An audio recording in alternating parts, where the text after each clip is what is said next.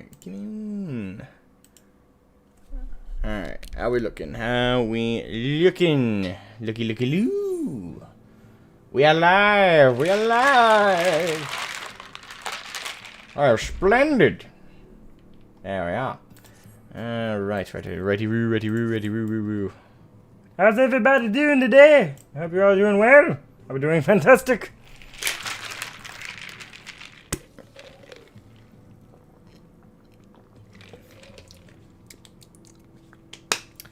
So we're figuring out if I like this or not.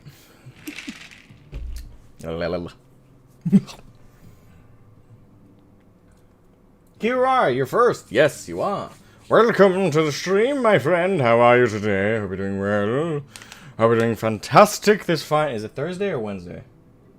Thursday, okay. I can't keep track anymore. It's like, what day it is? I don't know. Could be Saturday, it could be Monday. I don't know. Can't keep track anymore. How you doing? Hope you're doing well. Let's see. Hold on, let me turn up the game volume. I know it's low right now because last night I'll show you guys in a second. Hold on. Get that all the way up to 51. There we go. Oh. Well, doing fantastic. Stuck in Praetorium spam. You're stuck in Praetorium spam? Why are you spamming it? Or are you talking about the daily roulette? Does it keep giving you Praetorium? It's like, why is it always Praetorium? That's a 40-minute obligation. That's why I warn most like new people who join the game, like prior warning. When you're doing roulettes, especially the poetics spam, set aside at minimum 40 minutes, because you're gonna need it. 10 Mog Tomes per run. Mog Tomes. So I still haven't done anything with that new event. I'm probably not, at this rate, I don't know when the event ends, but I probably will, there's probably no point in me joining it at this point. There's probably all the peak stuff has already been done. Exclusive jacket glamour for 100 tomes. Nice. Yeah, I haven't looked into that at all. Also, welcome to Bowman 2000. Welcome to Bowman, my friend. How are you today?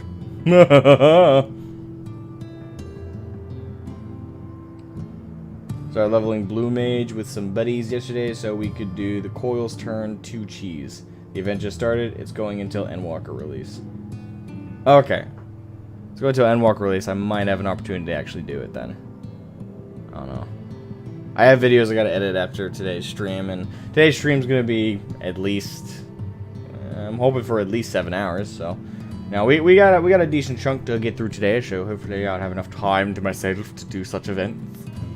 No need to rush, 10 per day for Praetorium, so until you have them. Gotcha. I'll look at the event. I'll look if there's anything I'd be pining for out of like the stuff that the event is providing.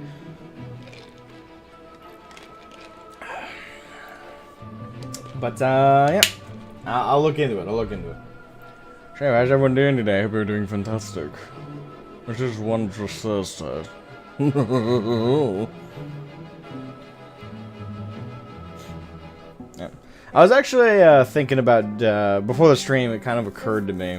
I've been thinking about doing a video going over why I'm apprehensive. Like, this, I've explained why, I think, but going over the specific situations I encountered back in the day when it came to healing, like why I'm apprehensive about it. Thought about making a video sharing that story. Well, technically it's a culmination of stories, but there's one defining one that more or less really set it. Ravenwing84, welcome to the stream, my friend. Hope you're doing fantastic today. Good day, all. Good day. I'm listening to Belsar's speech for the 3rd time today. Just looking at Van Belsar like, I'll kill you shortly, so get it out of the way. I think a lot of the FF community at this point can quote that word for word. Like half asleep, near midnight, just humanity, strongest force, the power to be gods. This was not my intention. Ones that you could get normally anyway, but faster this way. Nothing special, honestly. They just made it for some critical activities. Give these extra tomes now. The only exclusive item is biker jacket with the Freet on it. Everything else, well, the biker jacket sounds worth it. That could be fantastic. This was not my intention. Such devastation. This was not my intention. It's now a permanent meme in the community, and I think, to be honest, that wouldn't be as much of a meme if people weren't forced to do the Praetorium so much for their daily roulettes.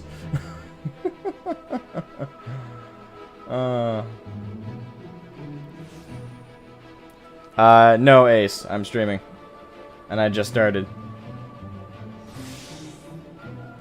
Such narration. This was not my intention.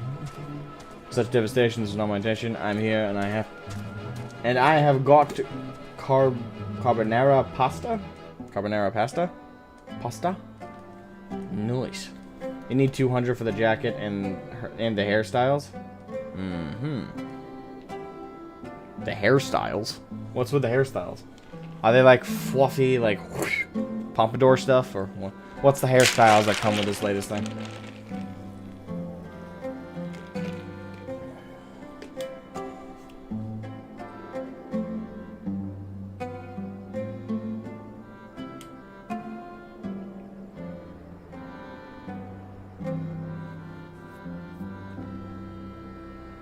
Moon Mirage, welcome to the stream, my friend. How are you?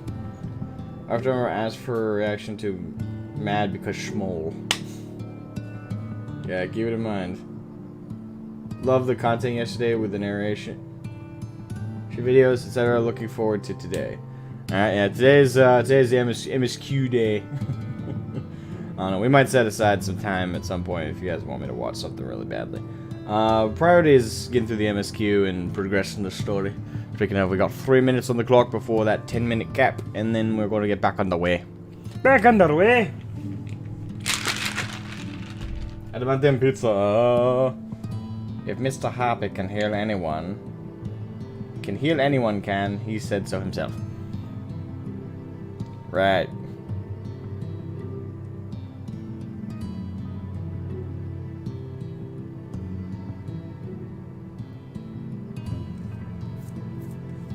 You got plenty of time, there's not too much story left.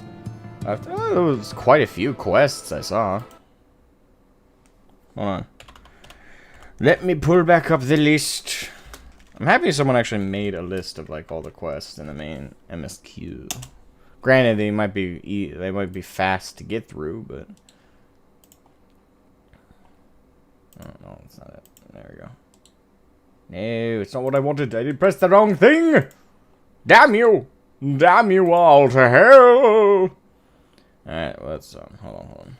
Alright, so right now we're on 5.1 Vows of Virtue, Deeds of Cruelty. Let's see, where are we in there? Yeah, we're not even halfway through that. Granted, by the looks of it, there's only one dungeon involved in all this. The rest are just quests. And then we got Echoes of the Fallen Star, which is 1, 2, 3, 4, 5, 6, 7, 8, 9, 10. 10 quests. Reflections in Crystal, which is 5.3. That has 1, 2, 3, 4, 5, 6, 7, 8, 9, 10, 11, 12 quests. And in that, it has 1 dungeon and 1 trial. It looks like we got plenty left to get through. Granted, a lot of that might be fast to progress through.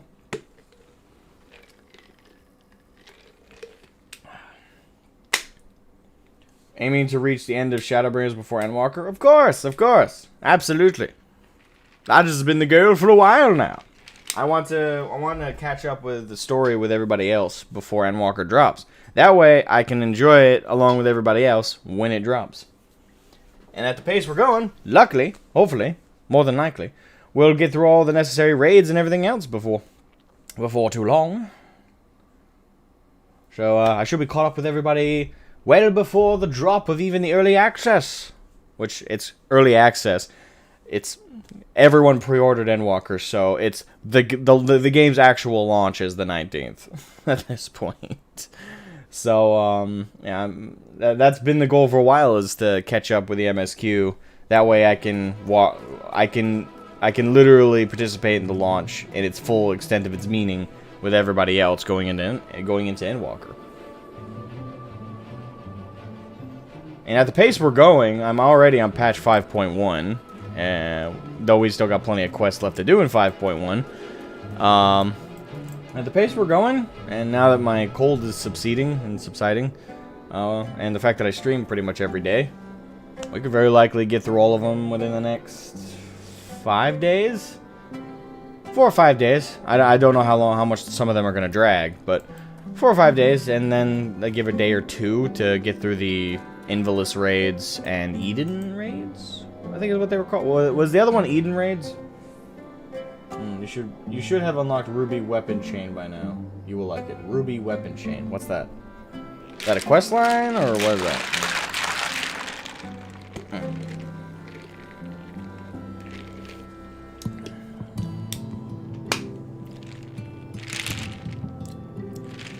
Still not sure if I like this stuff. I'm drinking it, so I have to like it enough. But I don't know.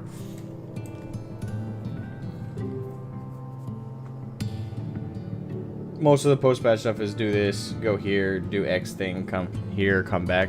And I figured, since there was so few dungeons listed, yeah, because in this one we already did the one dungeon in this patch. And then there's one in the next patch, then a dungeon in a trial in patch 5.3, then another dungeon in 5.4, and a dungeon in 5.5, and then not even a dungeon or a trial in 5.55. 5.55 is only 3 quests. So, yeah, the big bulk of what we got left to do is in patch 5.3 by the looks of it. 5.1, which is the one we're on, and 5.2 both have a decent chunk of quests as well. And 5.4 has a decent chunk, but once we get 5.3 seems to have the most. So once we get through that, we've gone through the bulk of what we got left to do.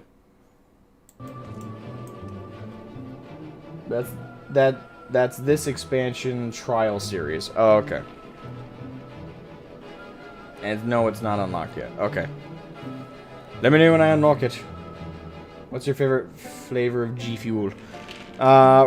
Still right now the PewDiePie flavor. It's just sweet enough, and it doesn't have a really strong aftertaste. So yeah, I'd say the PewDiePie flavor is my favorite so far.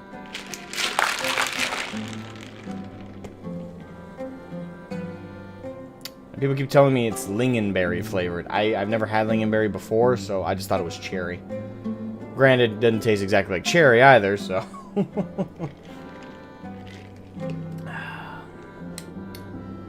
I've already done the twinning, Aaron. I did the twinning last time we did the MSQ. When we first started 5.1. Twinning is done and handled. It has been well and truly done and established. So, twinning's already done. Sorry, you missed out on it. The thing is, I didn't realize it was such a big thing either, so... I probably would have advertised that stream with the twinning if I had known it was so popular. It was done and jammed too. Much cat jams.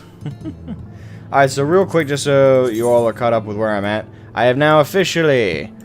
got all the ether attunements all completely done. Now, there is not a single zone in this game, other than main cities, of course, that I cannot fly. I can now fly in Lakeland, Ilmeg, the Raktika Greatwood, Kalusia, the Tempest, and Arang. Victory is mine. Yes, I unlocked that late last night when I was around 3 a.m. and I was like, you know what? I can wait till 4 a.m. to go to bed. let's hammer out these ether currents. And I was right. I was able to get it all done before 4 a.m. Just about 4 a.m. So, yep, I can now fly. Fly, fly, fly above in the sky. And likewise, with my flight, I've also one habit I got into during Heavensward is I cleared all the gray area and completely discovered the whole maps. Kind of the inner completionist in me. So I think I've checked, and I think there's not a single map I haven't gone in all of the Fog of War style clouded areas. So I've also unlocked all that throughout the game, I think. And there might be this one zone I just didn't check that I missed one little spot on. But so far, I have completely uncovered and looked over everything. Psycho Dad, welcome to the stream. Psycho Dad, I hope you're doing well. Did you enjoy the dungeon? The twinning? Yes, I did enjoy the dungeon. Twinning was very, very enjoyable. The music was really banger. I did enjoy the music quite a bit.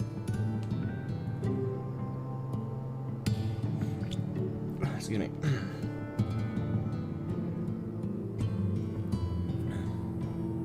The near raids are also great, but have a very long series of quest lines you need to do beforehand to unlock them. Okay. Are the near raids necessary? If they're not, there'll probably be something I do after everything else.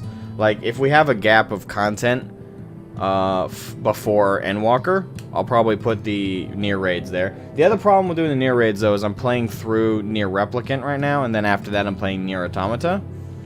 And if there's spoilers in the near raids, and on top of it they're not necessary for the MSQ, I'm probably going to put those on hold and probably play those way in the future after I've finished Near Replicant and Near Automata. That way I'm not spoiled anything. They're not canon. Okay. Then we probably won't do those anytime soon, because I still gotta finish playing Near Replicant, and the only reason I do them is for the gear, but at the same time, I really don't want to spoil myself just for gear on the story of Near Replicant or Automata. Or again, I always say Automata, but I'm not sure if it's Automata. Like, it's one of those things where it's like, how is that pronounced? I think I know how it's pronounced, but I'm not certain. Anyway, we're 17 minutes anyway, so not many turns. Nope, completely optional. Then yeah, wait till you clear them. Yeah. Yeah, I'll get to those in their due course. But if there's there's no obligation to do them, I'll do them when I know more about Nier in itself.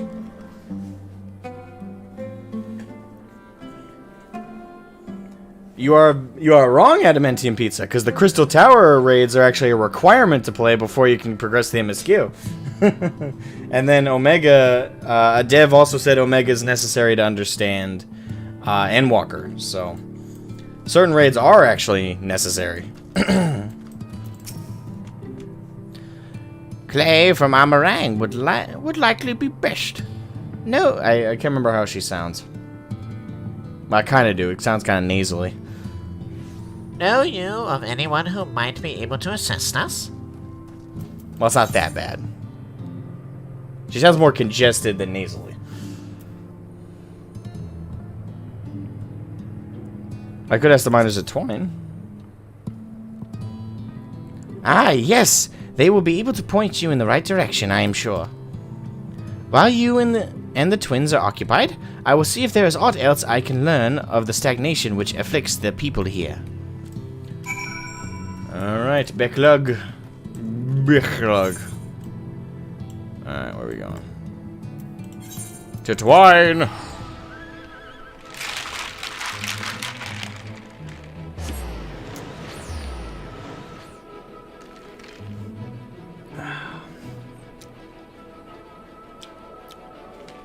Fun fact, Eden takes cues from 8.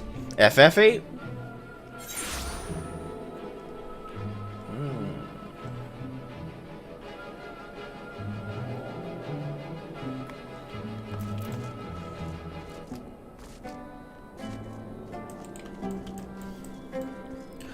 Alright, Magnus. We've returned, my friend. Dear kitty cat man. Lend me your ear.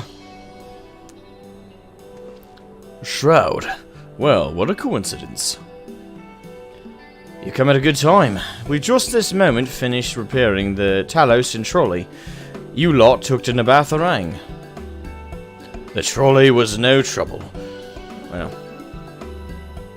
the thing is that his voice is still hard to. It's the accent. His accent is very, very subtle, and not consistent. So I'm not sure how strong I should play that up. The trolley was no trouble, but the Talos would have been another matter, had we not had a visit from Master Chai. He offered us a share of the leftover building materials from Daedalus Stoneworks, as well as a few trade secrets to help us along. Clever man, that China's. He seemed pretty keen on the ideas I had for putting the giant Talos to work. Like a giant trolley, but Magnus still refuses to see all the good we could do with it.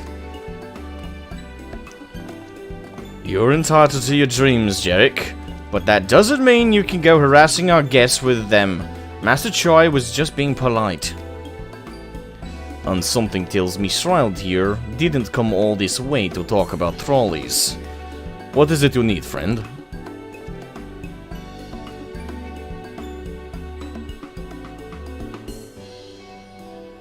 I see. And this familiar requires clay from Orang. Well, look no further. If anyone could find you some quality clay, it's us. Saying that, it isn't exactly a commodity nowadays. But there must be some lurking somewhere or other, waiting to be dug up. If I'm not mistaken, there was a time when they used to take clay from Mount Biren mines and make adobe bricks. Or adobe. Place is swarming with coyotes now, but if you're after the good stuff, you could do worse than to look there. Alright. I'm not gonna lie, switching between 3 accents there was kind of confusing me.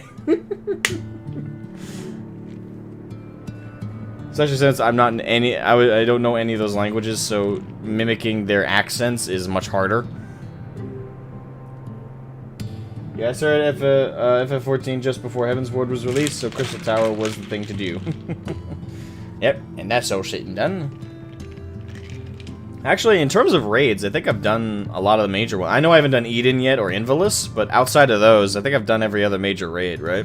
I've done Omega, Dead Alexander, I played through the Coils of Bahamut, and the Crystal Tower, obviously. Is there any, like, side raids I haven't done in there? I'm not thinking of? Again, other than Invalus and Eden. And Nier being optional. Excluding that one.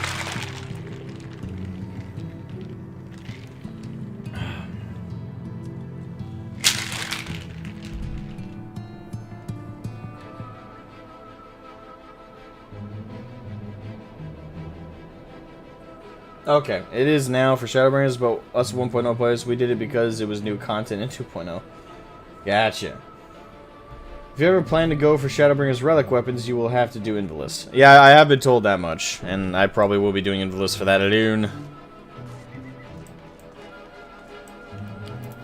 Do you have to do Invalus Extreme or anything like that, or can you do it just regular Invalus for the good gear? I mean, I'm assuming that the reward for doing it on higher difficulty is the actual relic weapons, so I'm just clarifying that point. Okay, good for the soul. Stop right over there, and I can fly, therefore reducing the struggle of distance traversal. Invalus is an alliance raid. It's a 24-man, so there is no extreme or so. Okay, so it's a 24-man. So it's not an 8-man. So just the armor. Okay. Clarification made.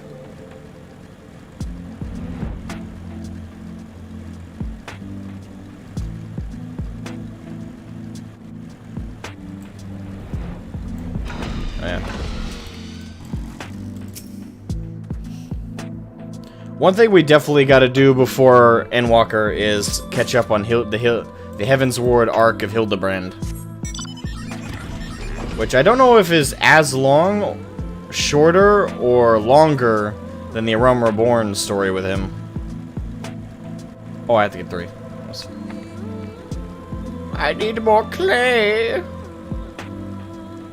Oh, that Oven, that Nene. Yeah, Nene.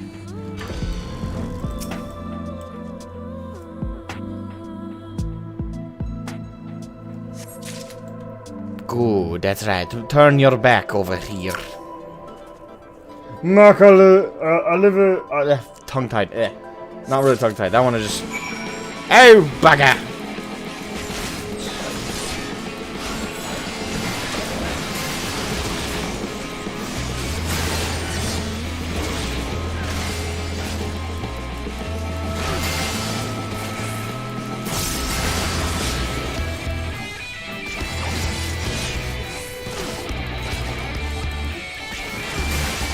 Die.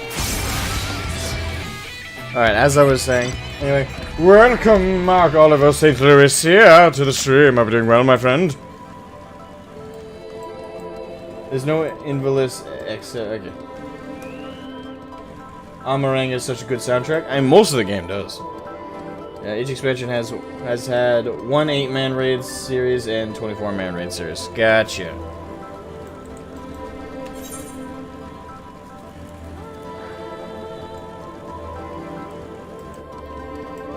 So,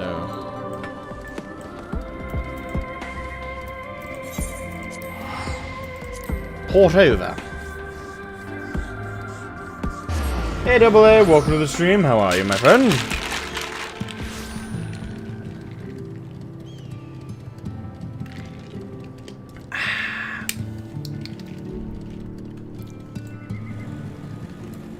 Big lag.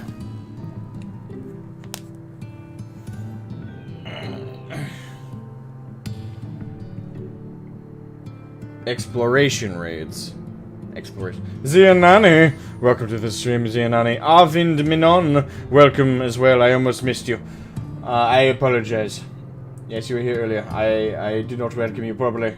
This is a sin against mankind that I have committed here. The Eden raids are a big FF8 reference. Gotcha. So kind of like how Crystal Tower is a big FF3 reference. Much as the song is great, the Raktika Greatwood one does grate on my nerves after a while fate grinding. Yeah, I can imagine that would. It does have a part of it that's a little annoying and that can build, but it's a decent song to listen to at least once in a while. Hey, cutie. Well, I do think I am a sexual individual. I am rather well-built, well-honed. Why, thank you for the compliment. Much as the song is great, the okay, I already read that, sorry. The Heaven's Ward and Stormblood Hildebrand quest lines are far shorter, don't worry. Alright. I'll probably be able to get those fairly quickly then. Not that I want a very short and brief adventure with good old Hildebrand, Agent of Inquiry and Inspector Extraordinaire. Come, Nashu. I do gotta say, if there's any character I have the most fun voicing over in this game, just for my own amusement, it's gotta be Hildebrand. Come, Nashu. Away.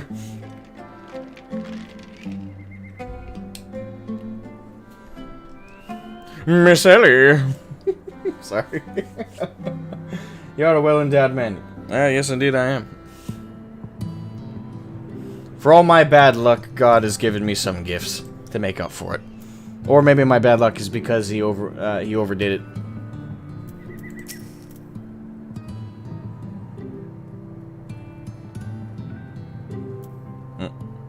Though he took a holiday, so there's no quests for Hildebrand for Shadowbringers. That's unfortunate. The twins have returned, and in one piece at that. I was convinced the pixies would turn at least one of them into a garden ornament, but no. You have the clay, I take it. There you are, milady. Wonderful. We need but combine the clay and the water. Then heat the mixture with a fey lantern. After that, it will be a simple matter of settling upon a suitable form and performing the necessary incantation. Becklug, I have a question. In the event that we had need of this spell and you weren't around, would it be possible for another to perform the incantation? Assuming they possess the requisite skill, yes. Hardwick and the others have suffered... I almost repeated her voice. I reckon the others have suffered so much, and I swore to do everything in my power to save them. If there's a chance the spell could do that, I would be the one to invoke it. Mayhap you should be the one to do so. A deep understanding of the subject's physical state, combined with a strong desire to help them, can drastically increase the magic's effect. And you are plainly more familiar with these people than I. I dare say there are few in all of Novarant more dedicated to finding a cure. Is that not so, Shroud? Absolutely, she's the best one for the job. Absolutely. Teach the young lass the spell. I'll give it my all, for Halric, for Tesseline. Then we are all of a mind on the matter. Alize shall be the one to conjure the familiar. Me too.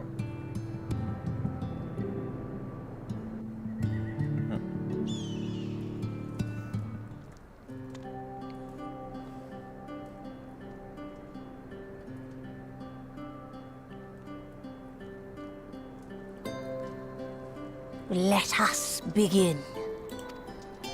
Here we go. I trust you've prepared the clay.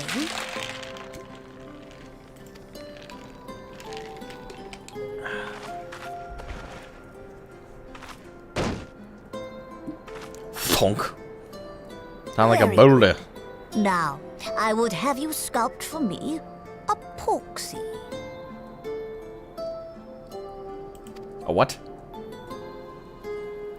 Plump, with floppy ears and a short curly tail. Like a pig? A porksy. I think I know what you mean. Is it a piglet? Oh wait, is it that flying pig thing with the ears? The Dumbos? There we are. How's that?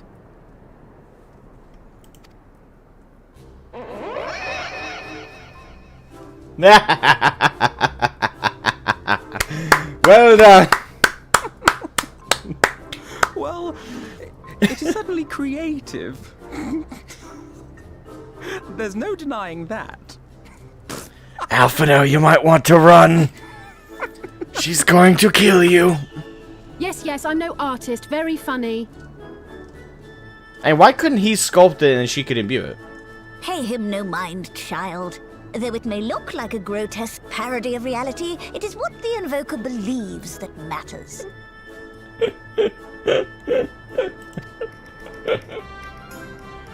Oh, God. You're not helping. But I speak the truth. If successful, this incantation will turn imagination into reality. Which is why the only thing of import is what you believe this figure embodies. You must focus. Hold the Porksy's image steady in your mind's eye.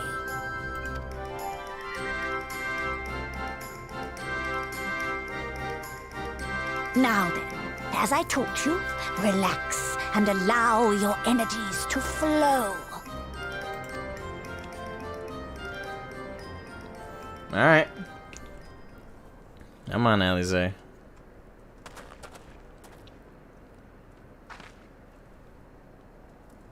With flesh of clay I bid thee rise, on wings of dreams to touch the skies. What once was idle fantasy, I call forth to reality.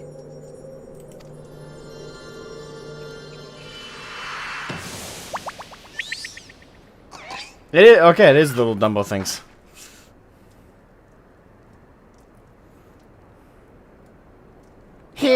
Not bad for a first attempt. It's flying! And when pigs fly, ahem. Well, that means we need to surrender.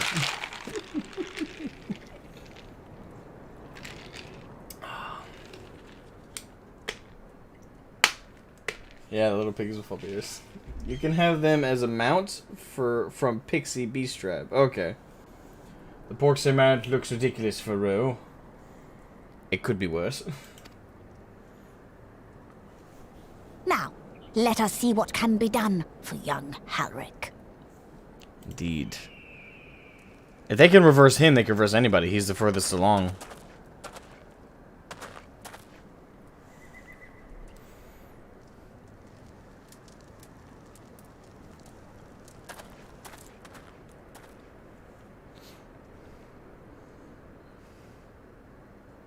Through the operation of the magics you invoked to animate this familiar, it is now replete with the energies required to stir the boy's soul. You need but give it a name, and it will do as your heart desires. Fred. Nope, nope. Bob. No, no, no, no, no. Gerald. No, no, no, no, no, no. Dan. The third.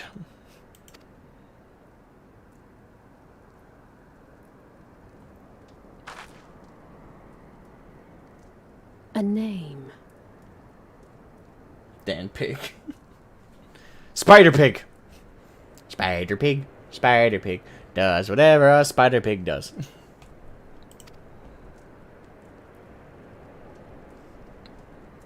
All right, I've decided. Now.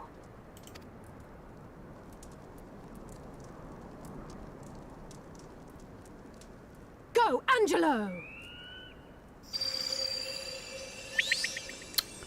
Not at all what I was expecting.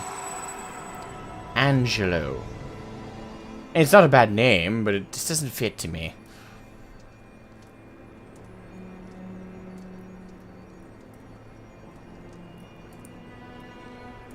I wonder if it can reverse, like, I know part of the Sinator thing is it pales the skin into marble and changes the eye and hair color. I wonder if that's gonna happen for him. Or, like, change his appearance back.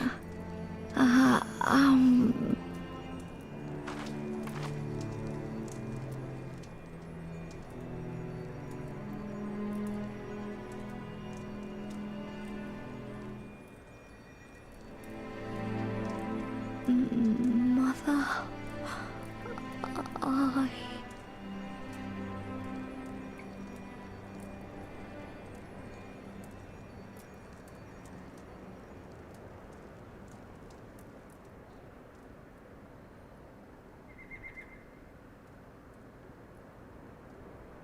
Oh, it did not work?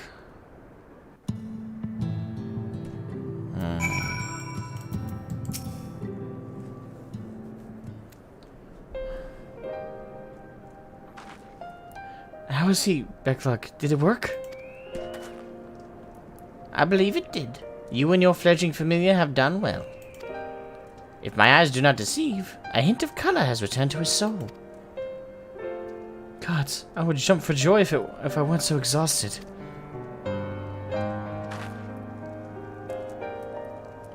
We're so close now, Halric. As you are even now in the process of discovering, this magic asks much of the invoker. What you may not have realized is that the same is also true for the subject. As much, we must proceed with caution. However, with further treatment, I have the utmost confidence the boy will make a full recovery. Alright, that's amazing, because he's the furthest along. Gerald Silence, welcome to the stream. Welcome, I hope you're doing well, my friend. Has the Porksy mount with a bacon bits minion, and also has a pig costume.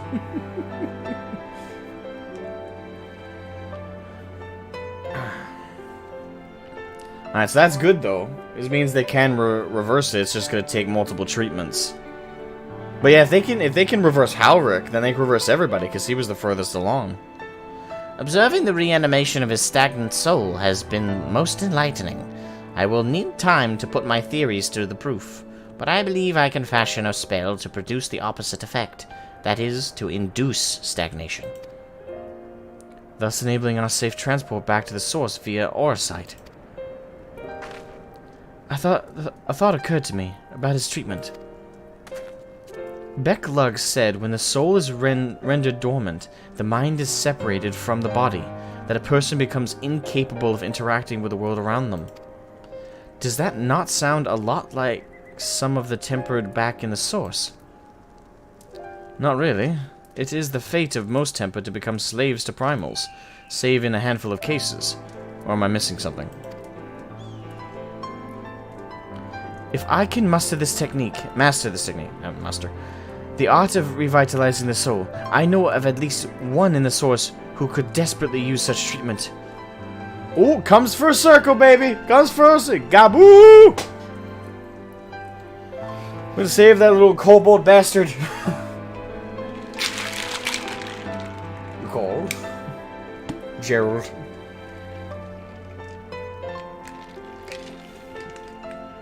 Great vessel for Avranka is my second best for Lalas.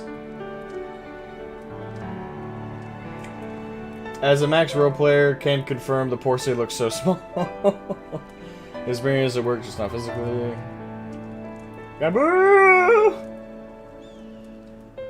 I don't know how people manage to play tall races in this game. The animation speed is locked to character height, so tall races kind of look like they're in slow motion.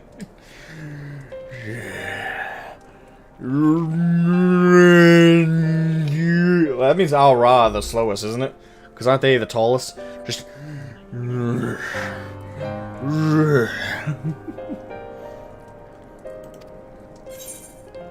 Gabu.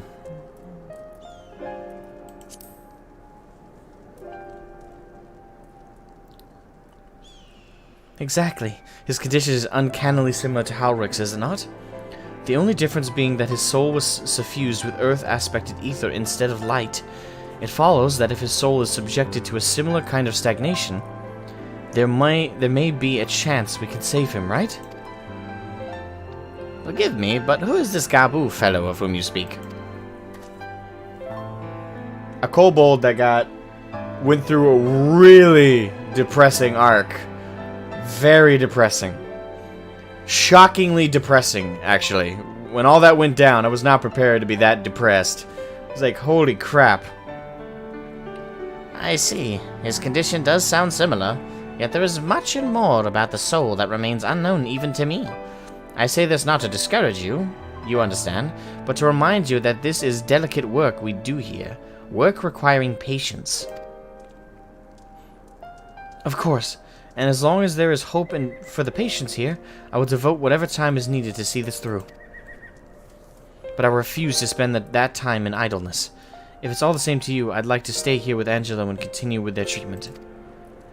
The two of you should return to the Crystarium with Beck Lug and see if you can't make some headway with their newly posited theories. I would tell you the rest first, but I see you're not to be convinced. Ah, the fire of youth. Let's return to the Crystarium, then. Finally, I found you! Oh, damn. Kaishir, what are you doing all the way out here? There's trouble back in Umor. Lady Chai's beside herself, sighing, pacing, the whole lot. Near enough begged me to go and find you. Sighing and pacing, you say? It must be urgent. I take it I will be returning to the Crystarium alone. Go on, then. It's not as if I have anything for you to do.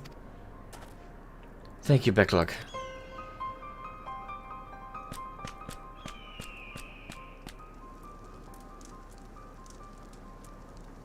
Sorry for bothering you and all that, but she says the future of Umor's at stake.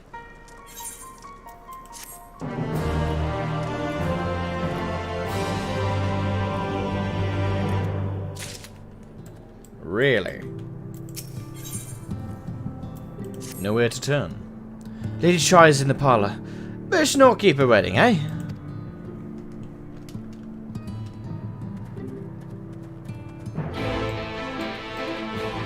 Righto. To Umor!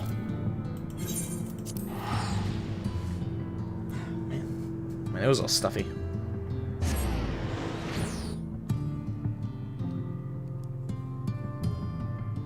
Auntie Julia. Oh no! It could be serious, it could just be, Oh no, I need a portrait made of me. Please help me, Alphino. it could be more of that case, you know.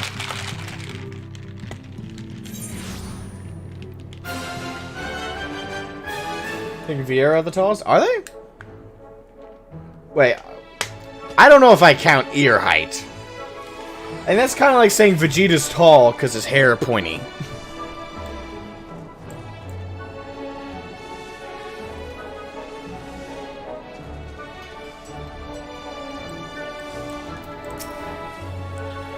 Well, not here seems out of the ordinary, though I do not see Lady Chai anywhere. Probably pacing around outside again, staring off into the distance and all that, sighing. Strange. Let's see if we can find her, and discover the source of her distress. Alphino and his assistants. Oh, Alphino. Could you help me, please? Paint that wonderful portrait you were working on. Sorry, I can't help myself. Alright, search for Julia Chai.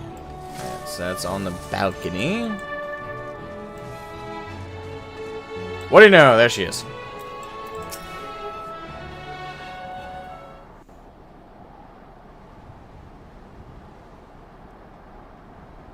Paint me like one of your Eorzean girls. Okay. I'll stop. Oh, thank heavens you're here. Lady Chai, whatever is the matter? I knew not where else to turn. Oh, this is all too much for my poor heart to bear alone. I feel like there's gonna be a comedic ball drop in here. It might not be. It might be actually What of serious. Master Chai? That is the very reason I summoned you. Oh no, it is serious. Gone. What? What happened? It all began after the events at Mount Golg. With Lord Vorthry out of the way, we all agreed that a new leader must be chosen. Oh, did they choose him and he ran off because he couldn't take the pressure? And so you held an election? Yes, well, sort of. Not a single person volunteered to stand, you see. After a lifetime of leisure, we free citizens have grown somewhat indolent.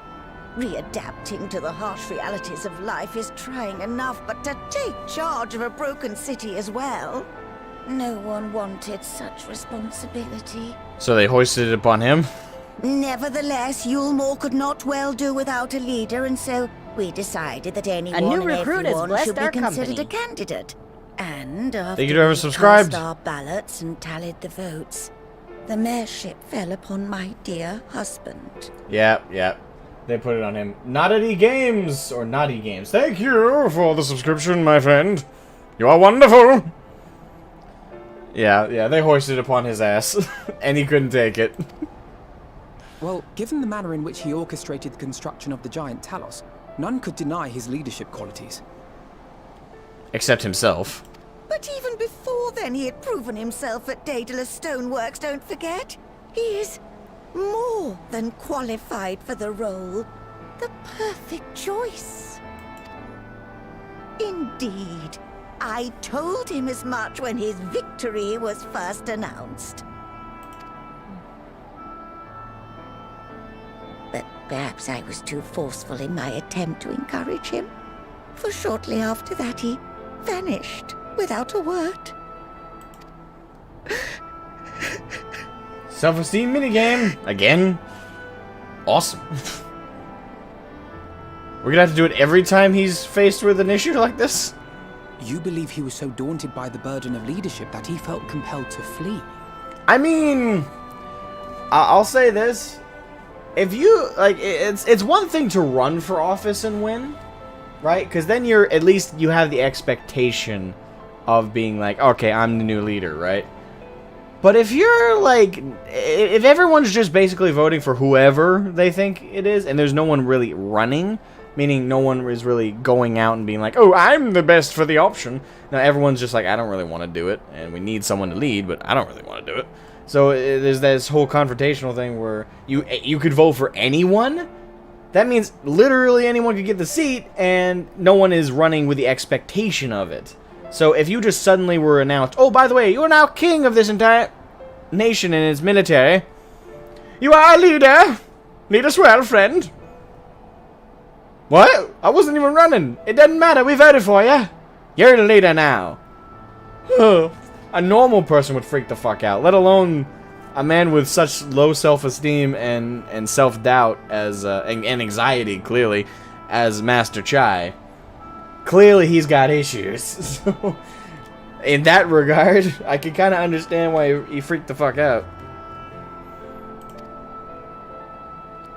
Probably running away was the best option, but dry your eyes. It's not that I don't understand why. Your husband does not strike me as the sort of man who would abandon his duty, much less his beloved wife. There has to be some other reason for his absence. That's true. I don't... The guy, with his how devoted he is to her, I don't see him just abandoning her, so there might be more to this. You truly think so?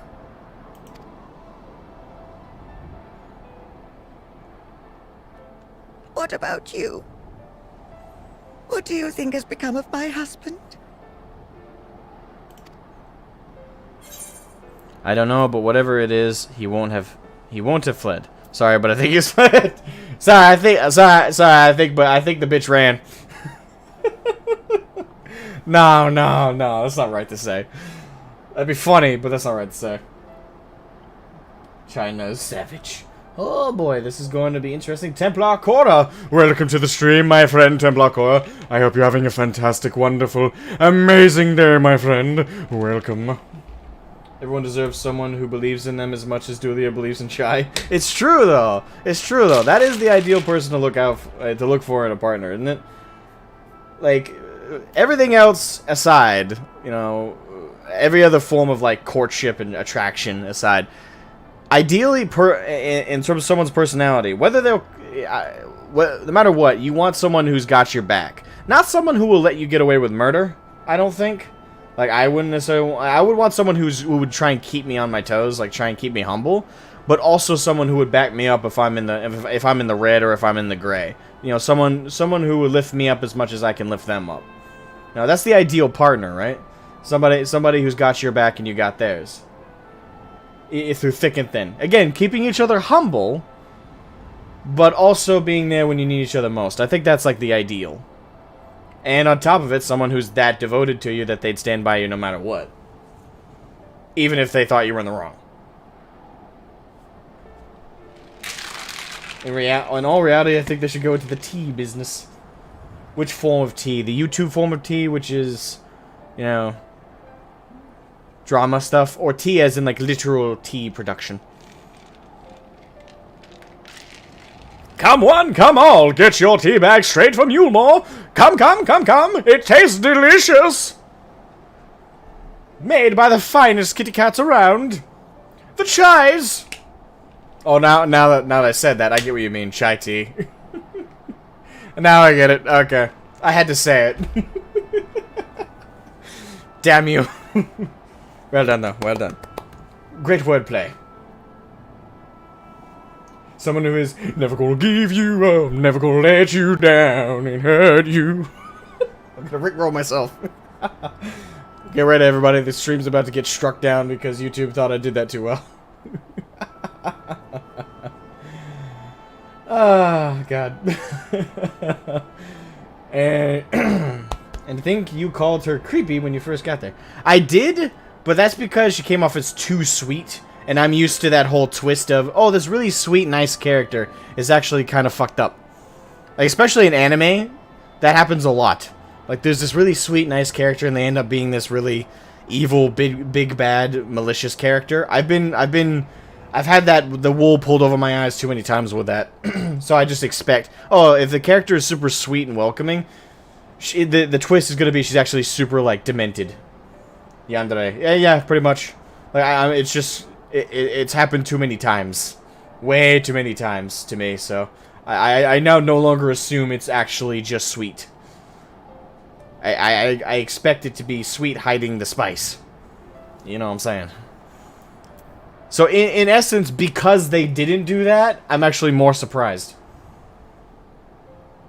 Like with Asahi and Stormblood. Yeah, except he was pretty thinly veiled. It was very easy to tell he was up to something.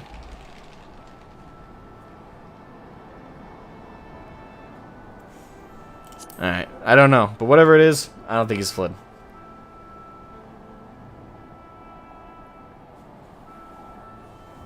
And there you have it, Lady Chai.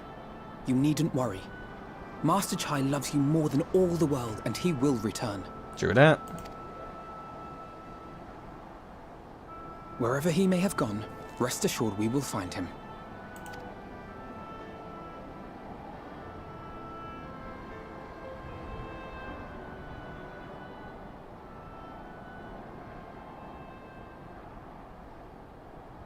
Thank you, my dear boy. You have set my mind at ease. I will trust in my husband and await his return. They could go looking for him, couldn't we? He had a punishable fate. He did. He did indeed.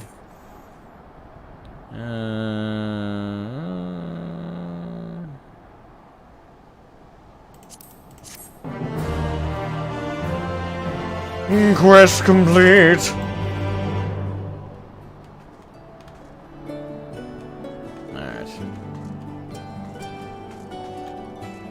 Oh, okay. He had to spawn back in. It makes no sense for Master Chai to have left without a word, but even if he had, he would not have done so unobserved. Someone here will have seen something, I'm sure of it. We should split up and inquire as to whether anyone saw him leave, or, failing that, if they have any idea where he might have gone. I will meet you at the Glory Gate to compare notes later on.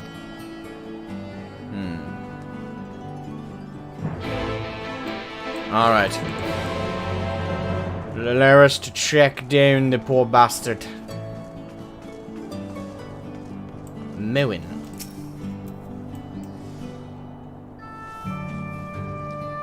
Master Chai? Why, yes, I spoke with him recently, though I recall he was in rather dour mood, concerned about Eulmore's neglect of industry, you see. With Lord Varthry's apparently inexhaustible stores of mule, and no great need for money, it's little wonder our businesses were all but forgotten under his rule.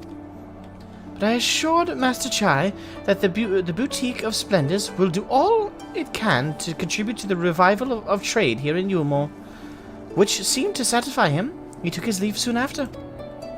Your exchange with the moment has taught you a stagnant state of business in Eulmore. Okay. Alright, so there's a bit of a industrial crisis. Not enough exports and too many imports. I see. Alright.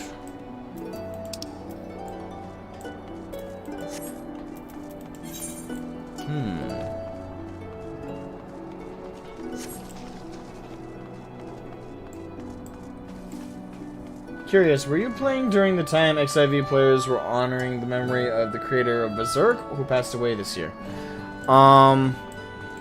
I'm not sure. I remember hearing about that because Berserk was anime-wise was a really impactful anime. I've never read the manga, unfortunately, but I did love the story with Guts, and damn, was it dark.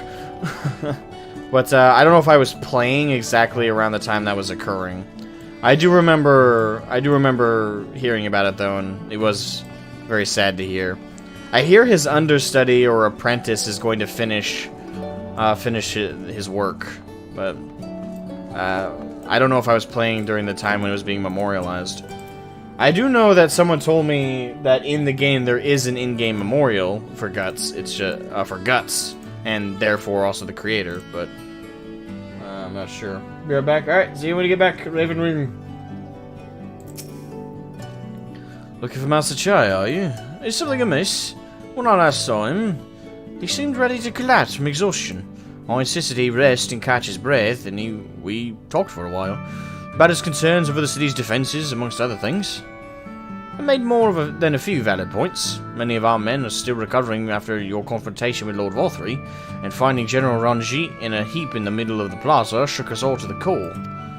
The man commanded no small amount of loyalty, and some of our longest-serving soldiers seemed lost without him. Indeed, a number of them left. Not that we blame you, of course. Without you and yours, we would still be blind to the error of our ways.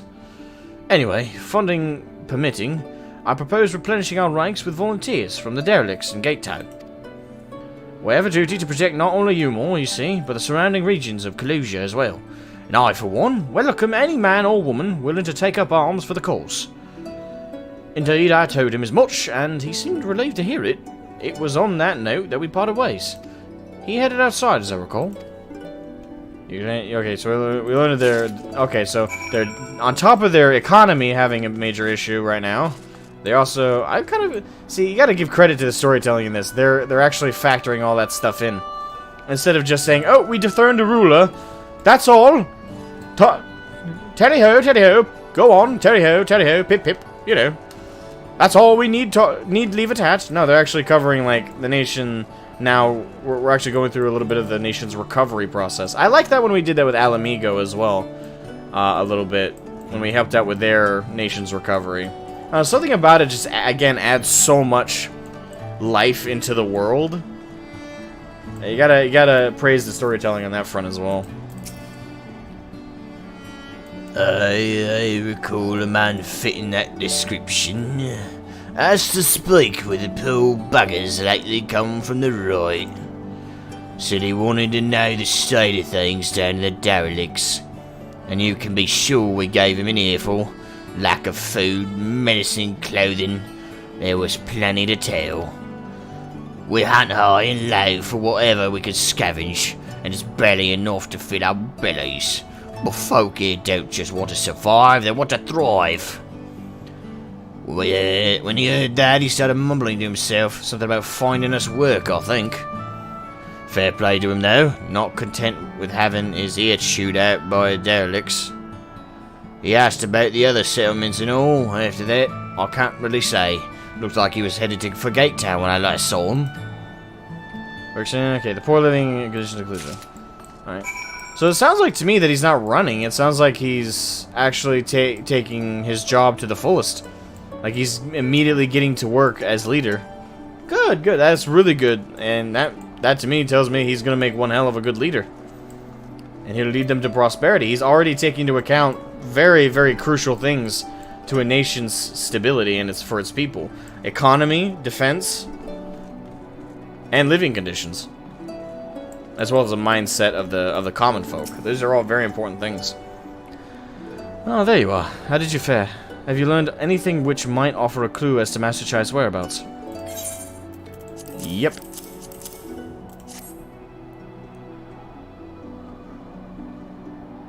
We in Prison Sargeras forget the giant sword in the plan. Pretty much. Hey, bit of Mount, welcome to the stream. How's your day? I'm doing pretty good. How are you?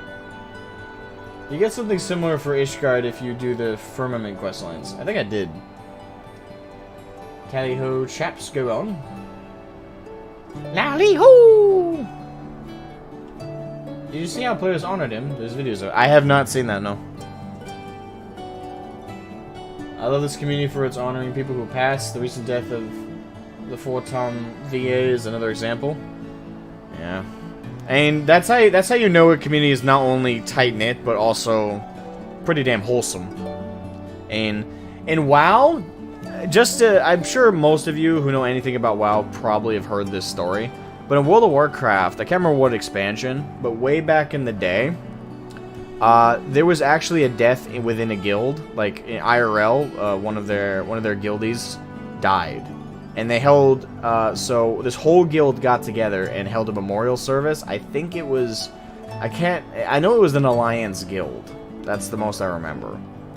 And they were on a PvP server, as I also recall. But they made it pretty clear where they were going. The guild met up, and they were holding a memorial service where one of the family members of the guildie that passed away went online as their character, and they were actually holding a memorial with his or her character. And it was a very wholesome thing until a rival guild heard about it.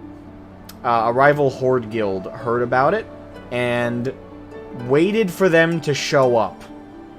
They staged an ambush. They staged an ambush for a memorial service for an actual person who fucking died. Just so they could get the upper hand and kill them. And they knew it was a memorial service. They didn't care.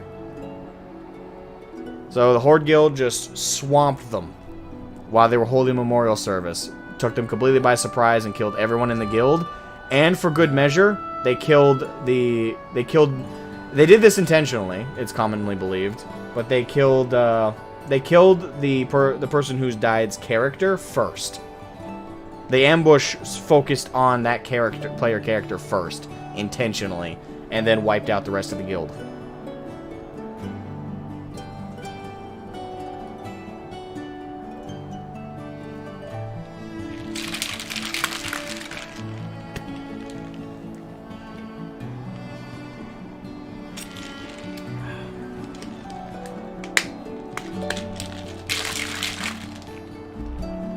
That's fucking low. Yeah.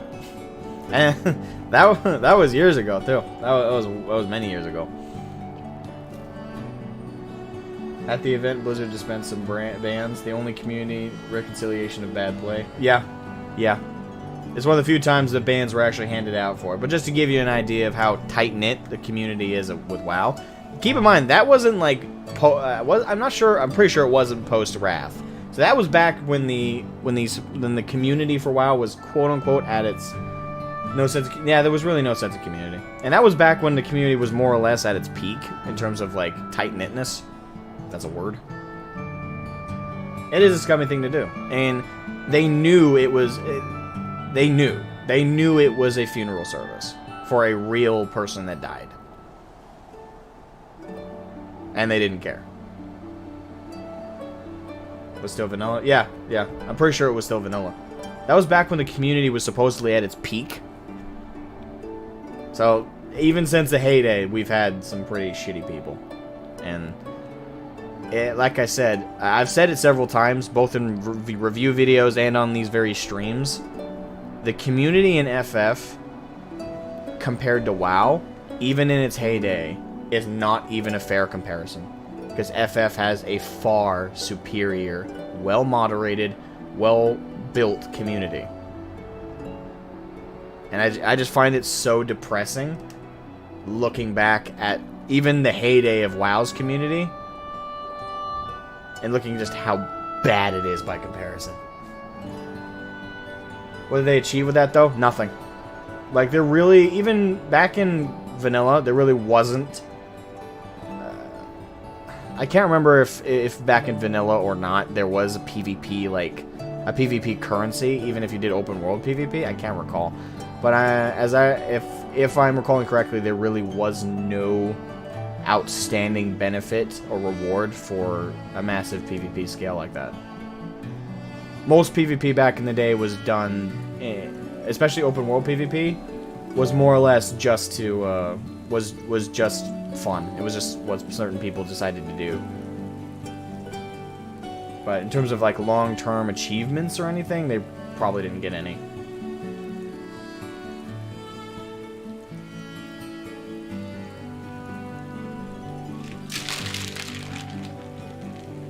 There's YouTube videos of it if you care to look. Of what?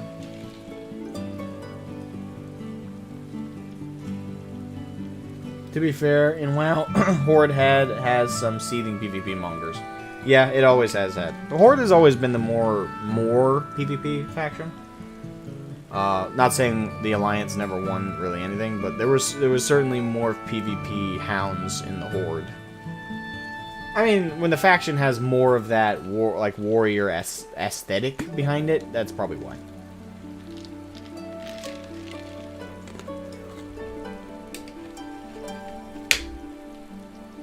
People are just monsters? Yeah. Yeah. I think they literally I need to see the footage again, because the thing is, I think some of the Horde players I think actually did film themselves attacking the funeral service. So I think there's footage out there of it. I think that's what helped get them banned, actually, was because there was footage of their characters and their names. So yeah. In Villainy had dishonorable kills. You tend to lose the PvP title if you gank the lobbies. I missed that. Yeah. Back when you were punished for being a dick. Some people didn't care. Interesting. He apparently paid a visit to the Queen Bee as well. They discussed the possibility of granting admission to customers from outside Yulmore, an idea to which the proprietor was surprisingly receptive. Hey, more business. Sounds like he's got big plans for the place. Yulmore, I mean, not the bee. Perhaps. But the question remains, where did he go after leaving the city?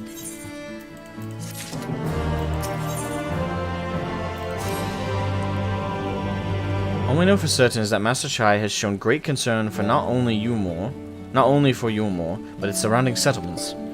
It seems logical, then, that having consulted those within the city walls, he would wish to do the same with those without. Shroud, if you would go and make inquiries and write, I shall do likewise in Stilltide. Gatetown, I leave to you, Kaishia. Fair enough. Where should we meet when we finished? Well, top rung would seem to me to be his next most likely destination. Let us reconvene there. With any luck, one of us will have stumbled upon him by then. But if not, we will be well situated to continue our search.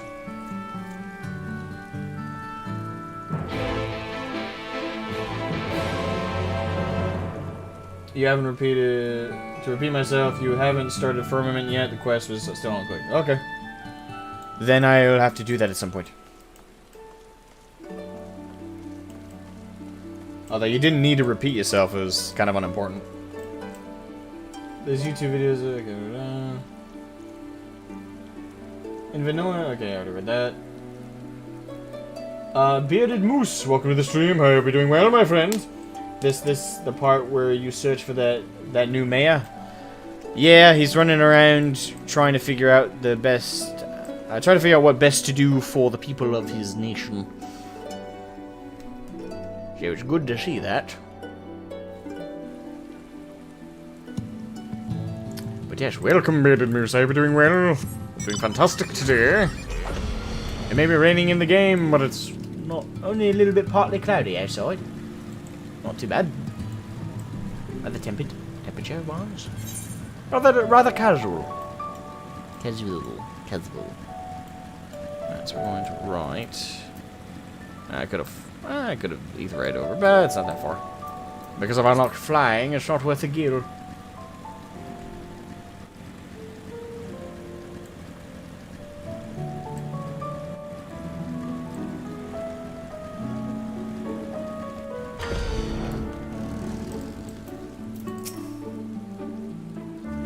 Now, the name doesn't ring any bells, but there was a rather dapper-looking Mr. gentleman here not long ago.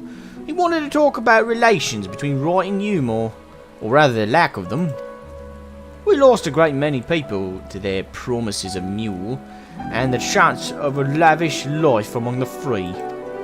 And Vothri thought to take even more from us, conscripting the few able-bodied men we had left to guard his paradise.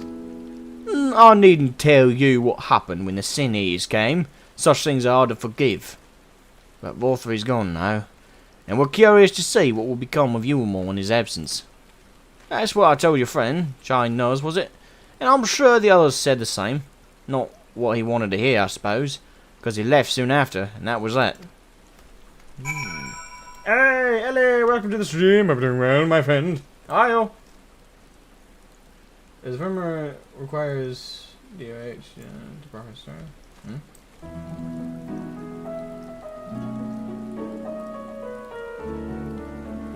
Before you came to the first, did it ever occur to you that Hrothgars are Ronzo? Like Kamari from FF? I've never played FF10. I'm playing through the FFs right now, but the only FF I've played before 14 was 7. That's about it. That's the only other FF I've played. So I'm currently playing through all of them out of curiosity. I'm on my... I recorded and uploaded the 3rd episode of FF1 playthrough. So, no, it didn't occur to me, but I haven't played them. Yeah, but I'm playing through the Final Fantasies, so I'll probably get you what you mean in, probably like 6 months. I have no idea how long it's going to take to play through all the FFs to get all the way to 10. Crisis Core.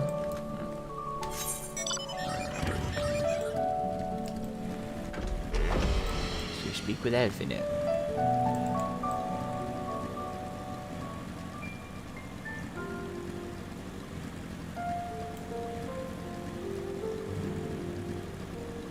Just got out of a meeting and need to break. How is everyone? I'm doing pretty good, and I think most of the people in the chat are doing pretty good, but I don't know for sure.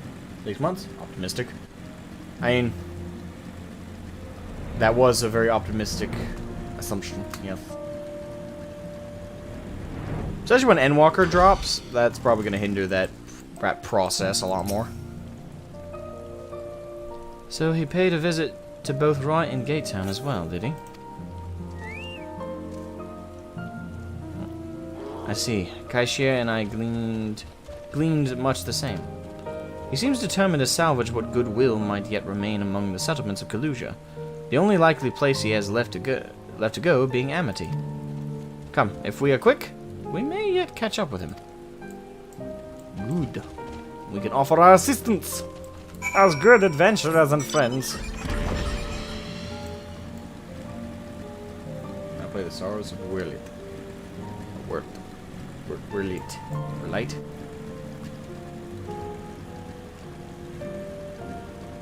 What? Endwalker drops? Yeah.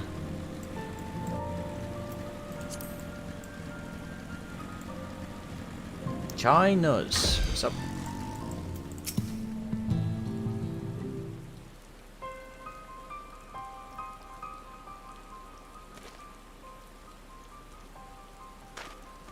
Oh, we found him.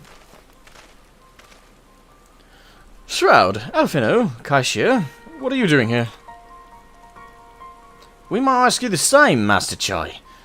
We have been looking all over for you. Looking for me? Whatever for? Lady Chai has been nigh inconsolable in your absence. She claims you disappeared without so much as a word, and bade us return you to her side. What in blazes are you talking about? I left a letter for her in our chambers. Though I suppose she could have overlooked it. And when she gets an idea into her head...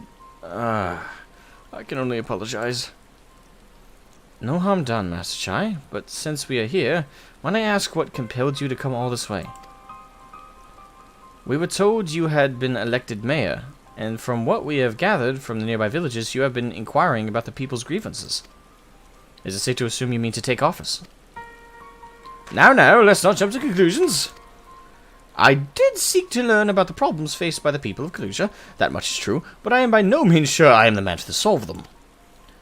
Tackling our many challenges will require resources. Until I have secured them, it would not be right to assume the role of mayor. I see. And you believe said resources can be found here? Indeed, the people's grievances are many, but in the course of my inquiries, I have already met with several individuals willing to lend their aid in addressing them. However, there remains one individual crucial to my plans, a man whose counsel might yet make a mayor of me. With respect, such forethought is, in itself, proof of your suitability.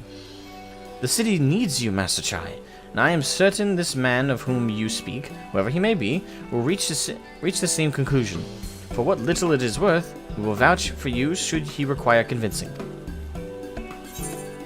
Whatever you need, you can count on us. We believe in you, Master Chai! These nuts. These nuts.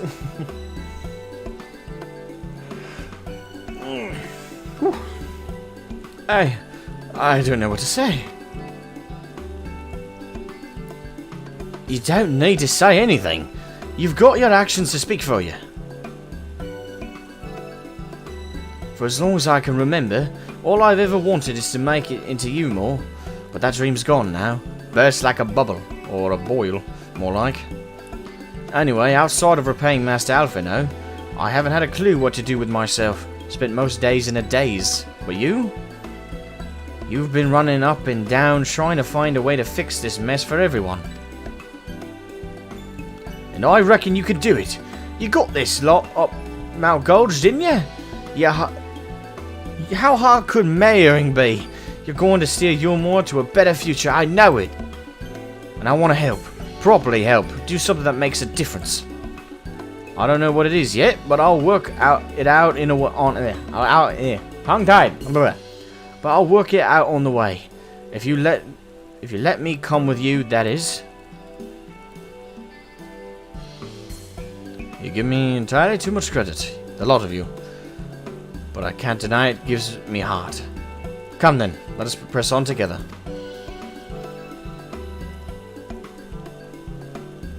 Thank you, Master Chai. We mustn't go ahead of ourselves. Yulmore needs more than a man with good intentions, which is why I am here. To find one with experience needed to see the city thrive. Who is this man exactly? And are you certain he's here in Amity?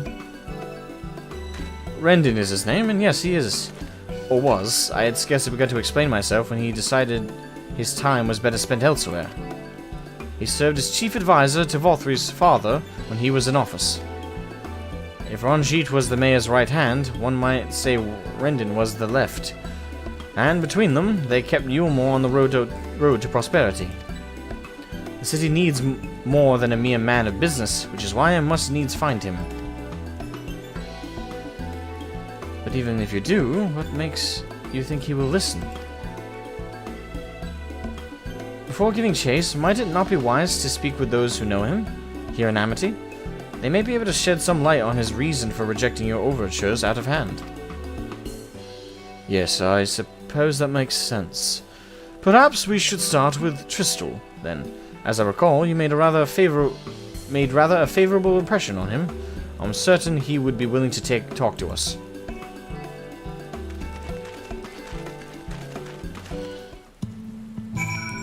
Alrighty then.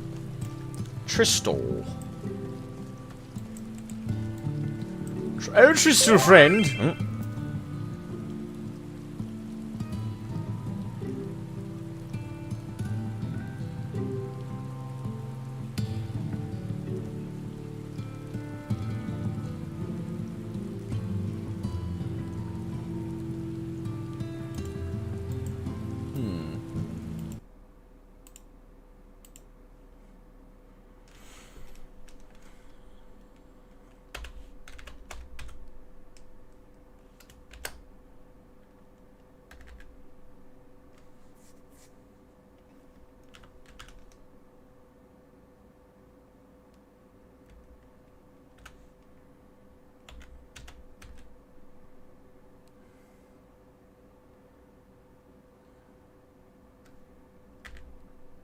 Hold on a second here.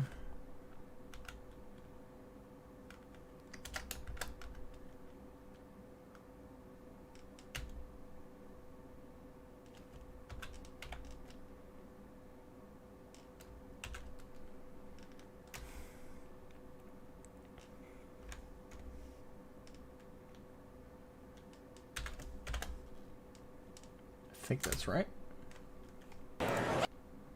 Yep. Alright. Hold on. I guess... well, it's only 3 minutes, so watching the whole thing ain't gonna be a big deal. Hold on. Real quick here.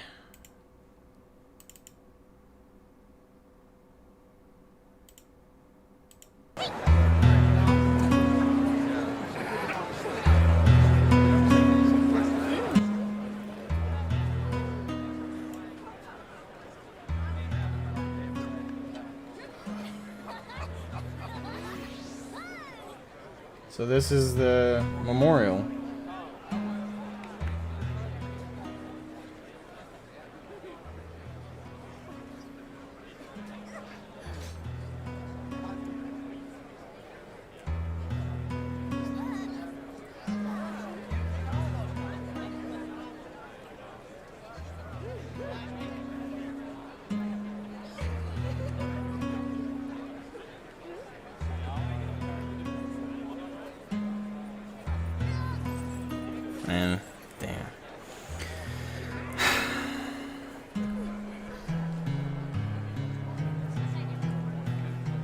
I mean, yeah, like I said, community-wise, you can't beat FF.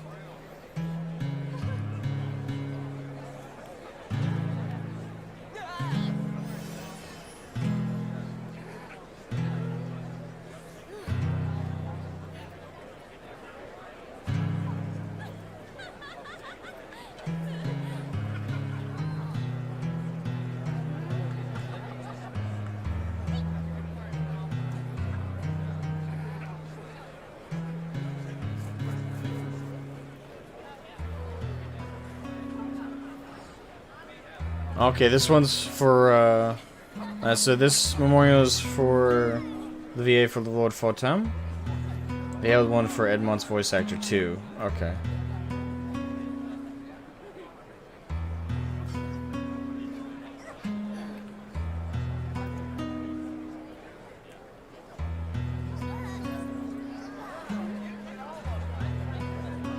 Well, yeah, I know this isn't Fortem Manor, this is, Ul'dah.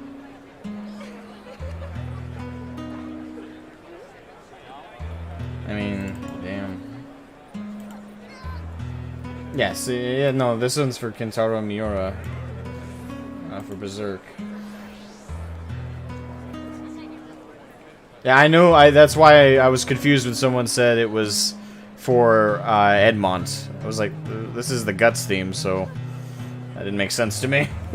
So, I get, there's a bit of confusion in chat. No, yeah. This would make no sense if this was for, for Tom. Other than the class being Dark Knight, which is unlocked in Heaven's Ward, but other than that, yeah, this is not, that didn't make any sense. Yeah. That's why that confused me. I was like, this is clearly for Berserk. That's the theme. I mean, damn. Mad respect as always to this ever impressive community.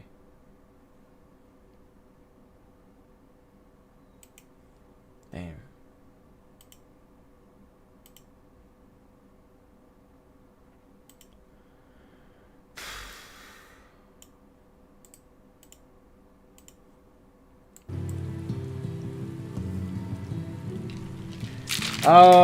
Iwakos, welcome to the stream, my friend.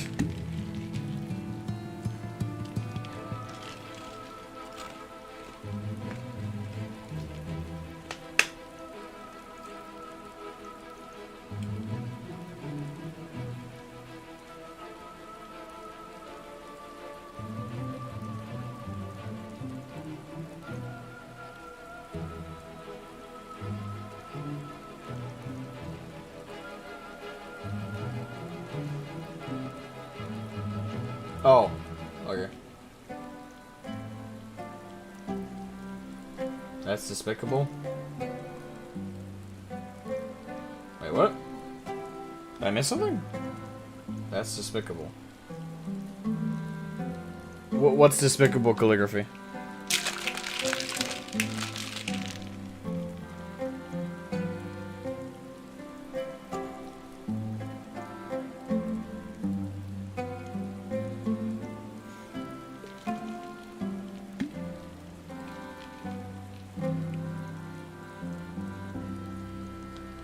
Trying to ruin the memorial.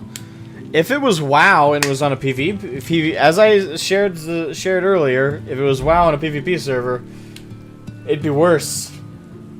They'd be attacked and killed, and they would make sure to kill the representing character for the memorial first, and then dance literally on his or her body. Yeah, there's no comparison. Even back in WoW's heyday, its community has never been this good. For Stephen Critchklow's Count Edmond, Vigil Paladins knelt with the house crest on their shields. Yeah, and that makes sense. That does make perfect sense. True knights. Damn.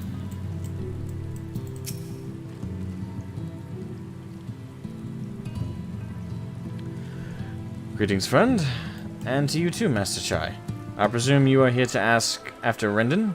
I couldn't help overhearing your earlier exchange. Yes, well, with Vorthri gone, Yulmore wants for a leader. Should no one rise to the challenge, the city could very well collapse. I came here seeking Rendon's counsel in hopes that he could build a better Yulmore together. And that is still my wish. But given how abominably you were mistreated there, I will quite understand if you choose not to help. Worry not, Master Chai, I bear no grudge against you, or the people of Yulmore, and I would not see you suffer for Vorthri's villainy. As you no doubt gathered from your meeting earlier, Rendon can be rather uncompromising. He has his principles, you see, and little patience for anyone he deems less committed to their own. Your desire to right the wrongs of your past, of Yulmore's past, is quite admirable. But I fear the guilt you bear on the city's behalf works against you. I can see it in your eyes, in the way you carry yourself. It goes without saying he sees it as well. You must let those feelings go, Master Chai. Be more assertive, commit to this course, and prove to him Yulmore has the resolve to change. The resolve to change. Asha Mural, welcome to the stream, Asha! Welcome, welcome, welcome. I'll be doing fantastic today. I believe he was heading towards Pit 8 where he left. If you plan to go and speak with him, I suggest you be firm and clear in your intentions. Very well. To Pit 8 we shall go, and I will not take no for an answer. Nay, not even a maybe. Assertiveness. Be a true leader, Catman.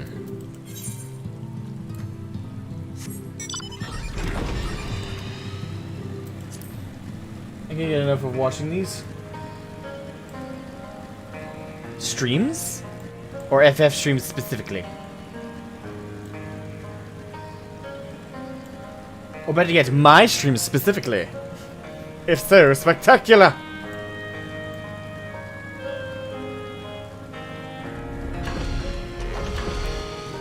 Alright, Rendon! Ah, he's a big fella. He does look noble. Well, well, it's you again. Oh, it's voiced. And I see you've invited your friends. Need them to fight your battles for you, do you?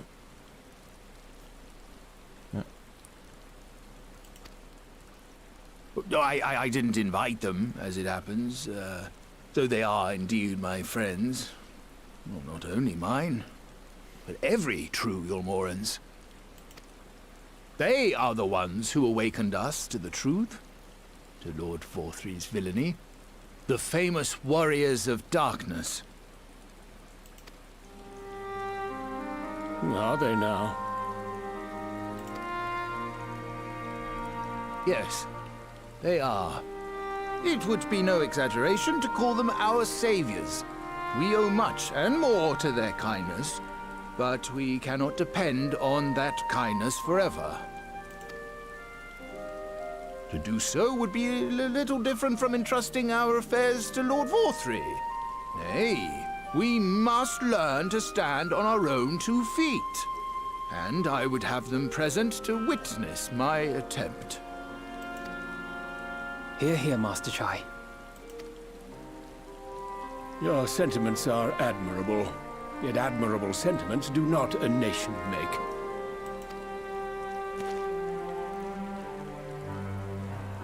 In my capacity as advisor, I once strove to build a better Yulmore. Gave honest counsel to my superiors, drafted laws for the benefit of one and all. But in time, my values fell out of favor. There was no need for them in this paradise Vorthri was creating. And so I left my homeland behind. Made the right choice there, man. But you, Chai News, you were content to wallow in indolence under Vorthri's auspices. And so I cannot help but ask myself what manner of nation you intend to build.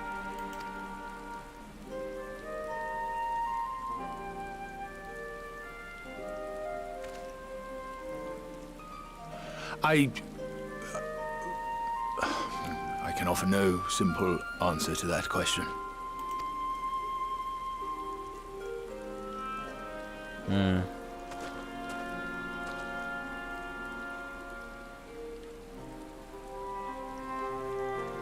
But this much I will say. It is my hope that Yulmore can become a nation which her citizens might freely choose to build together.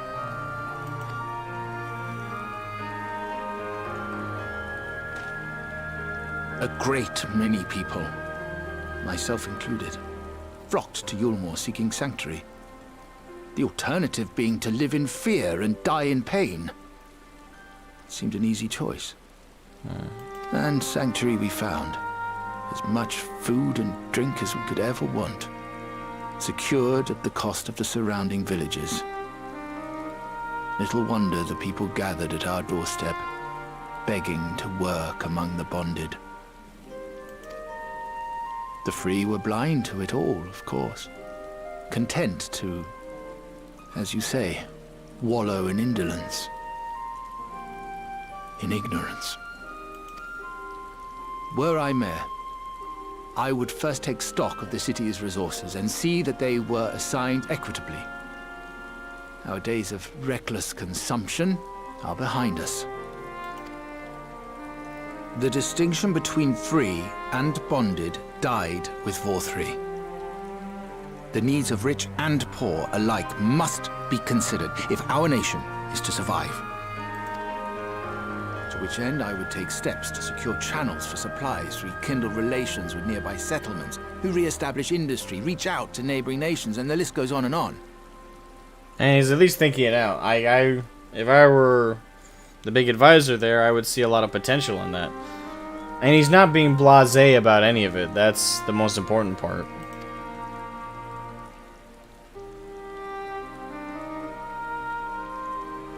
But I am no ruler, nor even a politician. I am an entrepreneur. My expertise lie in planning and profit. I haven't the knowledge or experience to run a nation.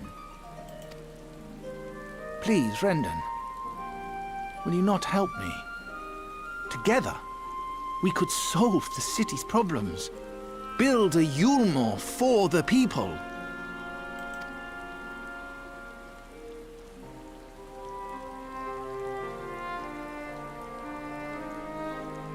Yulmore for the people.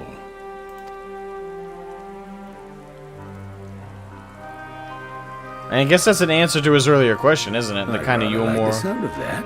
Yeah, that's pretty much the answer to the question he asked earlier. You know, what's the intended Yulmore you're creating? One for the people.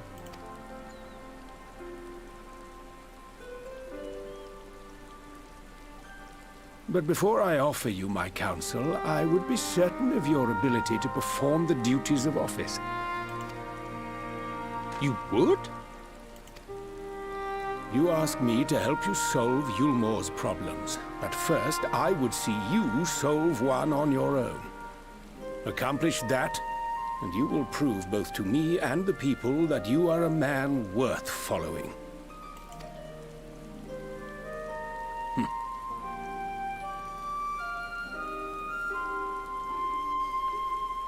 You don't think I PvP? Actually, I PvP quite a lot, but I don't do the feast. I do frontlines a lot. Actually, for the longest time, my hold on. It's not full now. It's I spent some of my PvP stuff on some glamour gear, but hold on. For a while, no, that's not what I want. Keep doing that. Currency, there it is. Yeah, for the longest while, my wolf marks were full, but I spent a bunch of my wolf marks on glamour stuff. But I spam frontlines all the time. I love playing frontlines. But, no, I don't play the feast at all.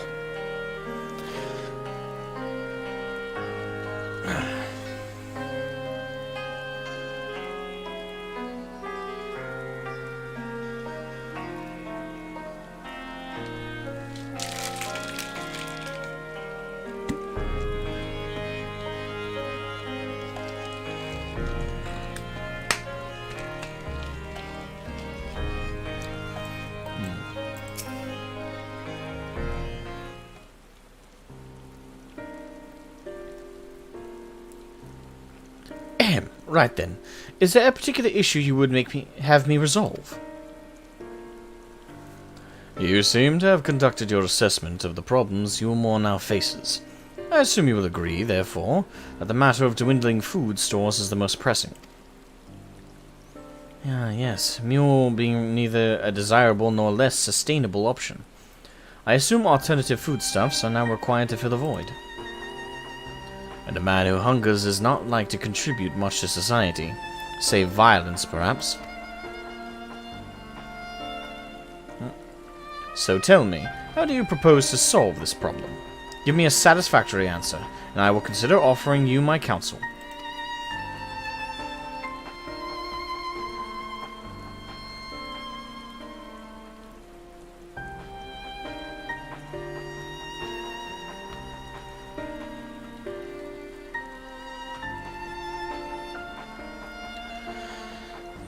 A combination of measures would seem to be in order.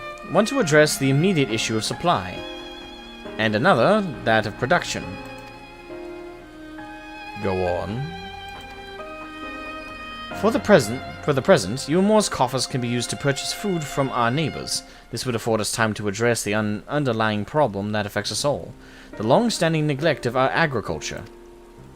The villages that once served as sources of trade or foodstuffs must be repopulated, their means of production restored. This assumes, of course, that we can rekindle relations with our neighbors, guarantee security and stability in the region, and most importantly, the people willing to leave the city to take up the rebuilding effort.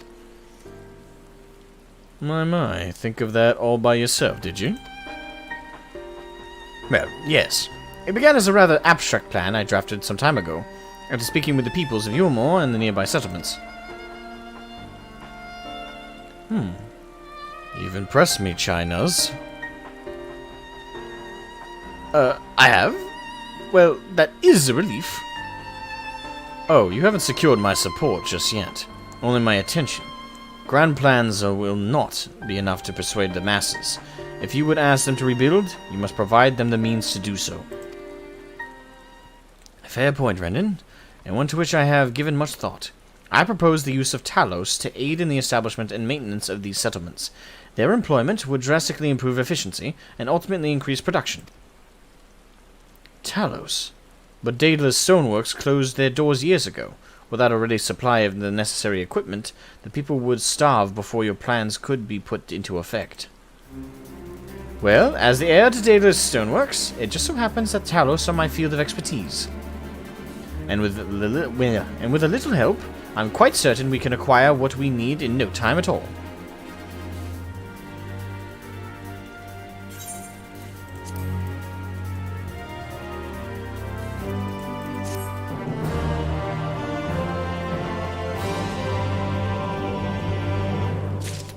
You're leveling your job spanning per turn. I don't know what I'm gonna do to level all my alts. Hold on, let me pull this up here. Let's see here. So yeah, by the way, I did start a conjurer. I couldn't get past level 7 mainly because of my still prevailing issues. So there's that. Let's see here. I have a lot of classes I gotta level. Palace of the Dead is my go-to, especially for lower leveling. Right now I'm doing that with my Dragoon. Pugilist, still just going through the questing and spamming dungeons if I can. Same with Paladin. Machinist. Machinist isn't grabbing me as a class right now, but I'll eventually get back around to it. I haven't unlocked Dancer, Archer, Rogue, Arcanist, nor Red Mage, nor Gunbreaker, and obviously Scholar and Astrologian. But most of my classes, I'm not sure what route I'm gonna go. I mean, the most efficient when they're like level 1 and stuff is obviously just to do fates and questing if you can. But outside of that, I'm not sure.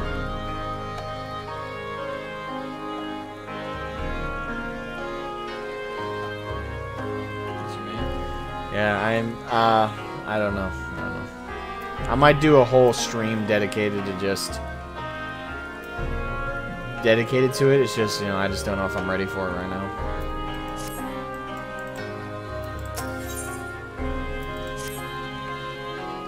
Brendan is quite right. Building Talos from scratch would require time we simply do not have.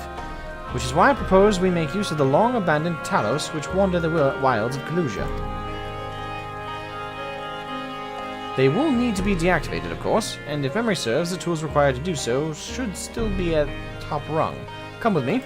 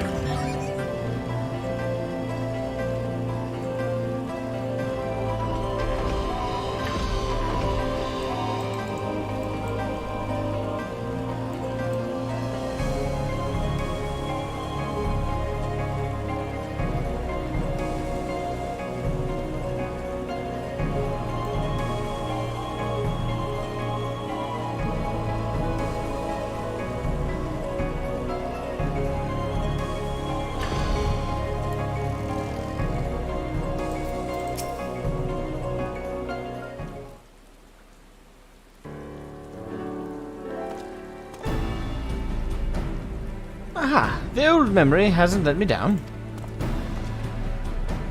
This chest contains canisters filled with a dastardly potent insulating powder, capable of halting the flow of ether in a Talos. We need only get within throwing distance of one and let fly, thus disabling them without damaging them. Ingenious. An old trick of the trade, nothing more.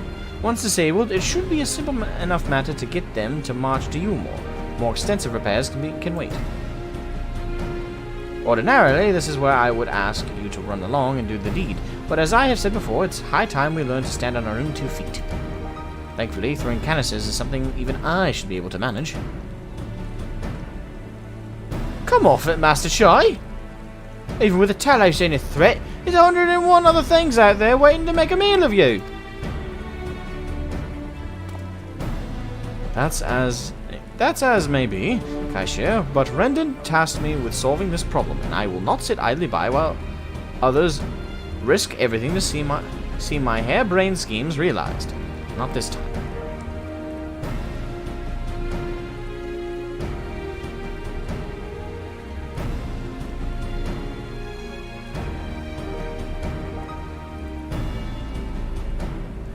Okay, you're coming to try out tanking?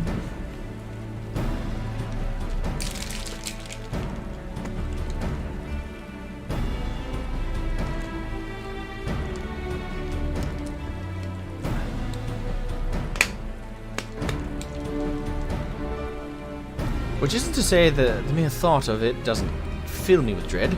Truth be told, I can't feel my legs. But if I'm to prove I'm a man worth following, I must lead by example. Well said, Master Chai. Here, here. Alright. But if there's any trouble, we call it off. No, here, here. Here, here!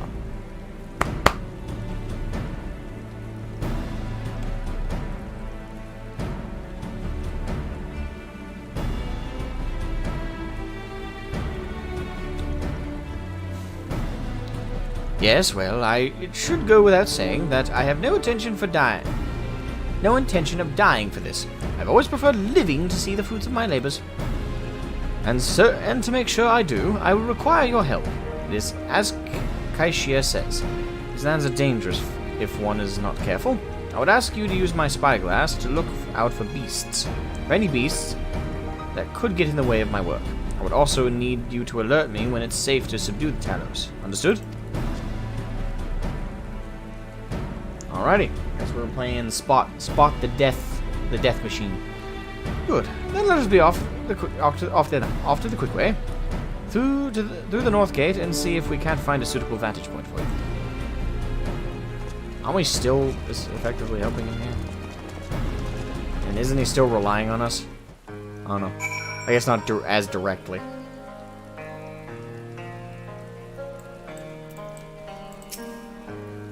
Keep a lookout for danger and alert Chinuz when it is safe to get past Talos. You may move the spyglass as well as zoom in and out. Point the spyglass at Chinuz and give him the signal to sneak near Talos. Okay. Okay. I must be careful. Perhaps it'd be best to approach from the rear. From the rear. Up the bum. Oh, calligraphy is behind us a little bit. Okay.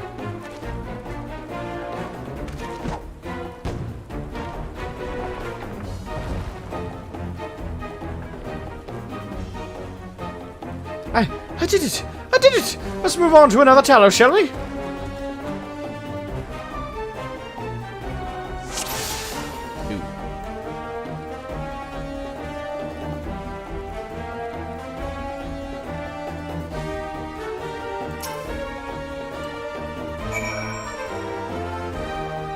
Alright, so it's simple. Just wait for everything to turn its back.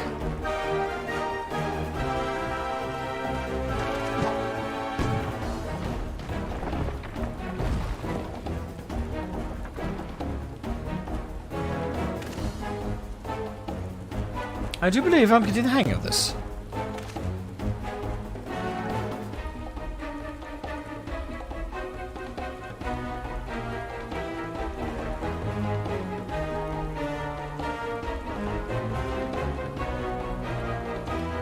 You may leave the next one to me, Shroud.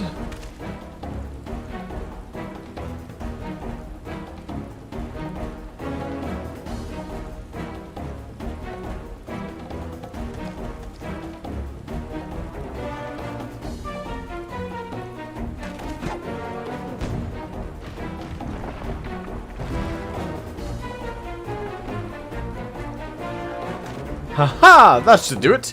Now we have all that we need to proceed.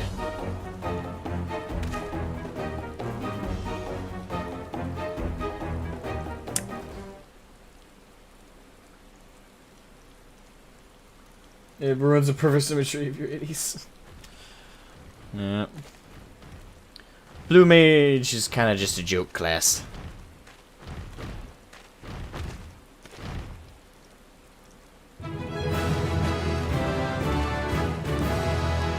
Hell yeah. Victory, bruh!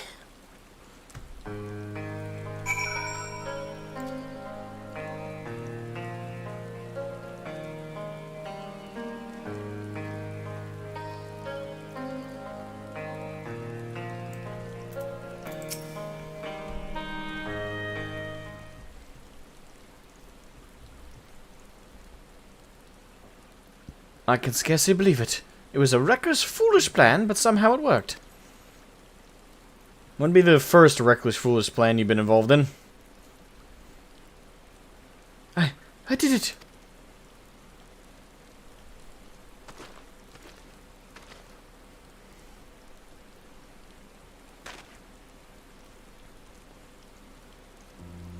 Master Chai, I believe I owe you an apology.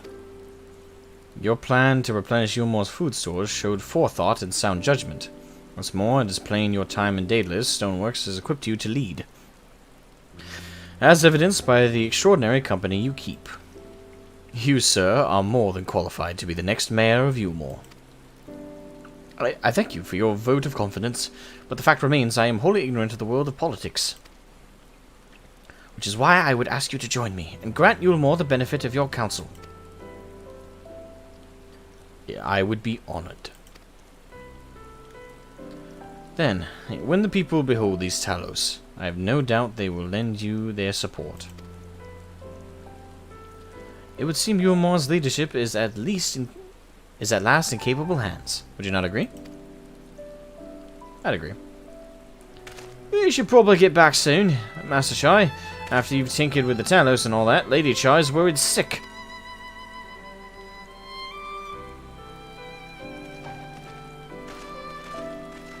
Ride a Talos! Yeah!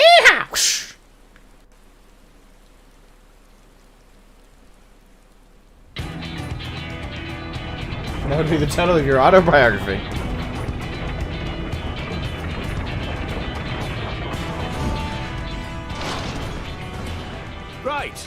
Right then. Form a line and make for Yulmor.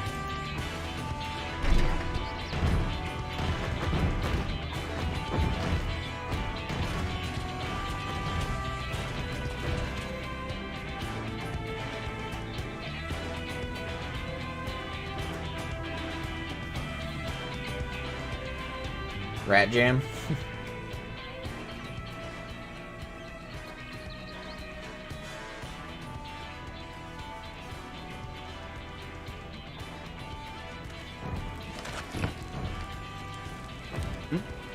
What's that noise? Talos.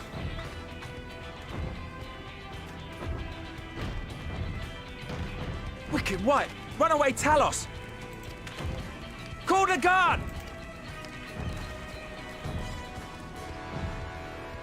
Hold up now, no need for that. It shockingly fits.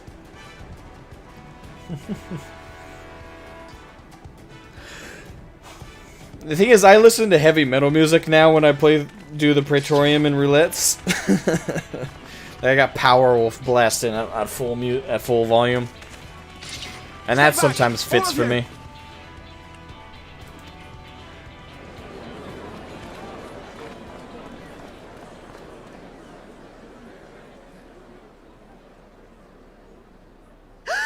Is that Your husband? darling? You're back.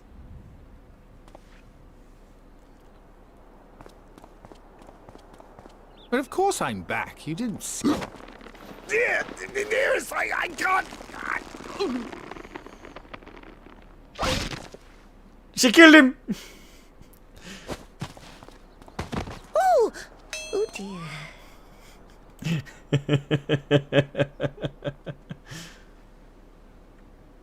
At least he's well, love. Okay, he's healing him. Broke his back. Oh, thank you. I'm sorry, my darling. It's just the sight of you filled me with such joy, I couldn't help myself. Nearly break him in two. Tough love. That's one way to put it. Oh, no, it's all right, dear. I should have just come out and said what it was I was intending instead of entrusting the task to a hastily scribbled letter. Does that mean you'll do it? Well, I'm here, aren't I? I mean, not that my absence signified any unwillingness, you understand? Oh, no, naught could be further from the truth. I only left to enlist the aid of the former mayor's senior advisor.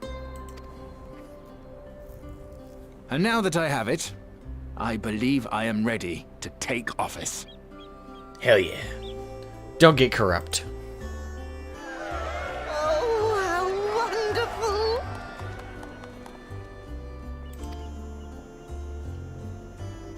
Can you really change the colors? Uh-oh.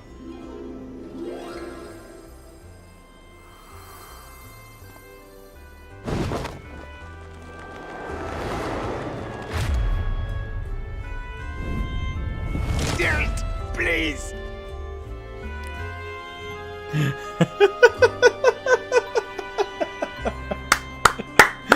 Oh, I love it. I love their relationship. It's adorable. Death My Snoo Snoo. Now, Death My Snoo Snoo is being... You know, I'm not going to finish that. I'm not going to reveal that I know that. That was quite a reception. One Master Chai will struggle to forget. More seriously, the arrival of the Talos has seized the public's attention. Once word is spread around Yulmore, it will be that much simpler to gather one and all so that Master Chai can make his inaugural address.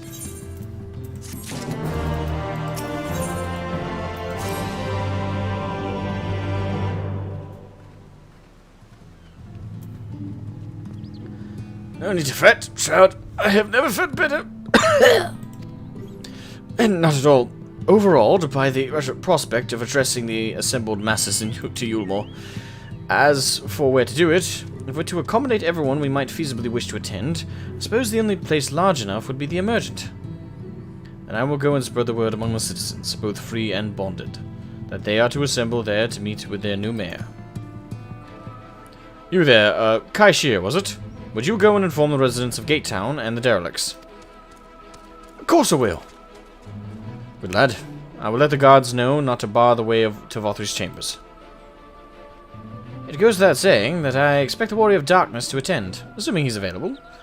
Might as well see it through to the bitter end, eh? The doorman at the crown left.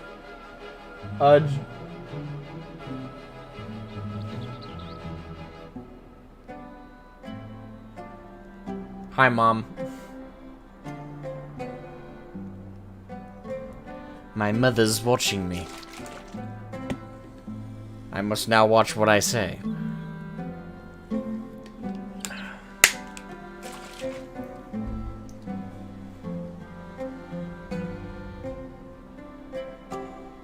Hi, Mom.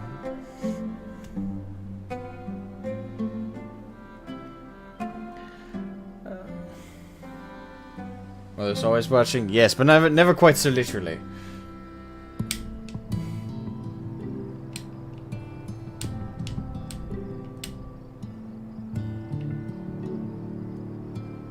As always, I try. I don't always succeed.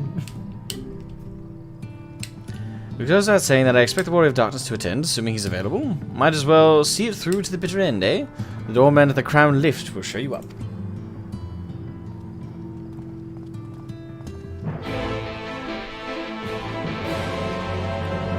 Well, they gotta give you some kind of nickname, Ma.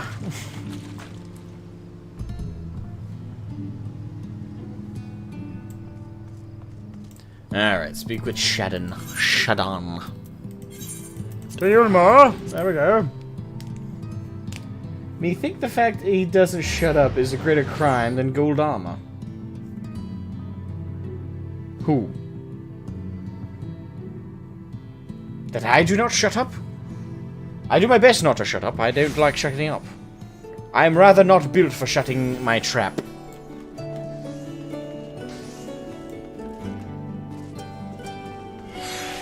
Alright.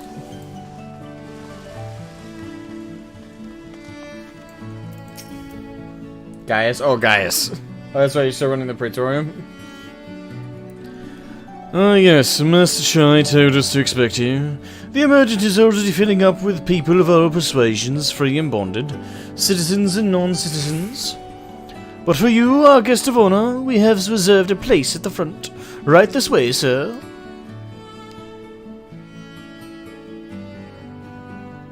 Okay, he's running your comment, Bill, sir.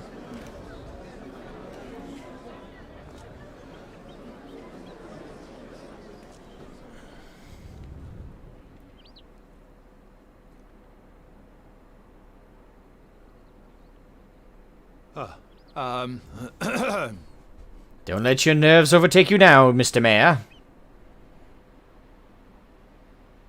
You got this. Go on, dear.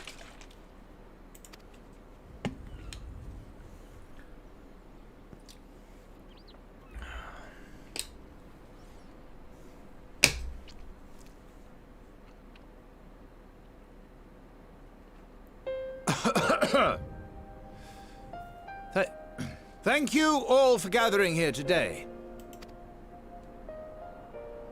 But before going any further, could I ask the free citizens of Yulmore to look around?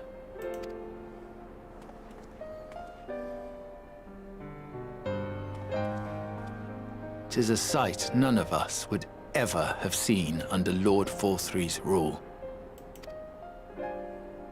Not only do we stand in the familiar presence of those we once called the Bonded, but today we welcome the peoples of the Derelicts and Gate Town too. Today we welcome the Warriors of Darkness, come to bear witness to Yulmore's new beginning.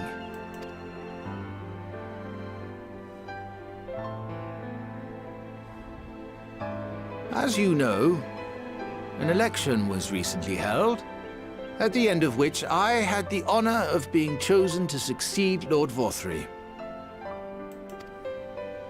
You place great faith in me, and I promise to do my utmost to live up to your expectations, and I will seek always to carry out the duties of this office with integrity and fairness.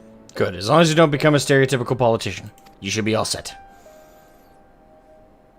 Even if you became that, though, you'd still be better than Vorthree. Always, I say. but not forever. Let it be known that I do not intend to hold this post indefinitely.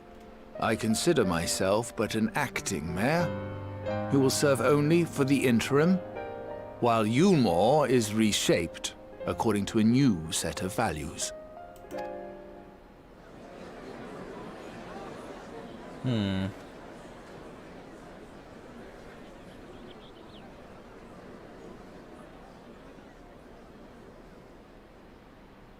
No longer can we think of ourselves as divided, as the free and the bonded, citizens and non-citizens.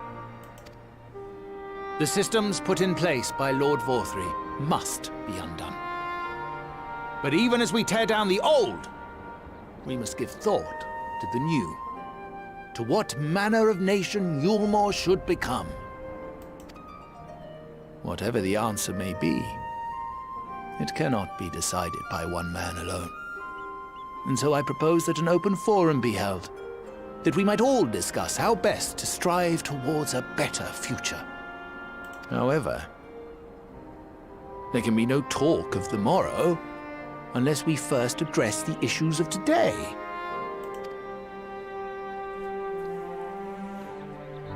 Securing new sources of food, rebuilding relations with our neighbors, re-establishing industry. There is much and more that needs to be done.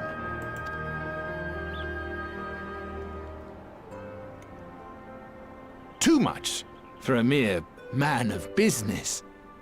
And so I pledge instead to do everything in my power to ensure our city's security and stability while we all work together to see these problems solved. Yeah, he is a good speaker. The road before us will not be easy, and I know full well how daunting the prospect of honest labor may seem to some of you.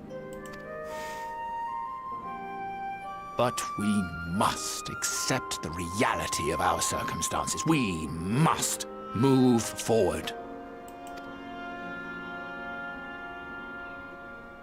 This much we owe to ourselves and to the brave heroes who risked their lives to bring back the night. I think it's debatable. Alphino is definitely a bravos and well-established speaker, but he has his times where he fumbles. Not to say China's doesn't, but in this particular example. Once we have shored up our city's foundations and regained some semblance of normality, let us reconvene to speak of the future. Until then, I humbly ask that you lend me and each other your strength for Yulmore!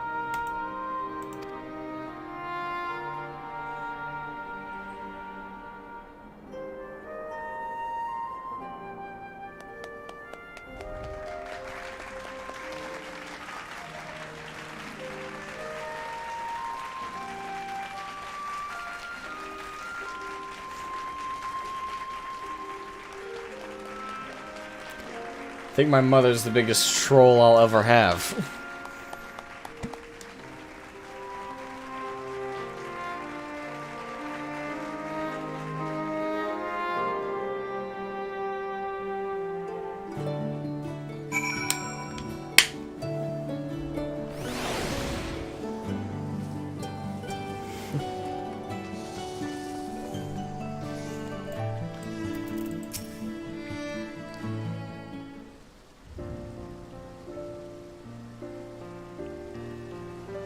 It was a fine speech, Master Chai. I believe your words stirred every soul in attendance. Stirred them into action, I hope. If I have learned anything from all this, it is that change begins with the individual. It is but a matter of finding the strength to take the first step. Assuming my fellow Yulmorans can, it shall be my honor and privilege to help them walk this road we have chosen. But we must not forget the individuals who made all these changes possible.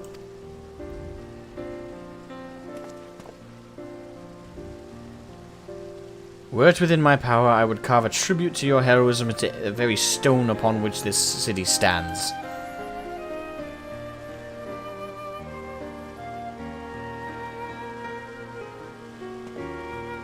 I hate to change the subject, darling, but now that you have officially taken office, have you given any thought to your mayoral seat?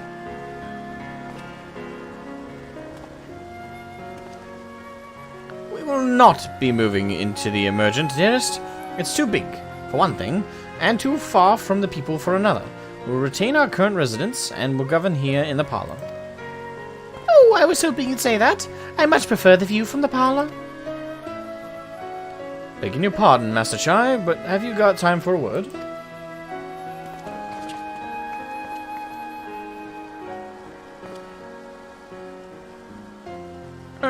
Yes, of course. Hathan, a bit.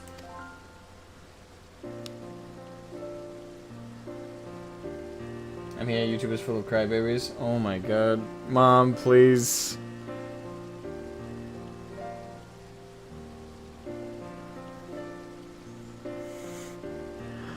How can you be a worse troll than my actual trolls? Why are you home? You should be at work, young lady. I was looking for a video on something work-related, and this popped up, I believe, in supporting my offspring. Well, I'm glad you support your offspring. It's much appreciated. That's me. I liked your speech, and there's folk outside these walls as don't even have enough food to last till tomorrow, and more counting on their crumbs. If you've got a plan to change that, I want to help set things in motion. Then we've much to discuss. No sooner do I take office than my work begins in earnest. Well, I suppose I brought it upon myself. Thank you again for your help, Shroud. I hope to see you again before long.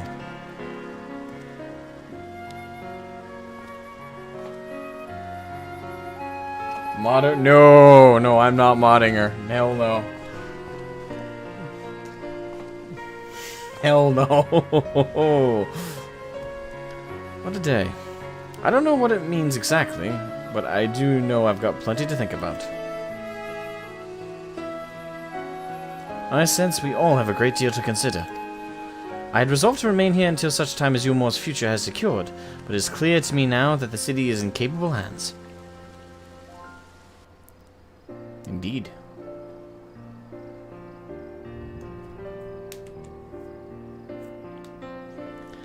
I have every confidence they will find their way, and I believe it is time we went on ours.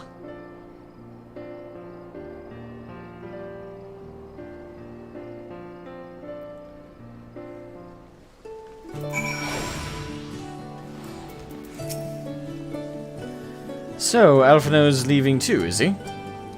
You see? Oh, that's the cashier. Seems like everyone's moving on. Everything's changing.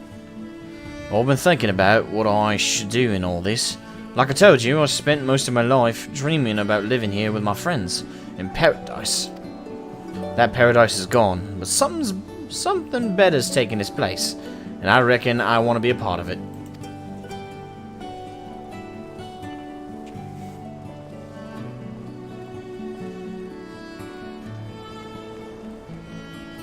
Ma, you don't know what modding means. Mod means to give you authority over my stream. Moderate, in other words. Don't worry, guys. She's not up with the lingo. I'm saying that with confidence now that I know she's gone. This you more for the people Master Chai's been going on about ain't gonna build itself after all. Not that I'm much of a builder. Me and my friends will find a way to make a difference, though. Help keep things changing for the better. A far nobler dream than the one to which you clung before. Oh, that's Alphino. And one I am happy to say we share. Whatever path you choose, I will pray for your success. Well, when you put it like that, there's no going back now, is there? We've got a few ideas on how we can do our bit. Just a matter of taking the first step.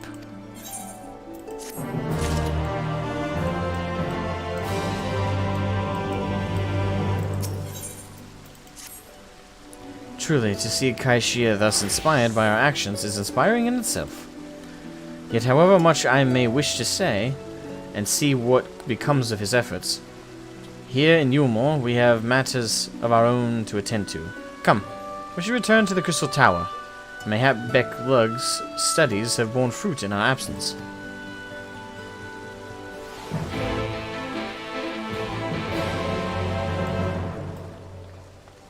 Well, if it's a matter of having a gathering job, I do have one. If you mean have one that's max level, I do not. Yeah, in terms of my working classes, I've got Miner and Botanist up to 51, and Fishers at 16. Blacksmith and Armorer on the other hand are the only actual crafters I have started leveling. And unfortunately, they are very low level. That's something I gotta take time to do at some point, is just level up all my crafters and gatherers. Just... No, level everything up to max! Okay. To the Crystarium, my friends! Tally here!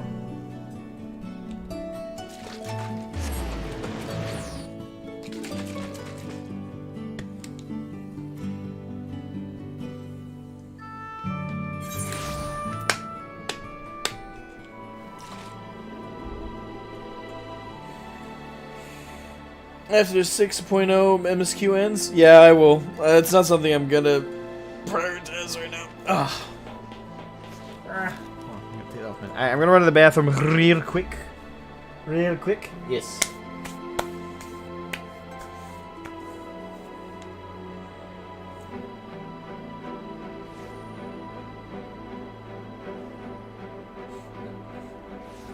Yeah. My mom likes to screw with me sometimes. Fun fact, my mom actually used to play World of Warcraft. My whole family did at one point, but she didn't play for very long. My mom's not a very big video game person. Well, modern video games. She grew up with a Super Nintendo. She had a SNES growing up, and the one she had growing up she stole. There's a whole story with it. She says, "I know I didn't steal it. It just got left in my house and I never returned it."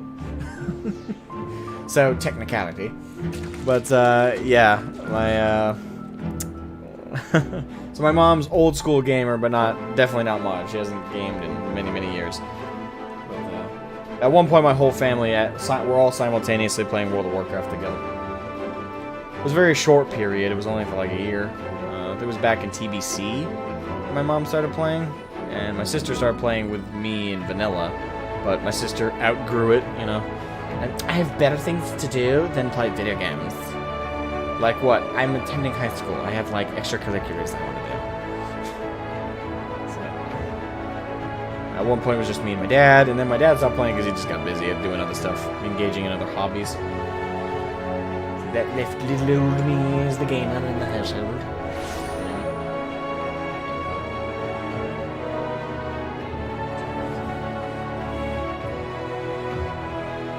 I'm running to the bathroom. I'll be right back. I'll be right back.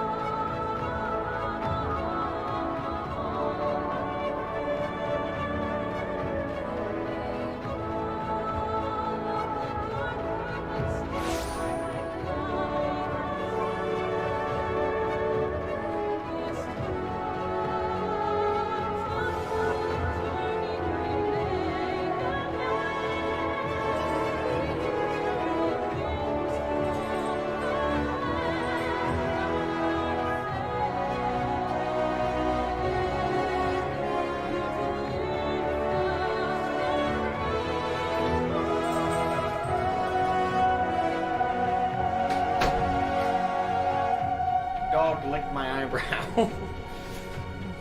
She dove at my door and I picked her up and I knew you can't go in there. I'm in the middle of streaming and she's like just licks my eyebrow right here. Yep.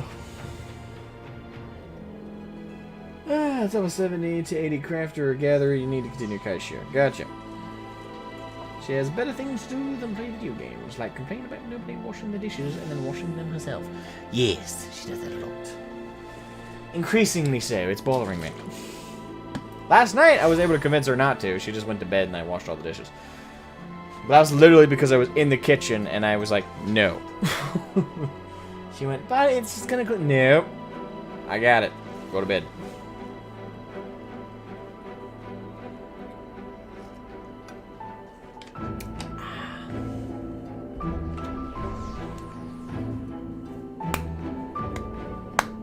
Alrighty. Shebrechen check with the MSQ. Niche consoles, not niche ones.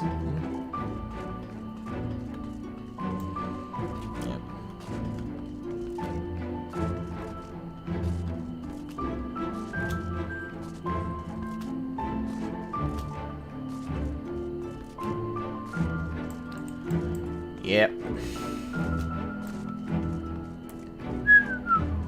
Actually, how far are we in 5.1? Oh. We're on the last quest of 5.1. Vows of virtue, deeds of cruelty. I should have figured it was the namesake of the patch, after all.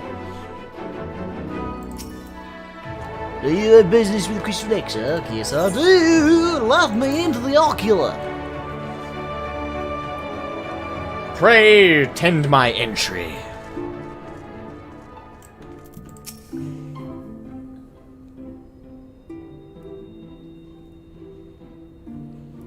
Welcome back. We are given to understand a new mayor has taken office in Yulmore. Indeed, our good friend Master Chai was elected by popular vote, and, after some considerable soul-searching, chose to accept the post. It is a shame you weren't able to attend his inaugural speech, though I have no doubt you will see more of him in the future. But tell me, how fared you in preparing the White Orosite? Our work did not proceed quite as expected. In your absence, we had a frank discussion on the principles of soul transference, and concluded at length that White Orosite was ill-suited for our purposes. But, Urianger, did you not say that, compared to the massy soul of an Ascian, the stone could house one of ours with ease? That I did, and armed with, as we are, with Beck Lugg's invaluable insight, 'twould indeed prove a trifling matter, were we to disregard the inviolable link twixt mind and soul. A link which would, we did belatedly realize, be weakened most perilously in the process of rendering our souls dormant, as Orosite doth require. Thus the shedding of these fleshly simulacra, and the surfeit of ether which compriseth them, would in all likelihood deprive us of our psyches as well. It would, theoretically, be possible to channel your minds into the Orosite instead, but we would more than likely proceed... Accompanying action, okay? Sacrifice your souls in the process. Which is why we have abandoned that plan, and instead devoted our time to finding a means by which mind and soul might be transported together. Then we are no closer to a solution than when we first began. It is a vexing conundrum indeed, but one for which the Crystal Exarch is posited and most intriguing solution. When our discussions turned to the transference of memories in the psyche, I could not help but be reminded of a technique with which I have personal experience. Shroud, do you recall what we learned of my eyes from our encounter with Doga and Une? Yes. I speak of the royal eye of the Allagan imperial line, gifted to my forebears, through the blood and memories of an ancient Allagans. It is by this gift that I am able to control the Crystal Tower. If we were to gain an understanding of the technology by which the Alagans were able to accomplish this transference, perhaps then we could keep mind and soul together. Imagine, if you will, a device like unto a soul crystal, replete not only with our worldly memories, but also the bountiful energies of the soul. That is our current avenue of investigation, and we will follow it wheresoever it leads. While we are thus engaged, I think it best that Shroud return to the source and inform Kryl and the others of our findings. I agree. Agreed. I imagine Tataro will be relieved to hear that we've made progress of sort. Then I would beg leave to relay our findings unto Thancred and Reen, and to assist where I may in their investigation of the empty. Yes, please do. Should we have need of your counsel, we will not hesitate to summon you. Bows deeply.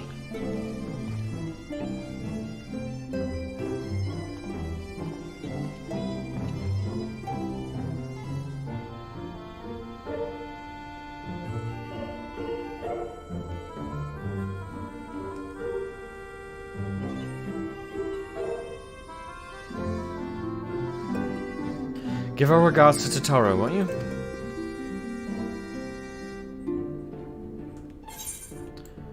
Alright. Speak with Tataro. We're carrying home, boys. See you again. Crowd here. Carry here! Victory is mine.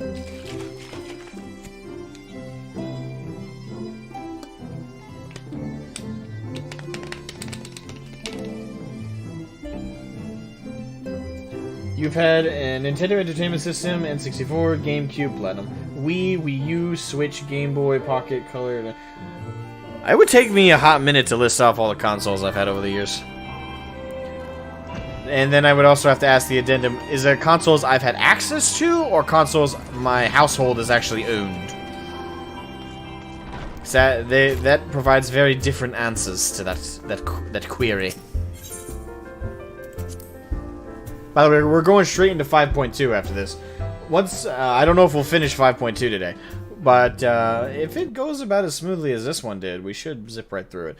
But yeah, we're gonna go through 5.2, and once we finish 5.2, whether it's today or another day, we're then gonna break off from the MSQ to do the Eden raids, right? Eden is the quest line that provides context for 5.3, correct? So yeah, we're gonna then do the Eden stuff, and then we're gonna be back at it with the MSQ after we've done Eden. Shroud, you're back! How did everything go in the first? Wait, don't tell me. Kryl will be here shortly, and she'll want to hear too. She's just tending to the others. Their bodies, I mean. Gods, I don't think I'll ever get used to saying that. Anyway, you can tell us everything the moment she gets here. Upon sequence, the Sarah cutscenes and playing sequence. Okay. Alright.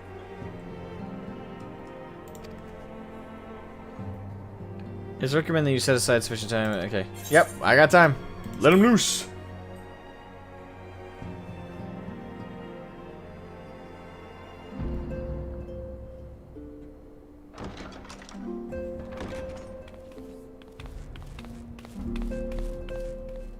My cheeks Sorry are to all keep you hot. waiting. Good to see you, Kryl. I've carried out the treatment as per Master Matoya's instructions. It should slow the destabilization of their corporeal ether quite significantly. But tell me, how fare our friends in the first?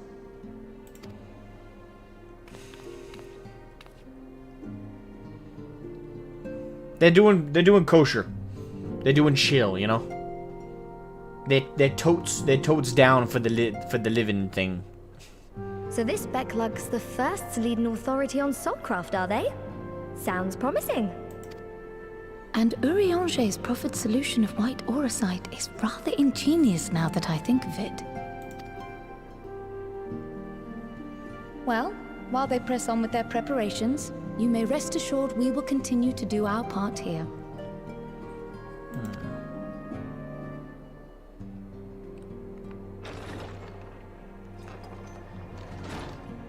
Oh, you're back. Ascidon! My boy! You're alive!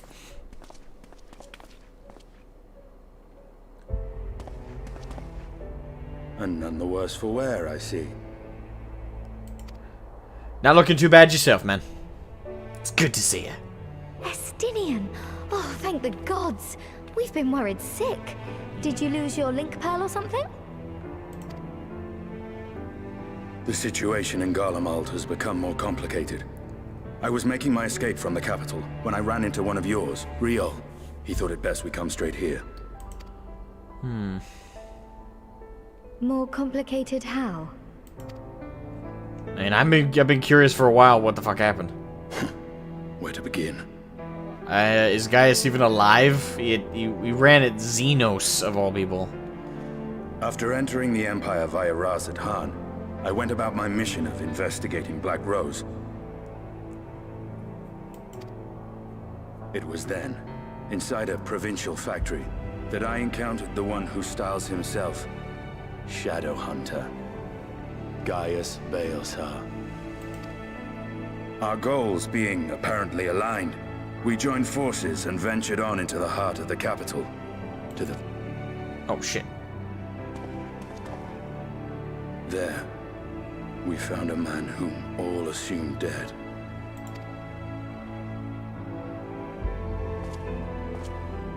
But his soul lives on, and he has wrested back his flesh. Ah, fuck. Xenos Ye Galvas. Our frenemy. Well, he sees us as a frenemy. He's just our enemy. For no sooner had we arrived than he murdered his sire in cold blood. The Emperor is dead. This sent Gaius into a rage, and he charged in, blade drawn. I guess we're gonna see what happens. And Kryl, too. Okay. How did it go down? How did it all come crashing down?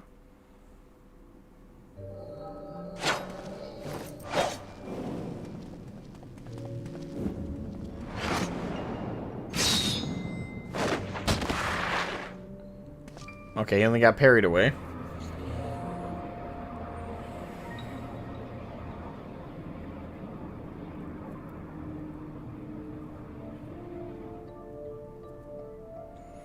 I've seen him in action. His body, at least. You will not best him alone. Nay, death will not come easily to that thing.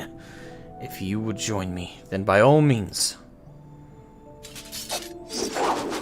For that good... For what good it will do.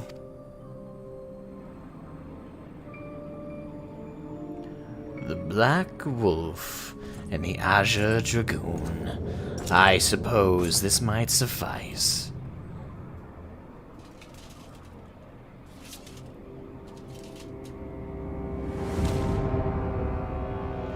Come then. I would not fight. If I were the two of them, you're on a totally different level.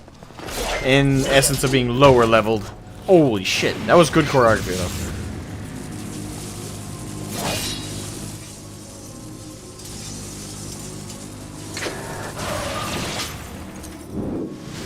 He just broke the shield, grabbed the tip, and threw it.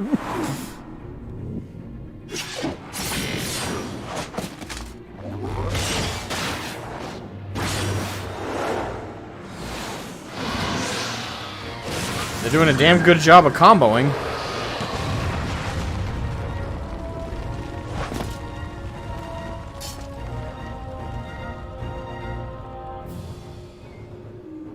Ah, the simple pleasure of one's own flesh. Truly, there is no place like home. Abomination. Whatever he is, Shroud was barely a... Oh, that's why it's not voiced. Shroud was barely a match for him. If we stay here much longer... Ember Varus, your Radiance, are you alright? We may wear out our welcome. Oh, it's them. It's Rim and Rim. Your radiance! No! Must even the most middling of sport be spoiled. The world conspires to bore me. But I have no cause to remain. I leave these vermin to you. Wait, who is he talking to? Wait, he can do... Wait, he can do that too?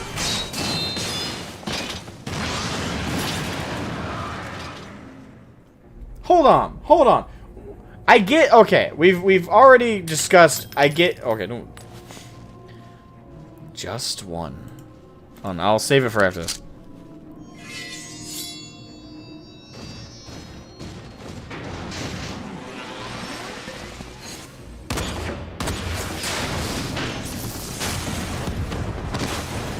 Boom!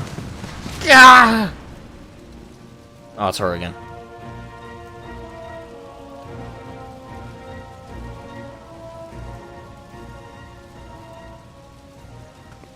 Your radiance!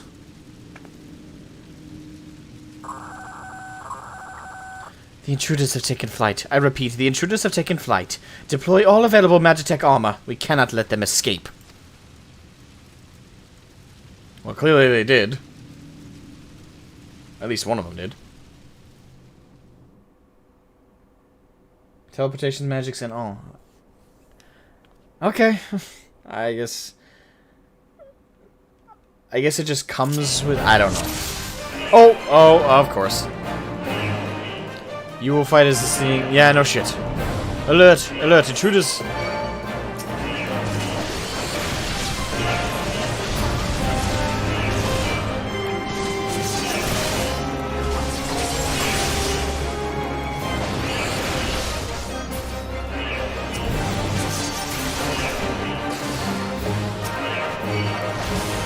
Boom!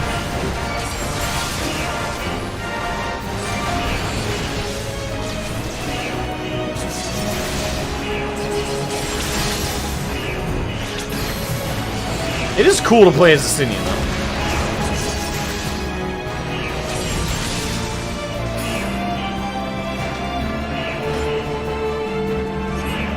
You're going down, lad. Yeehaw!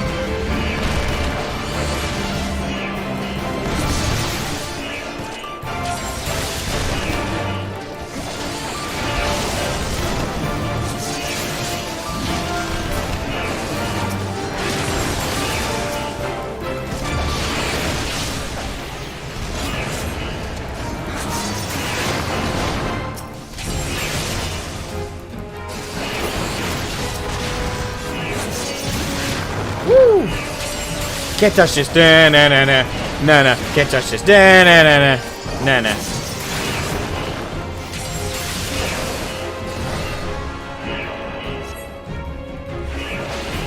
I think not. Damn it.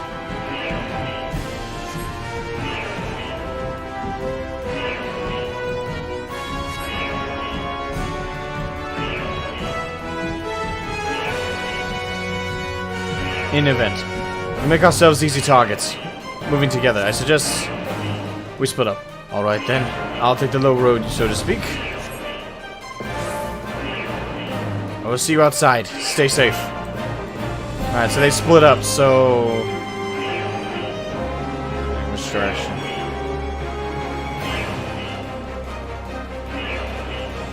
I'm assuming it's not this door, is it? Nope.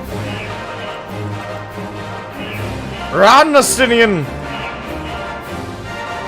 Stupid, sexy Astinian.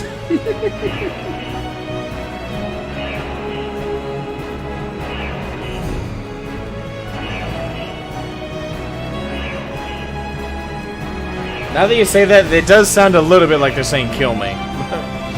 A little bit, but I wouldn't have thought that unless you pointed it out.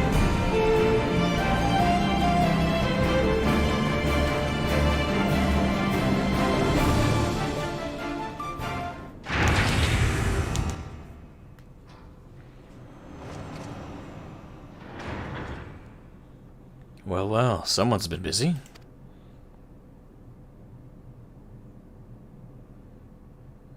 What the fuck?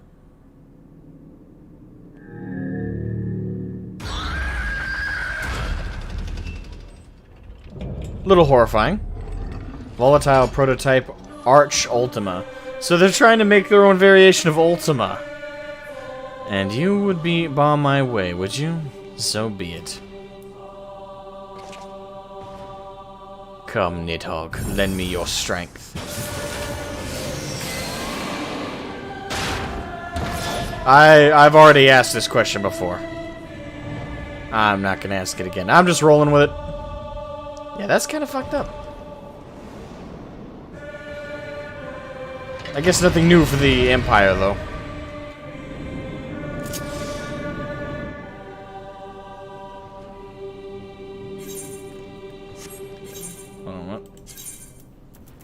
Oh yeah, background music is at max, so suppose that is why. Alright, hold on. His ability's changed. Alamorn delivers an attack with a potency of 3,000. Damn. Delivers an attack with potency of 500 damage over time. Okay, so that's damage. That's a dot. Duration is 15 seconds. Okay. Horde Roar delivers an attack with a potency of 600 all nearby enemy. Okay, that's AoE. There was a jumping fire-based attack to target all enemies nearby. Okay, so that's also an AoE. Okay. And dragon shot. Okay, I think I see what I'm gonna do here.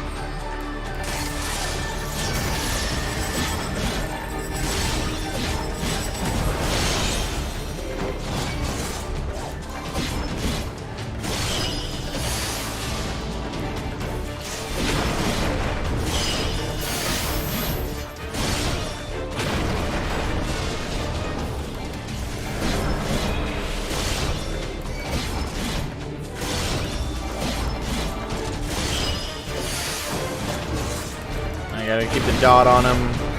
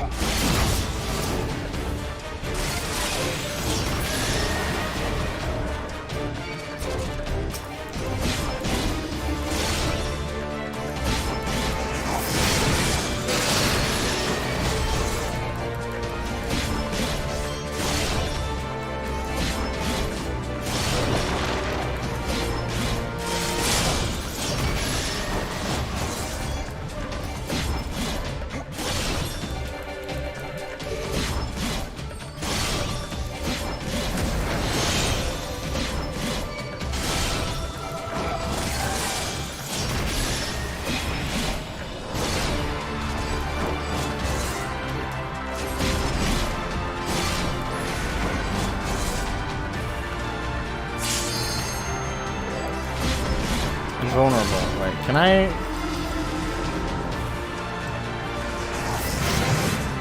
Alright, I can't target them.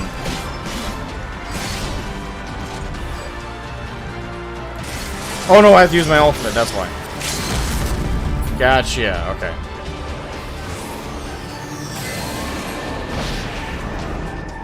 Taste my lance. Nice. That was mwah, mwah. That was spicy. That was mwah.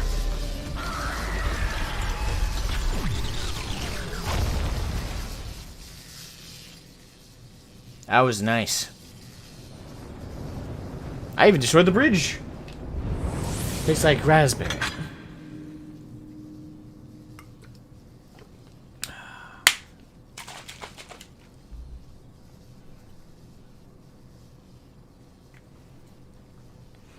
Guardians and then Machina. Now, where are you guys?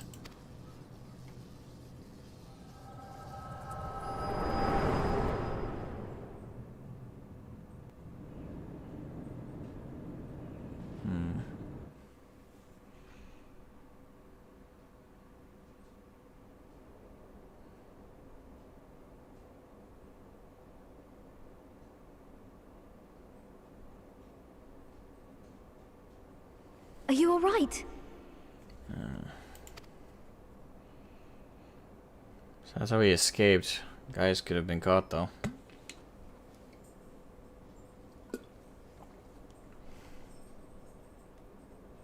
Peer into my past, did you? It's not voluntary.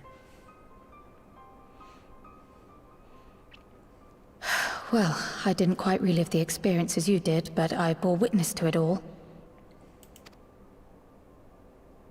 I'm still not sure what I think of this gift of yours, but no matter.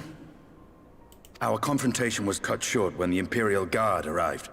It was then that Xenos took his leave, citing boredom.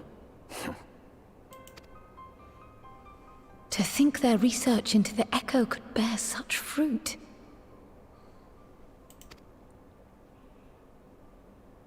Escaping death, jumping from one body to the next, and returning to his own after all this time. He is an Ascian in all but name.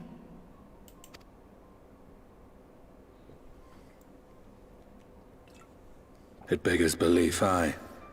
But no more than a hero traversing the rift between worlds.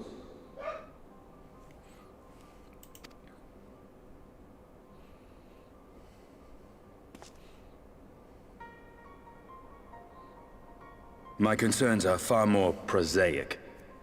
With the Emperor dead and the Crown Prince missing, the Empire is in disarray. Until order is restored, assuming it even possible, we needn't fear an Imperial reprisal. And for reasons of his own, Xenos took it upon himself to rid the world of Black Rose. Riol has already gone to apprise the Alliance leaders of these developments. We may leave the matter in their hands for now.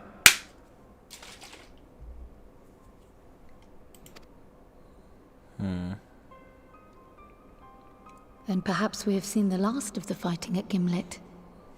Though, if it comes to civil war, I cannot help but fear for the provinces.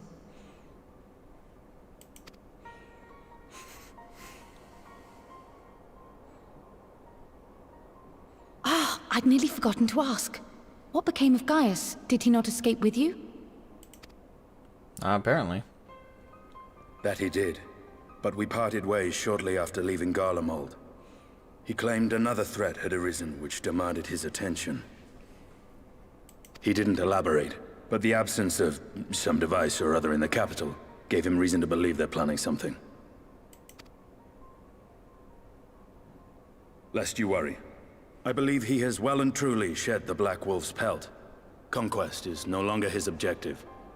We may safely leave him to his own devices.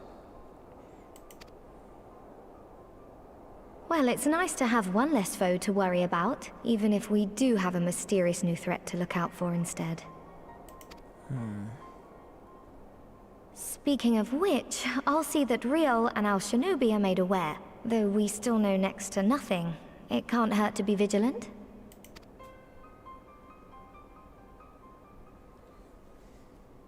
Well then, with Black Rose nipped in the bud, I believe I've fulfilled my part of the bargain. In spades.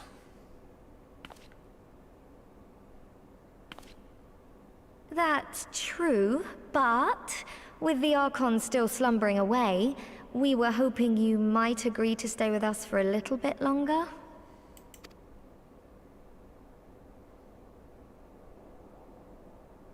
Sorry, but I'm not inclined to extend my contract. Gaius isn't the only one with business to attend to. Fair enough.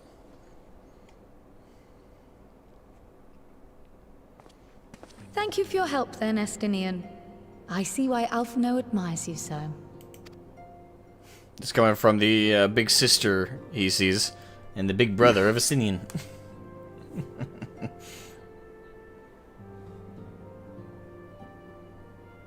Farewell, my friend. See that you don't make a habit of dozing off in battle. Hasn't become a habit yet.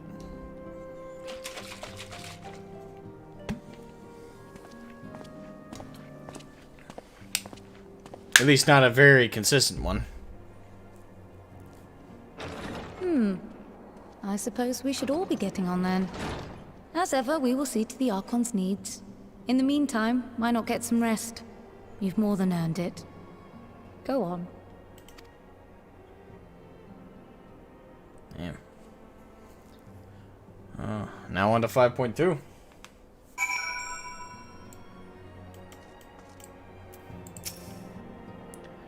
You must be shattered before all that hopping back and forth between worlds. Why not stay here and rest a while? I'm sure Becklug can manage without you. They've got enough scions to help. I almost said Ascians, that would have been a bad mix-up. Help them, if you ask me. Alright. So that's 5.1 done and done. Oh, wait, another cutscene.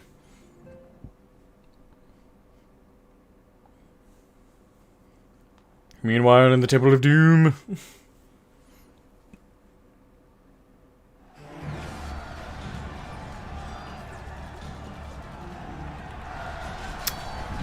Civil War. Gotcha. Traitors! You would dare deny Lord Nerva the throne. Ah!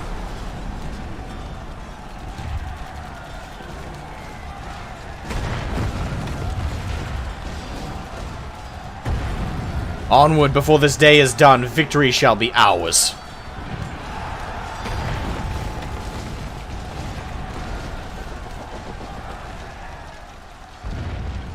Ripped apart by civil war. Xenos probably doesn't mind too much.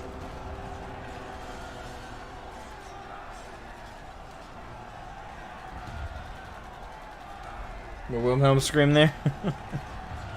Boring, boring, boring. Do you think? I find it amusing, like dogs herding cattle to the slaughterhouse.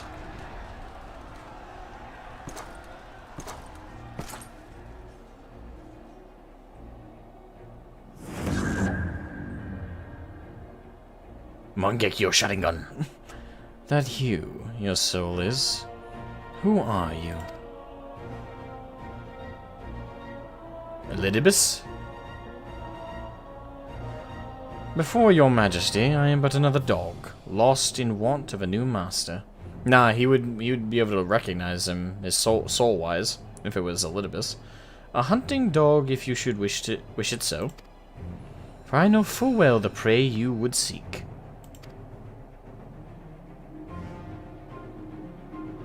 Zodiac.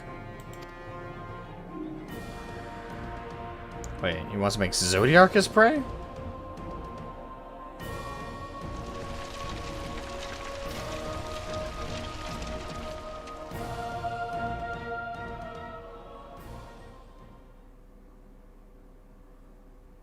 Meanwhile, in Yulmore and the First.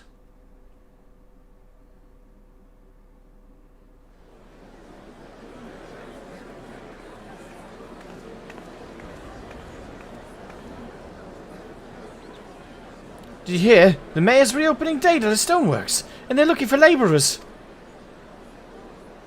There's talk of resettling some of the old abandoned villages, too. They're even laying on free Talos to help anyone willing to make the move. Free Talos? Ha! We'd best be packing! Steady work, board and lodging. If that's not a recipe for hope, I don't know what is.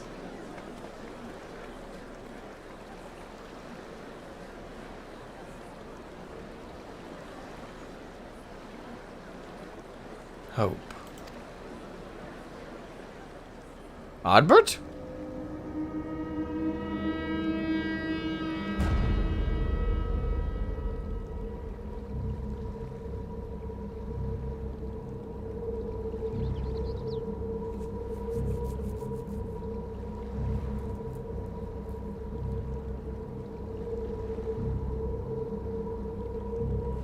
So, yes, so long as I yet live, I would see that feeble flame rekindled. But...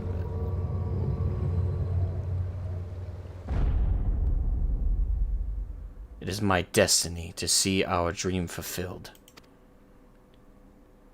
I have questions, to say the least.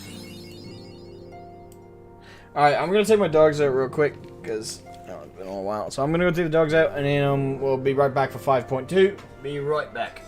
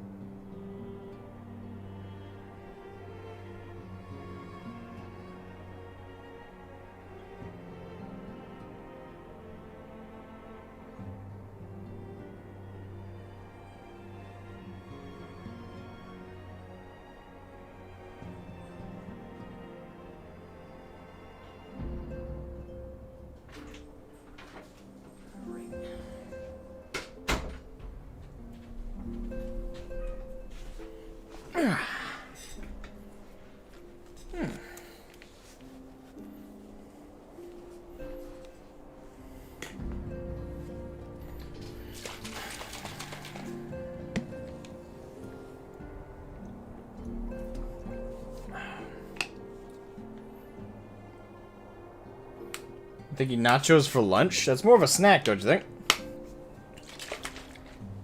Alright. Time to get underway with 5.2. Old enemies, new threats.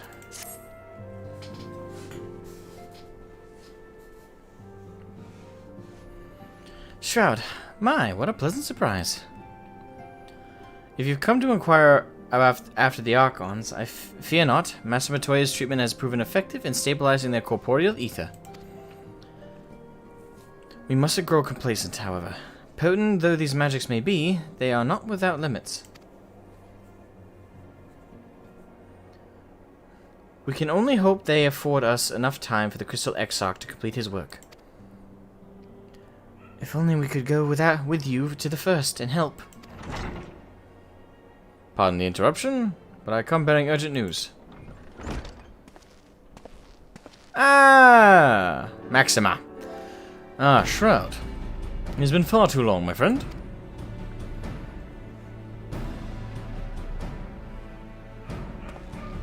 Forgive me. I don't believe we have been formally introduced. Maxima, former Garlean ambassador. I remain here in Eorzea under the auspices of Commander Alden, offering what counsel I can in hopes of resolving the present conflict with the Empire. Ah, yes, I've heard stories of a defector from Garlemald, but never mind that. You said you have urgent news? Indeed. As you may have heard, the Imperial capital is in turmoil, and a sizable portion of the Garlean forces have been recalled from the Gimlet Dark. With their numbers so greatly diminished, the main host of the Alliance has withdrawn, leaving the Alamegan resistance to keep watch over the border. And it is there we have welcomed a most unexpected visitor who claims that this de-escalation may belie growing dangers and unforeseen threats. Commander Alden has arranged for an impromptu meeting to discuss these revelations. He has also requested a representative of the Scions attend as well, though it is clear to whom he wished I extend this invitation. It would seem time is of the essence. Well, you will not be attending this meeting alone, though I am not as well versed in the affairs of city-states as our comrades. I see no reason to burden a single Scion with all this. Yes, of course. Then we must make for the Alamegan Quarter, with all haste. Well, what are you waiting for? Get going, you two.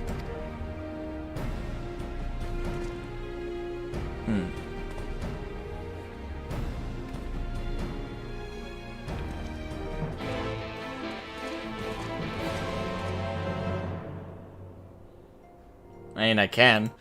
The start of the stream is still the same, though. Continuing.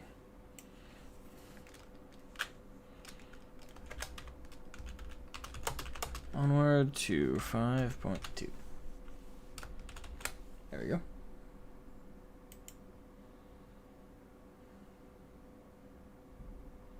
Catch up with this stream later. Have a good time. Alright, have a good one, Zianani. Go help your mom. The most Ellison like non-Ellison.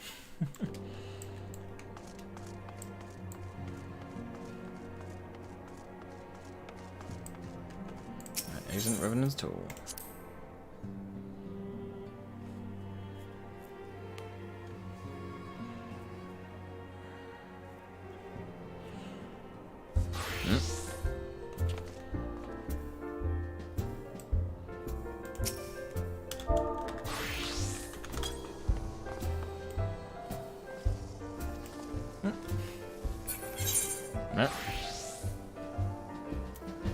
Stuffed alpha.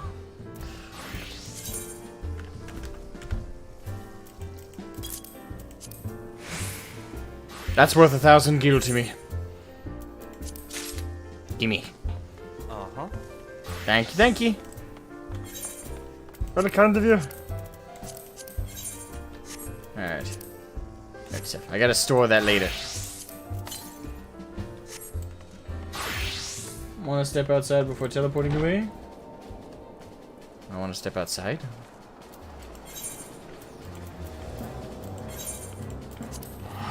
Red?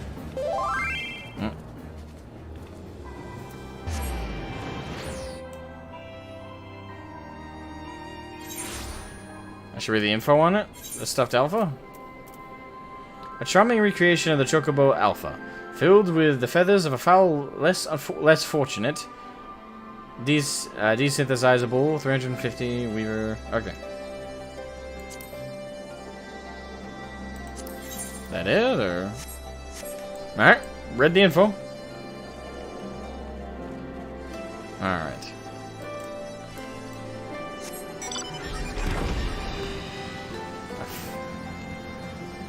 That's foul. Playing words there. Alright, over here. Maxima. Poor chicken. Commander Alden awaits us in the Royal Palace. If you would follow me. Lead the way. Maxima.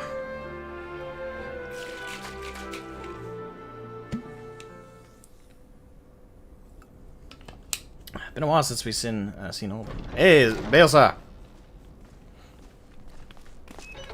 Gaius. He's alive! Although I would be suspicious about... He got separated, so, They're here, Commander. And I, for one, am grateful that they are. Told you've been busy since our paths last crossed at the Gimlet Dark. That's one way to put it. Not that I understand half of it. When the Scions spoke of other worlds, I'd struggled to describe what I pictured. Mayhap things would seem clearer were I to hear the tale from your own lips. But I'm afraid the situation will not afford us that luxury. I trust you two require no introduction. We meet again, hero of Eorzea. Yes, but is it you, Baelsa? Or is it someone, perhaps an Ascian, possessing your body?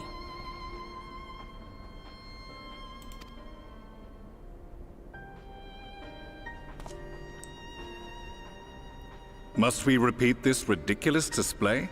I pose no threat to you, though what I come to warn you of very well might. Had he meant to do us harm, I hazard he would have kept to the shadows, and brought more than 2 companions. We need not pretend to be the best of friends, but I hope we can put aside our differences for the present.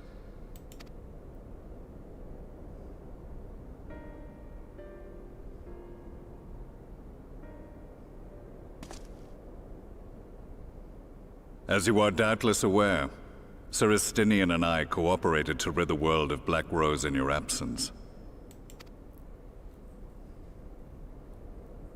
Our journey together took us as far as the Imperial Palace, where we witnessed Emperor Varus meet his death at Xenos' hand. Being the sole witnesses to this crime, and in no position to defend our innocence, we were then forced to flee, each pursuing his own avenue of escape. When we were later reunited, Estinian claimed to have encountered an unfamiliar kind of machina during his flight, but to me his description seemed anything but, and upon further investigation I found that I was right.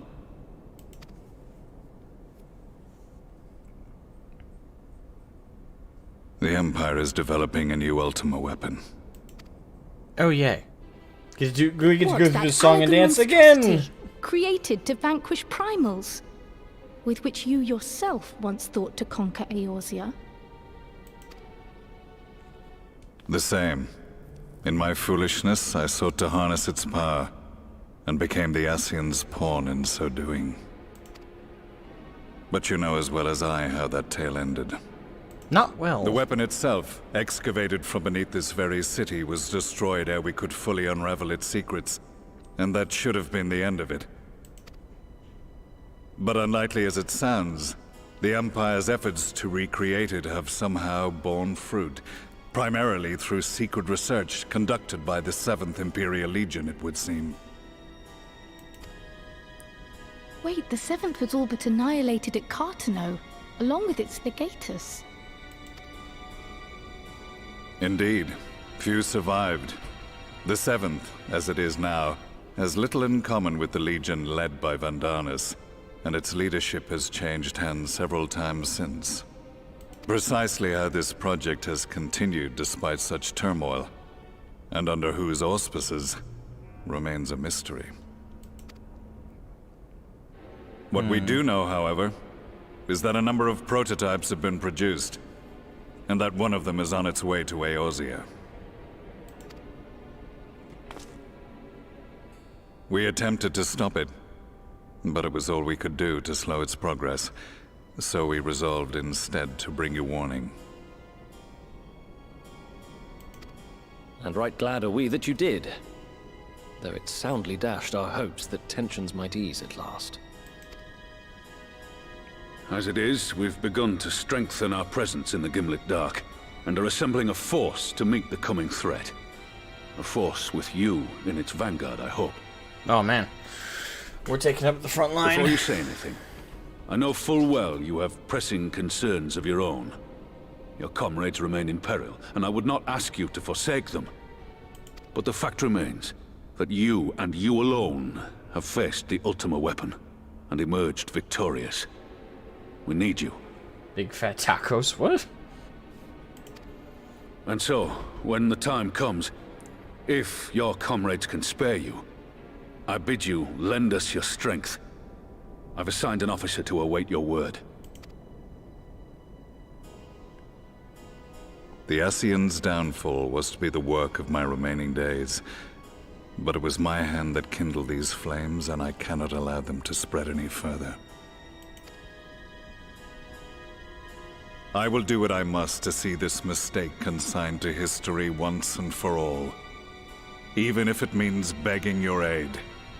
The Fates will enjoy the irony, even as I endure the ignominy.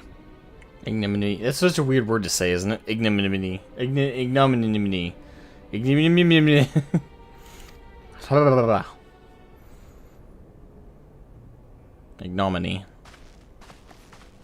Ignominy. I too shall make for the border and offer my skills, meager though they seem in such company. Mayhap we shall meet there anon. So what's taking up the vanguard? Though we can ill afford to ignore the coming of a new Ultima weapon, our friend's plight grows ever more precarious, and none save you can join them in the first. Yeah. I only hope you are not forced to make a choice. Same. Knock on wood. That's not good.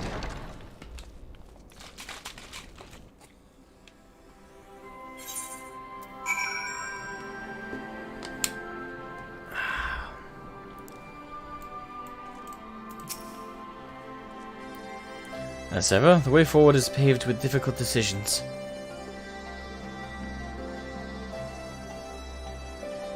We can ill afford to ignore the threat of a new Ultima weapon, but with each passing day the plight of the Scions grows ever more perilous. If you cannot stay for a debriefing on the Ultima weapon, I will not stop you. I only ask that you confer with me before returning to the first.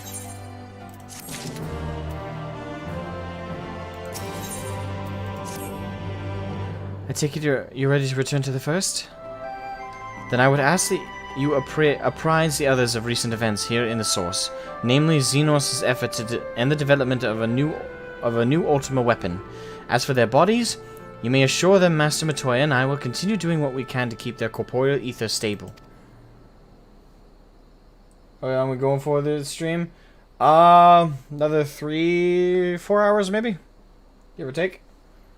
That's the goal anyway. Safe travel, Shroud. I hope to see you and the other Scions soon.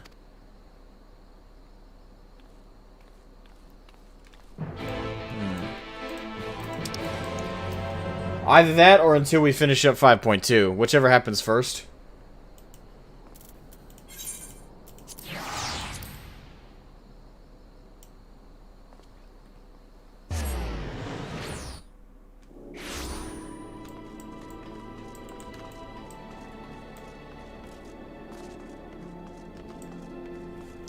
My eye. Eyeball! Ah! Talk to resistance officer. Oh. Too late. Why was that a series? That was the tongue-tied. Peter Pepper picked the pickle pepper. Peter Pepper picked the pickle pepper.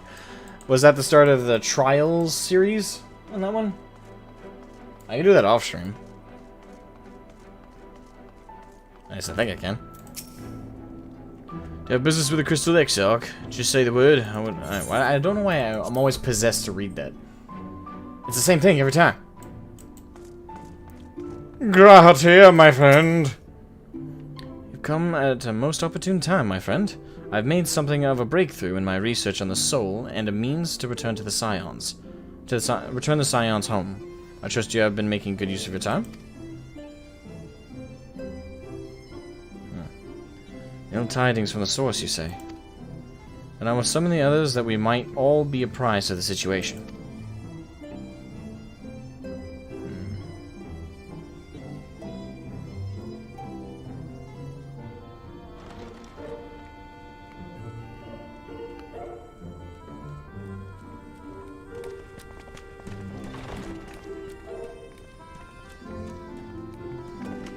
Not do it off stream is really good. Okay, okay, easy. We'll do it on stream. Here, what news from the source? Just probably not this stream. I'm trying to get through 5.2.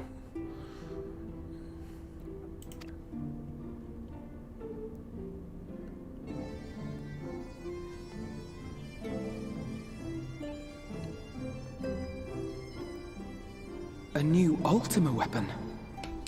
We must count ourselves lucky that Gaius has pledged his assistance. Indeed.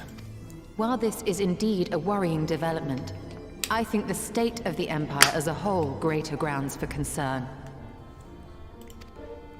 With the Emperor slain and Xenos returned, it is impossible to predict how matters will unfold in Garlemald. The Ultima weapon may be but the first of many unpleasant surprises. The situation beareth closer observation, of that there is no doubt, and doth compound our need to return unto the source.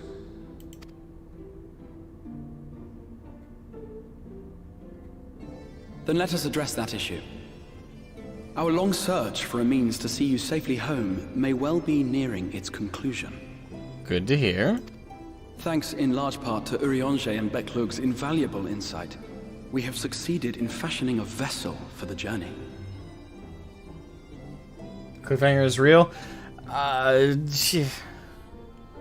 gonna have to, like, because I can't do 5.3 until we do the Eden raids. Again, Eden, right? Yeah, Eden. Because Invalus raids is the other thing. So yeah, Eden.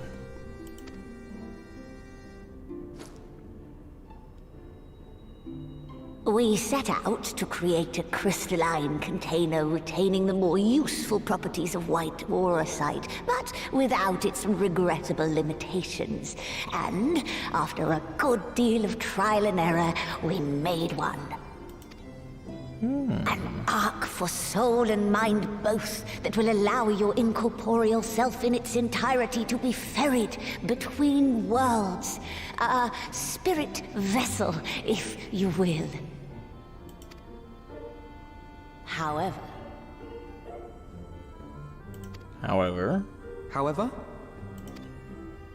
Though the vessel is possessed of the requisite qualities to hold mind and memory, it wanteth yet for a means to receive of them.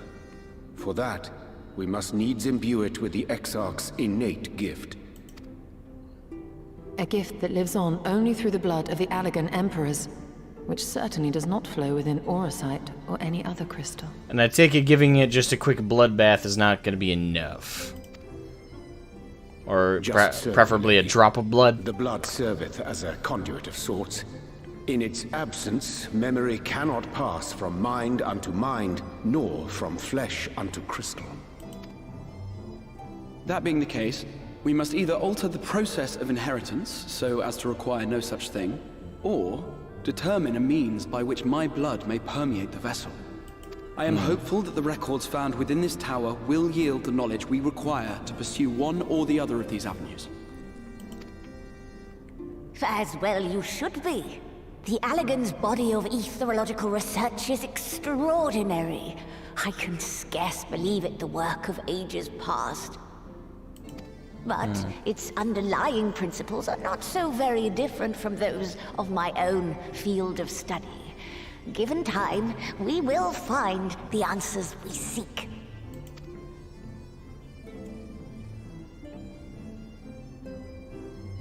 I know that you can ill afford to wait, and it pains me that I must ask you to do so. I can only reaffirm my promise to you that a solution will be found. Whatever it takes, I will see you safely home.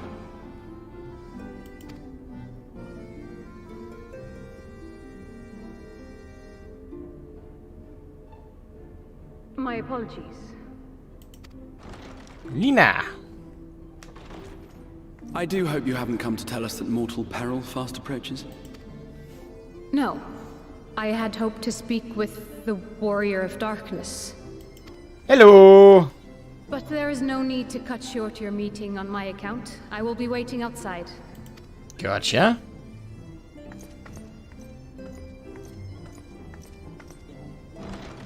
Why not speak in here? She knows I don't mind. Unless she didn't want to. Perhaps I might accompany you. Though I am woefully ill-qualified to assist in the Exarch's research, I may yet be of some use to Lina.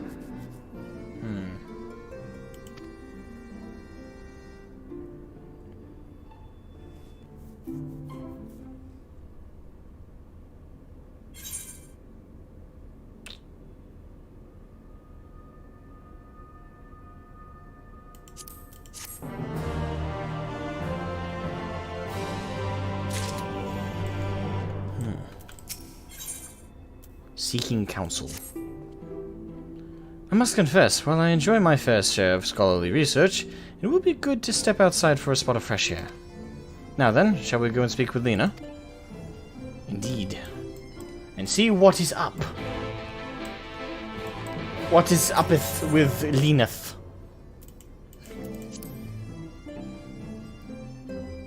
Nobrant the Crystarium.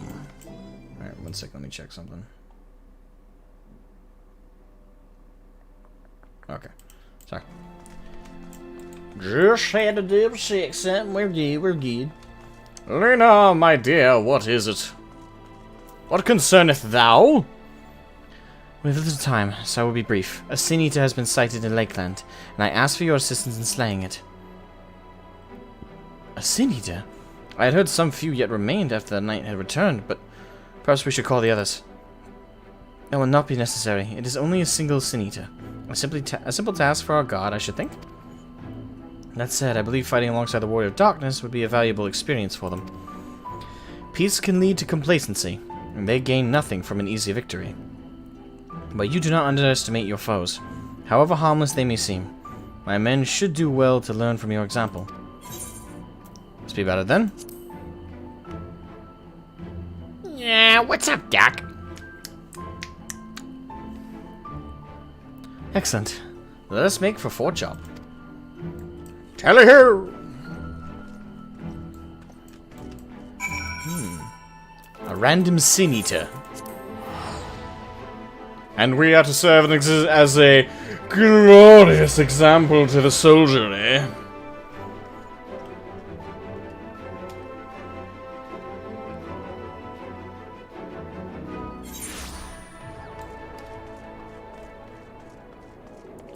Boom.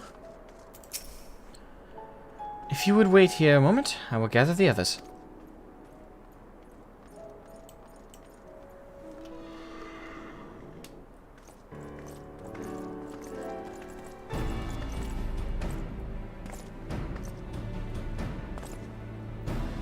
She's a rabbit person. You may not remember, but you have met these soldiers once before, though only in passing. Long have they awaited the opportunity to fight at your side. I was at death's door that day after the Sin Eaters attacked, and if you and yours hadn't come along, I'd have likely stepped through, and I wouldn't have been alone. Your courage and selflessness is something I would aspire to. We all aspire to. I too was there that terrible day. My friend was transformed into a Sin Eater before my very eyes, and I had no choice but to cut her down. The thought of returning to the field, of holding a blade again, it filled me with dread. But that is no way to honor her and or my comrades. And so I have returned. I swear I will not let you or anyone else down after this, from this day forward. A pleasure to meet you, sir. Truly. It seems like only yesterday we watched you as you took flight astride an Amaro to go and save the Oracle. Strange to think that you Moran soldiers we once locked blades with are now on our side. We will do our utmost to keep the peace here in Lakeland.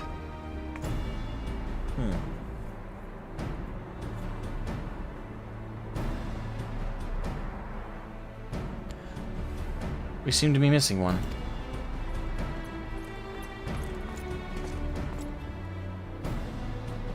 My apologies, Captain Lena. The elderly gentleman asked that I escort him to Clearmelt. It took longer than I anticipated. Okay, Obito. I'll not begrudge your desire to help those in need, but a soldier must be punctual, especially when we play host to honored guests. It won't happen again. The name's Thaler. I'm sure you don't remember, but we met once before in the infirmary. Ah, right. I was thinking he was familiar. Yeah, he's a soldier who told us to encourage the Exarch.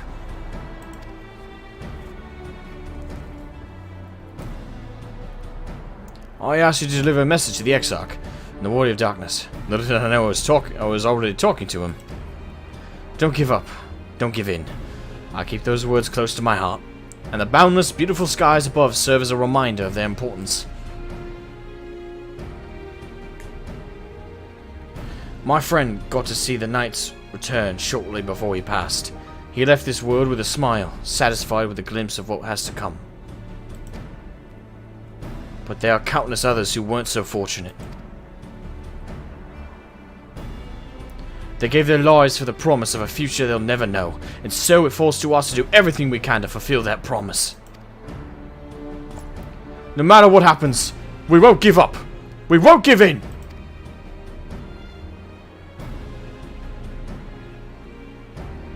Hell yeah. Your heroism has inspired all of our Grand Guardsmen in much the same manner. Our scouts at the northern staging point have not had the pleasure of meeting you in person. Let us not keep them waiting.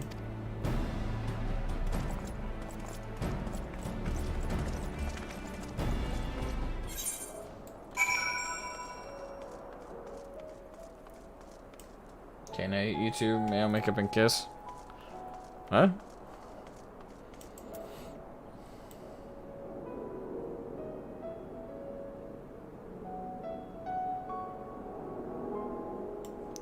Alright, where are we going? Okay, just over yonder.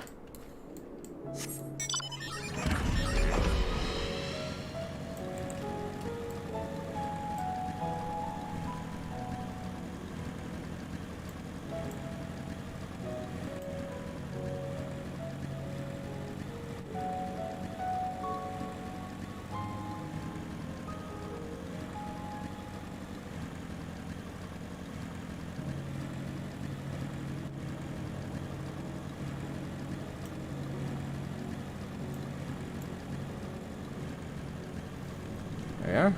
Looks like they already brought down the Sin Eater.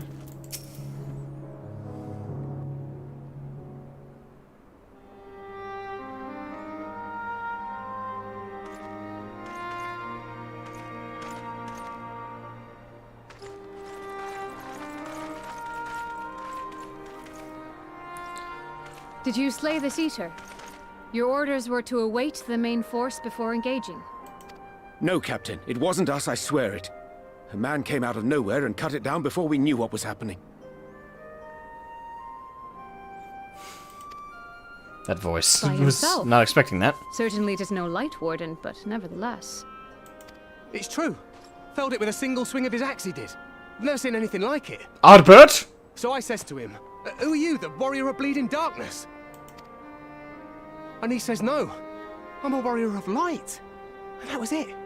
Buggered off as quick as he came. A warrior of light? That might be... Okay, oh, crap. Was it... That so he's either Ardbert, or a different Warrior of Light from one of the other remaining worlds that I'm assuming Elidibus has summoned, and convinced that this world is falling to darkness. Little does he know. We'll find out, but that's kind of my running theory, is that he's been sent here and he's been convinced that... Well, he's kind of been told the truth. I hate the Ascians' whole telling the truth but leaving out the convenient information that make them look bad. Why would someone go around calling himself that, though? It was those bastards who caused the flood. I mean, if you were going to pretend to be anyone, it'd be him, the Warrior of Darkness. Hey? Oh, I didn't know. It's an honor. Likewise, friend.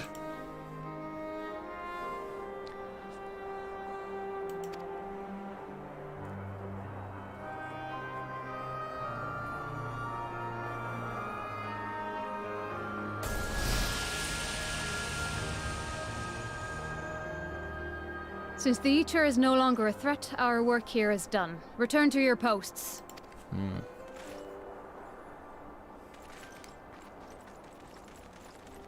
I had hoped to fight at your side today. But I'll continue to follow your example, and may we meet again.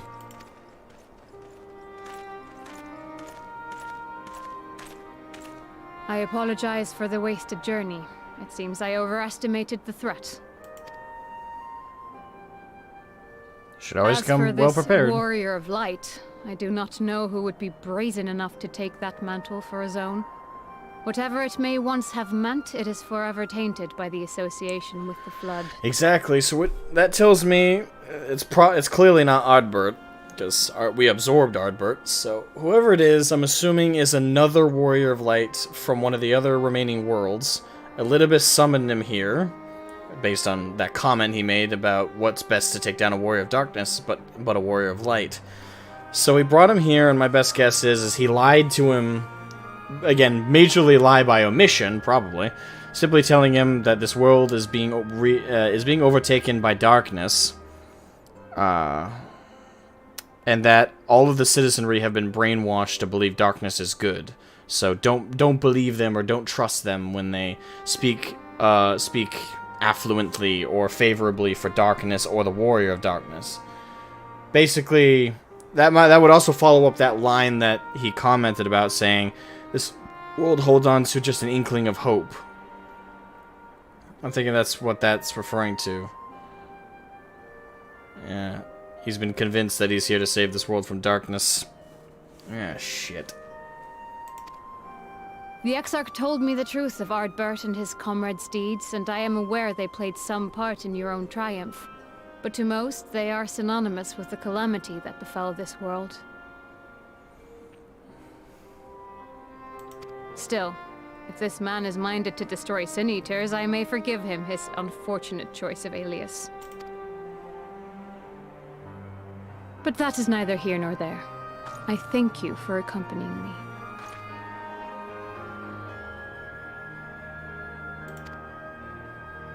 With that concluded, shall we return to the Crystarium? There is a proposal I should like to make.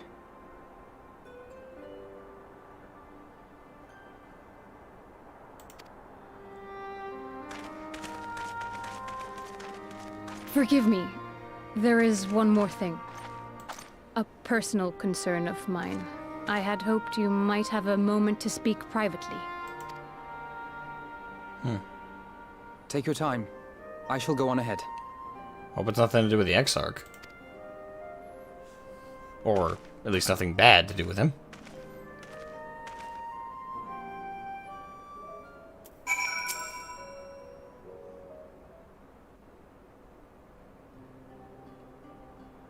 I will not mince words. This matter concerns the Exarch. Figured. Though his countenance belies his age, his demeanor never has. He has seen more than any man should and grown ever more weary with time. But I see I give the wrong impression. While it is true he attempted to open a letter with a salmon fillet the other evening, we are not here because I suspect his mind is deteriorating. Nor do I believe him to be so maddeningly unconcerned by the prospect of his own death as he once was. Indeed, the opposite is true.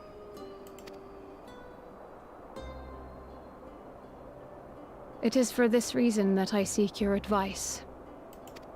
Since he returned from the Tempest, the Exarch is not as he was. He seems a different man, a younger man. I know not the details of his research, but when I saw him at work recently, there was a glint in his eye that I had never seen before. He looked happy.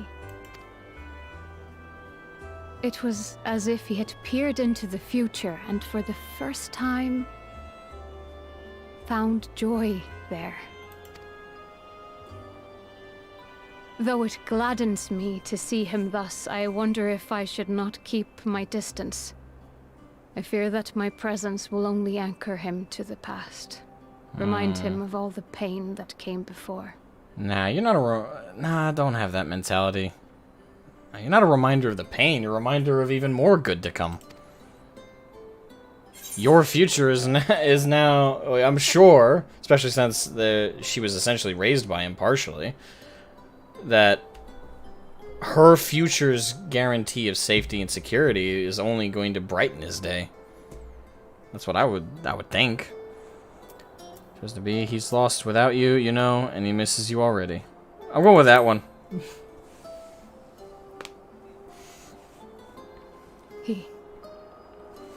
Are you sure? Yeah, totally. Then perhaps we might remain as we were. As we have always been. What a relief. In that case, I will have to speak with him about the amount of time he is spending at work. Yeah, good. Hound his ass. This research is important, I know. But if he refuses to consider his own health, I will have to consider it for him. That's your duty. Make sure he doesn't overexhaust himself.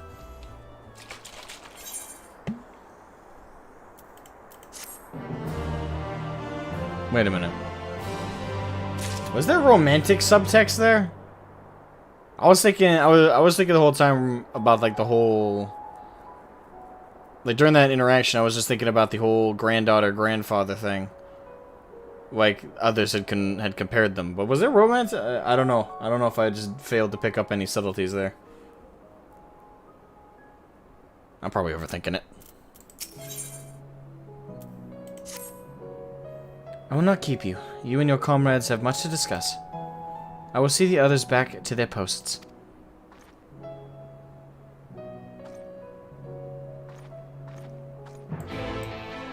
That's Delphine. Rejoin to the Custarium.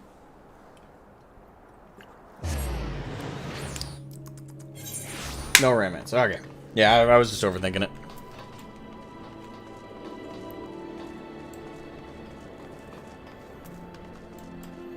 I figured as much.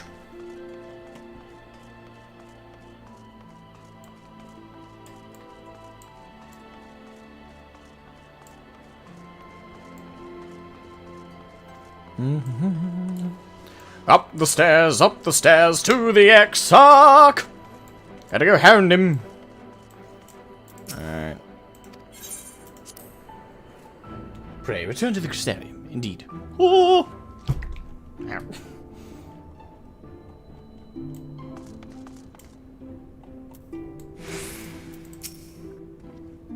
The others were quite shocked to hear of what we found in Lakeland. But now that you're here, there is a proposal I should like to make. Alright, shoot! What's the proposal, young Alfino? I have been spending a great deal of time in the Cabinet of Curiosity, and of late I have noted more and more people perusing books on history, the years leading up to the Flood in particular. I suspect they wish to know more about the Warriors of Light. As well they should, but nearly everything I've come across describes them as sin-eaters or worse. Regardless of whether or not this warrior of light is who they claim to be, I worry that their sudden appearance in conjunction with this renewed interest in their predecessors may lead to growing unrest and fear. If the people of the Crystarium seek the truth, I say we give it to them. I can too attest to the falsehoods found within full many of the cabinet's tomes, with nary a mention of the noble deeds of Ardbert and his comrades.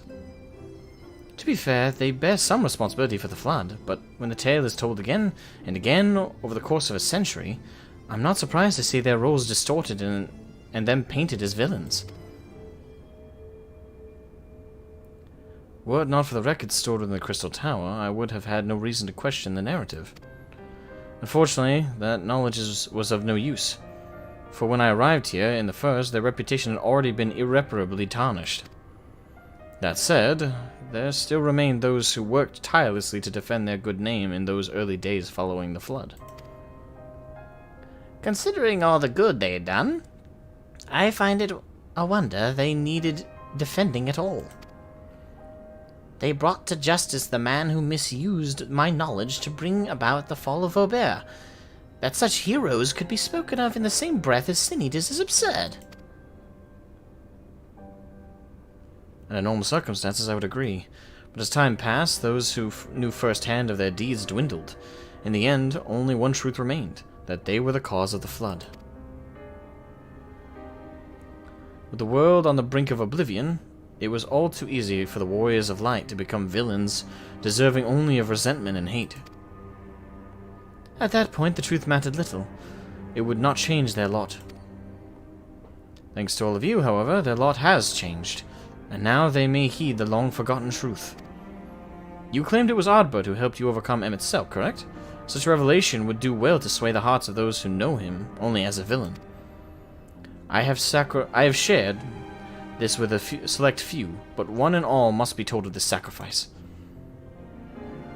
And to that end, I say we proceed with Alphino's plan. We call together the people of the Crystarium and recount to them the true tale of the Warriors of Light, and the flood that followed in their wake.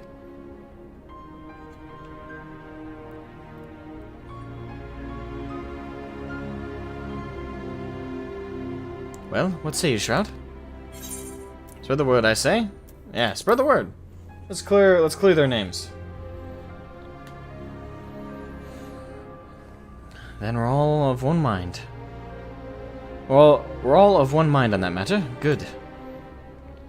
Exarch, might I ask you to continue working with Beck Lug on our means of returning home? The rest of us will see to gathering the people of the Crystarium in the Exedra. We have to reach out to anyone and everyone who might be willing to lend an ear. With any luck, word will spread and more will accompany them.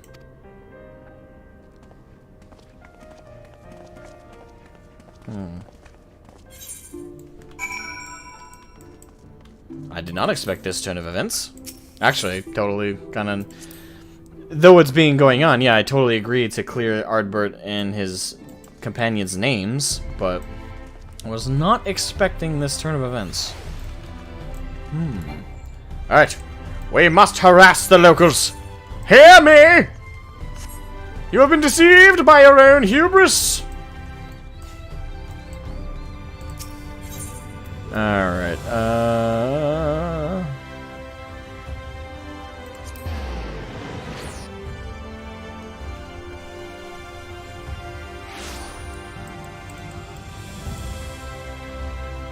Catalyst. Of course, first and foremost. Well, what a coincidence. I was just reading over a letter I received from Grenold not long ago. He says a visitor from the Crystarium found him at the bottom of the ocean, and that he inspired him to reach new artistic heights. Well, I can only think of one person capable of both feats, though I'd say the latter is far more impressive. Do you think fate could bring the two of you together in such a place? Hey, Jalen633, welcome to the stream, my friend! Enjoying the post-patch? Yes, I am. It's going in directions I did not predict. I'm sorry? You mean the Exarch didn't tell us the whole story of the Warriors of Light? Whatever he's left unsaid, I'm all ears. Good.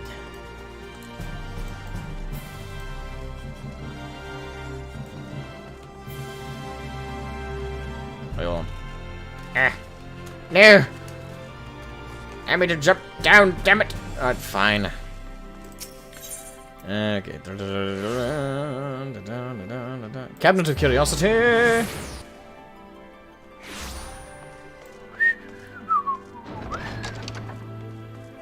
I'm gonna predict this, and I hope I'm wrong, but I'm gonna throw out this prediction. When we gather everyone together to start telling them of the Warriors of Light, before we even get a word edgewise, the Warrior of Light that's been sent to this world, again, assumedly by Elidibus, is gonna yell, "Lies!" And then there's gonna be a whole thing in front of the crowd where he's gonna try and start a fight with us. I'm predicting it right now. Calling it. It's a cliche in a lot of stories. It could be wrong. I hope I am. But I'm predicting that cliche. No, this can't be. Surely there is at least one book here that does not cast the Warriors of Light and their deeds in such a negative light.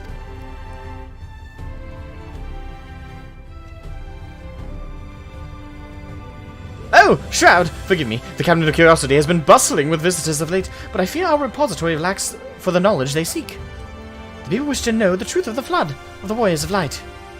I have searched high and low, but alas, every account portrays them as no better than sin-eaters, abominations worthy only of scorn and resentment. I know they were not always judged so harshly, yet I can find no proof. I dare call myself a librarian. You would address the people and tell them the truth of the Warriors of Light? Of the flood? How wonderful. You have regaled me with the tale once before, but I should love to hear it again. Oh, and you may be assured I will not come alone. Good, good. Ow!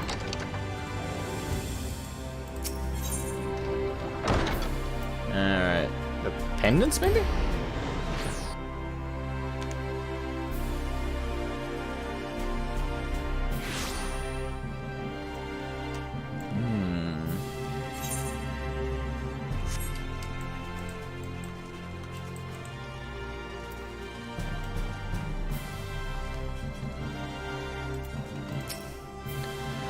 Well, well, what do I owe the pleasure? Whatever it is, I must ask you to be brief.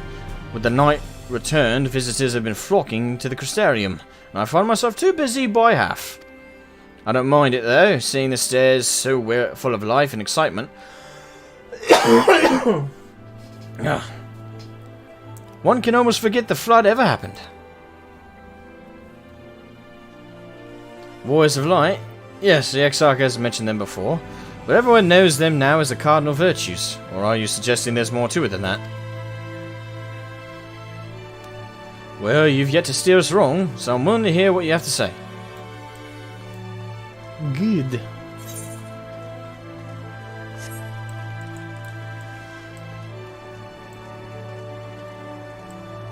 I'm kind of nervous. Because I know this is building up to something, and if it's not my prediction, I'm really curious what. Come to browse wares in the market, have you? Well, I can guarantee you'll have no trouble finding what you need, whatever it may be. Under Yulmore's new leadership, trade has never been more prosperous. Word is that fellow from Daedalus Stoneworks has taken over as mayor. Did he really? Little wonder business is booming the way it is. I imagine it won't be long before the Novarant reaps the benefits, but you've not come to talk about the market. Something on your mind?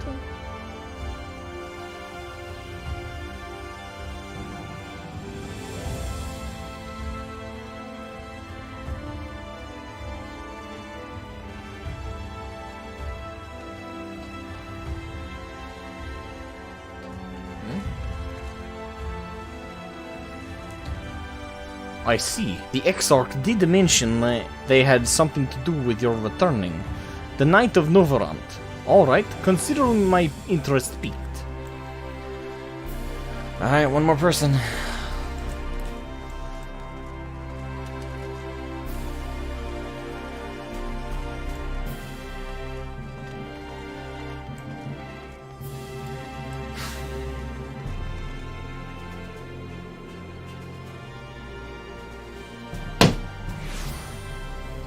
Damn, missed. There's another I kill one fly, and then one just magically appears from its ashes. I have this one fly just continuously respawning. I've cleaned this room several times. What are you even in here for?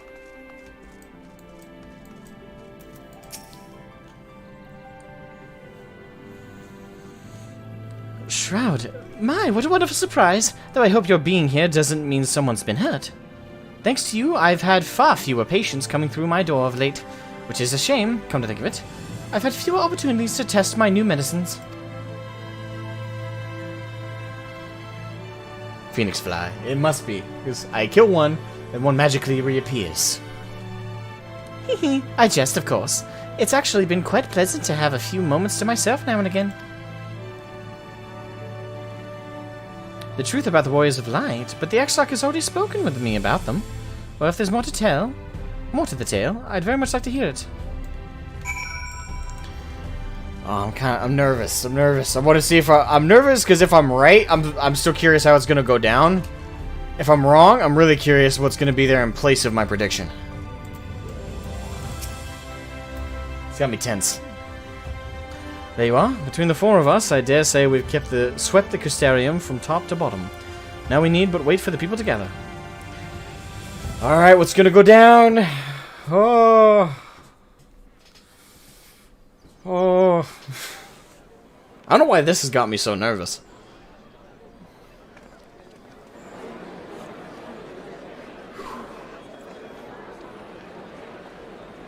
Yes, this looks to be nearly everyone.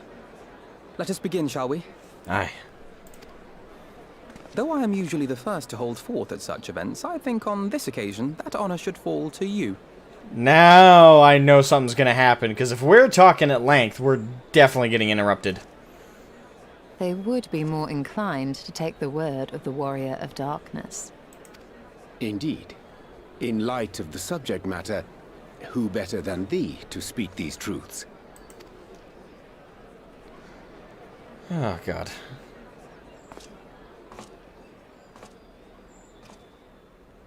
What's gonna happen?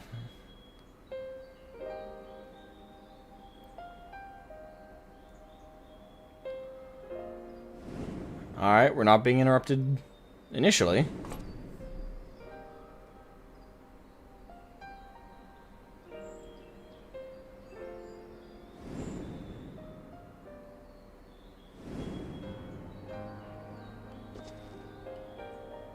Alright. I guess I'm wrong. Whew. Damn. Just when I'm confident about a prediction. Oh, wow, we're really giving them all the notes, aren't we?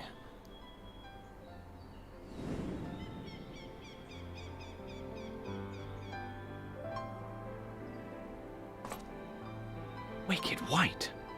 The Warriors of Light did all that? So they never...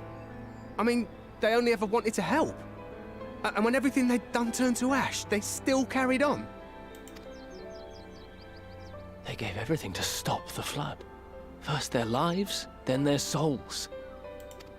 And they managed it too, in the end. They saved us. And we cursed their names.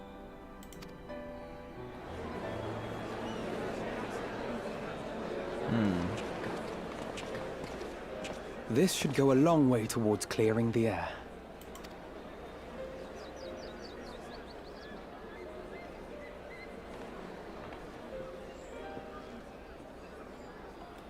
There he is.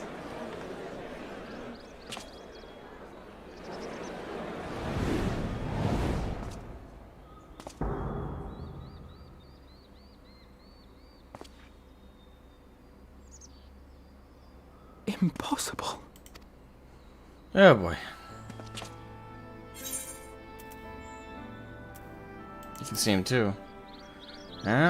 Definitely not Arbert then. I definitely see something. You don't think it's a ghost, do you? Nay. Yonder standeth no bloodless apparition, but a warrior of light and darkness both. Ardbert. What in the world?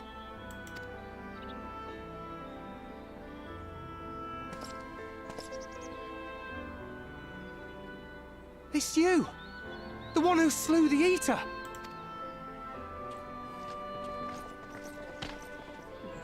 That it should be the warrior of darkness who brought the truth to light. You've saved me a fair bit of time. Though I have a few words of my own to say, if I... Oh, shit. Nervously, I squeezed down my hand. People of the Crystarium! I am Ardbert. One of those you know as a warrior of light.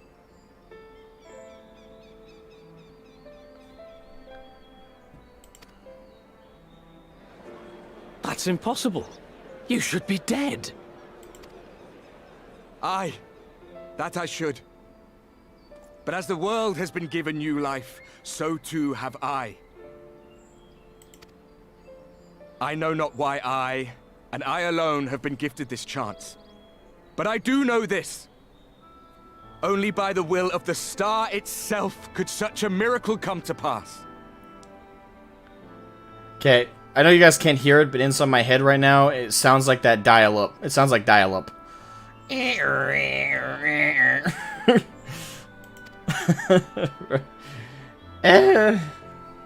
The hero who stands before you now, the warrior of darkness, is not of this world. And the day will come when he must return to his home.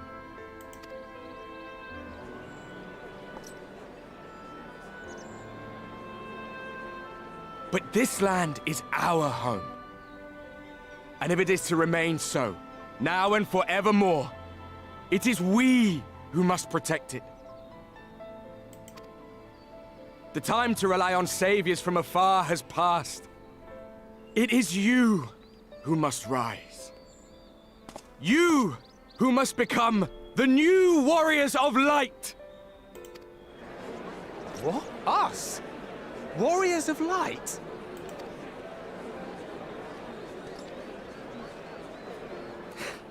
None of us were born heroes, my friend. I was only ever a man with a thirst for adventure.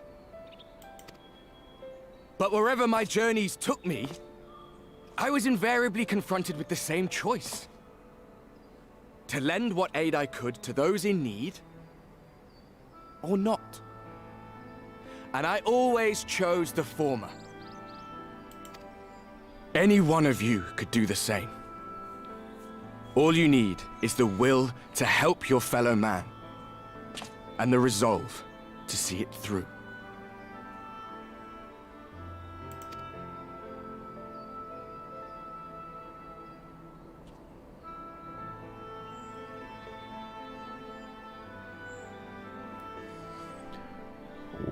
Okay. From thine own lips did we learn of Ardbert's fate, and by thy countenance I gather thou art not inclined to recant thy testimony. No. Yet whosoever this man may be, his words hold truth and resonate with the citizenry besides.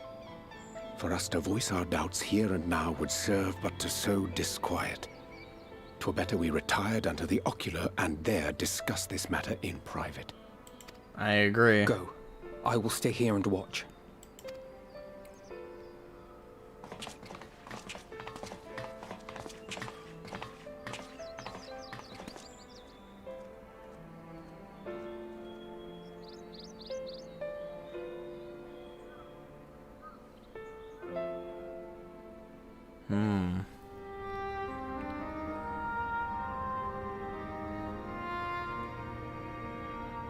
Interesting. So, that is a warrior of light of the first.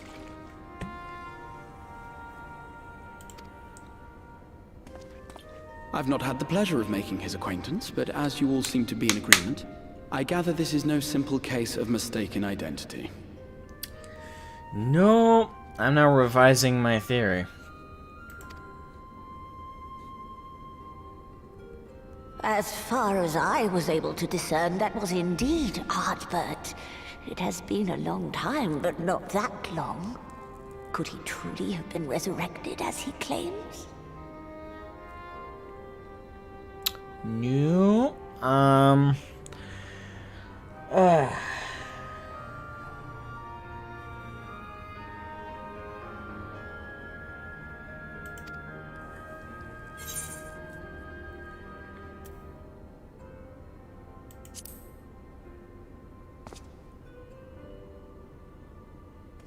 Ardbert did entrust his very soul unto thee. I see no reason to question thy judgment. Nor I. To my eyes, your ether burns as brightly as the day you slew Emmett Selk. That is proof that he is with you still. Alright, have a good one, Calligraphy. Thank you for joining us. Yet that which standeth now before the people is far more than a passing imitation. I am reminded of the cardinal virtues, though a sin-eater he is not. Which leaveth but one plausible explanation. That he is an Ascian. Mm-hmm.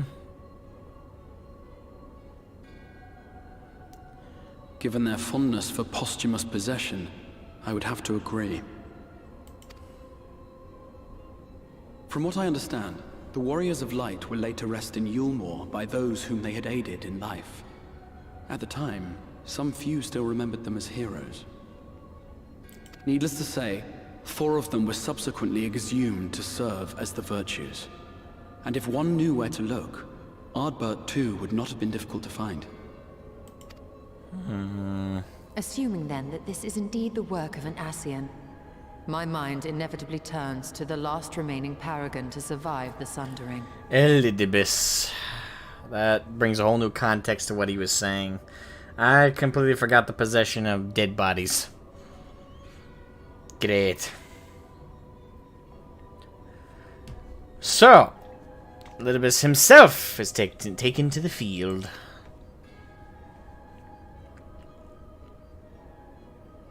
Elidibus.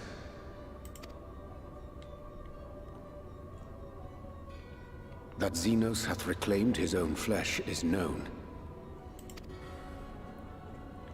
Thus evicted from his borrowed form, and cognizant no doubt of Emmett Selk's failure here in the first, 'tis quite possible the emissary chose Ardbert for his next vessel.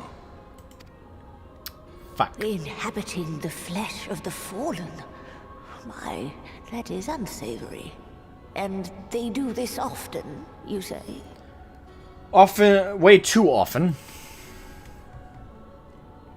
Verily, for they possess no corporeal forms of their own. In what one may term their natural state, none save those gifted with the echo can perceive them. Indeed, when Elidibus intruded upon the waking sands, his presence did go unmarked by all save Minfilia and the Warrior of Light.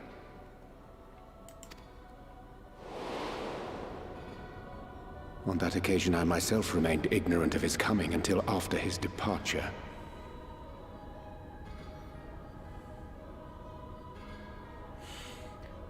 Don't even voice that, please, Jalen. I don't need that in my head. That would cause me to have to take a break from the game for like a month. I'd be like, nah,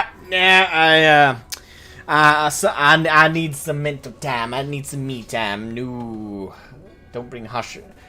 Leave Bro Shafant to rest. I wouldn't be able to fight his body. No. It was only at a later juncture, when he deigned to appear before me in borrowed flesh, that I was finally able to take the measure of him. In such puppetry do the Ascians engage when they seek to influence the course of history. And they have gained much by it. Emmett Selk single-handedly built the Garlean Empire in this manner, while La Hebrea came close to conquering Eorzea, having taken possession of Thancred's living body. Yet it must needs be noted that the Ascians cannot avail themselves of all mortal vessels. For were they able to do so, none would serve as a better pawn than our own redoubtable champion. Mayhap the blessing of light shieldeth Hydaelyn's chosen from Ascian influence. Or mayhap other forces are at work. We cannot say for certain. Whatever the reason, I hope it holds true. I dare not contemplate what might come to pass otherwise. Is it not peculiar, then, that Ardbert's mortal remains should be susceptible, given that he was once a warrior of light? Or did the final departure of his soul make it possible, perhaps? Regardless, to hear an Ascian use him to call forth new warriors of light boggles the mind.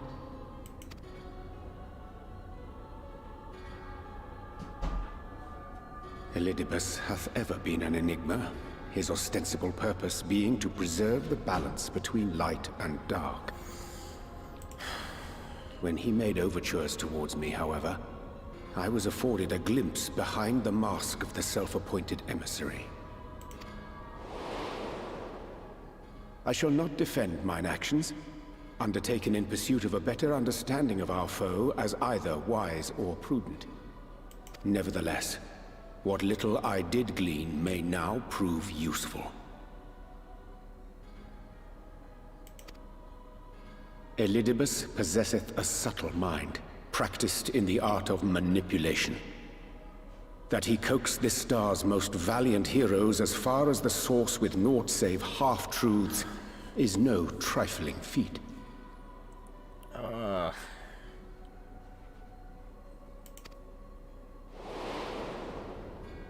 And now I believe he doth employ his skills once more to some as yet unknown end. Though naught is certain, should my suspicions prove true, we shall have need of all our wits if we are to uncover and thereafter thwart his plot. Agreed. 'Tis plain that simply speaking out against him will not avail us. At best, it would only serve to confuse the people. And I would hesitate to do anything which might tarnish Ardbert's reputation once more, nor yours by association. That being the case, I mean, I do it may agree. be wise Udion to keep Jay's a voice covert eye actor on is this Ardbert's top tier. movements, as we attempt to discern his purpose and how best to mitigate his influence.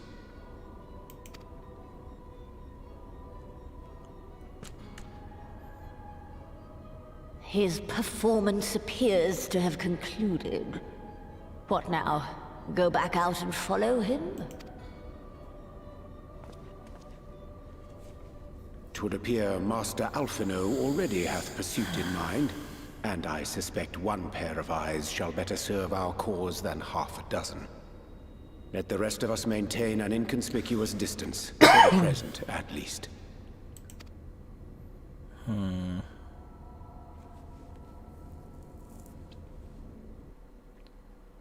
Ah, goddamn. This chessboard is fucking crazy.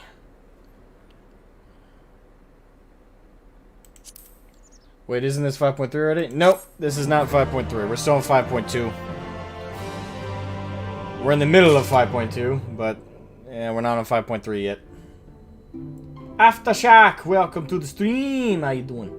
Are we doing fantastic? Goddamn. I could not have predicted that 4D chess move played by Elidibus.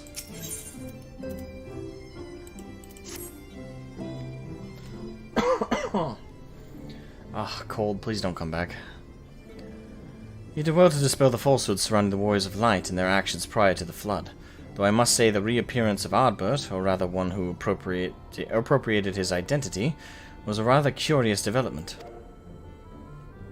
He is an impostor, of that there is no doubt, but to the masses he will appear as a hero returned from the grave. After the Warriors of Light were laid to rest in Yulmore, the people prayed fervently for the gods to deliver them from their plight. Prayed that those fallen heroes be born again of their sacrifice. But bitter irony. I, for one, would like to know why Ardbert urged the people to become Warriors of Light themselves. Ere we take action, we must needs ascertain his intent. Let us pray that Master Alphino returneth soon with that most essential knowledge. For now, I think it best to apprise Thancred and Reen of our efforts. When we do confront Ardbert, we shall no doubt have need of their strength. Hey, Angry Cupcake, welcome to the stream. How are you, my friend? Welcome, welcome. Agreed. I think it prudent we all take measures to prepare for what's to come. Becklug and I will continue our research into how we might improve the spirit vessel, that it might one day carry you home.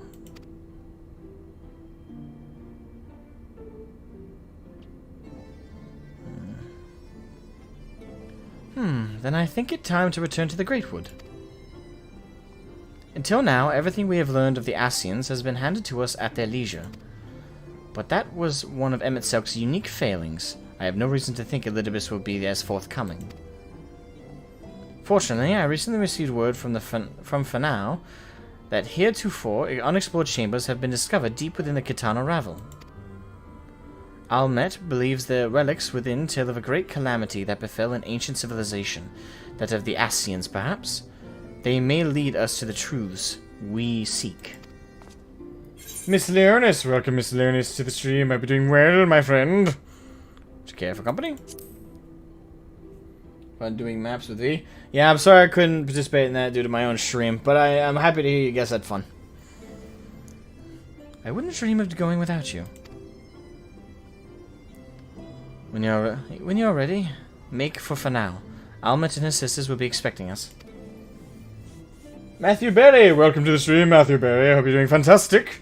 Still enjoying the game? Of course I am. It's indescribably it's undoubtedly the best MMO I've ever played. If not mechanically, certainly story-wise.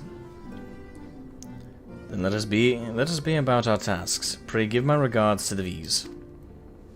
But of course. The plot thickens.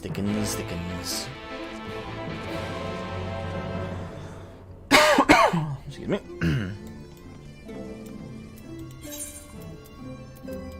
Right, two for now. Away! Alright, the Raktika Great Wood. Alright, sleep disturbed.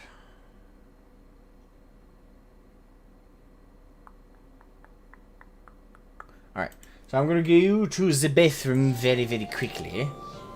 Glad to hear you say so. It's honestly so much fun watching your streams and seeing how much you're enjoying it. I enjoy it immensely. It's a rather substantial turnaround from what I'm used to. Yes. I enjoy the game indescribably. Hell, the game is so good it's inspired me to check out all of its predecessors.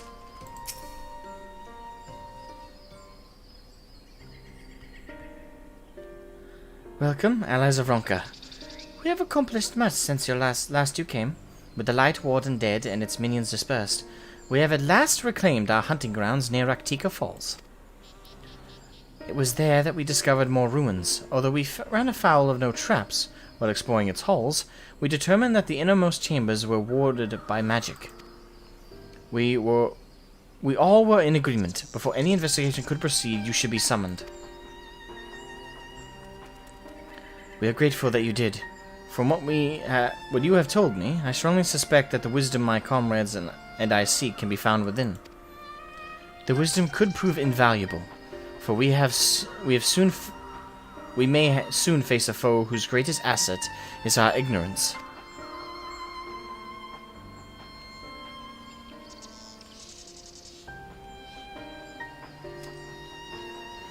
I see.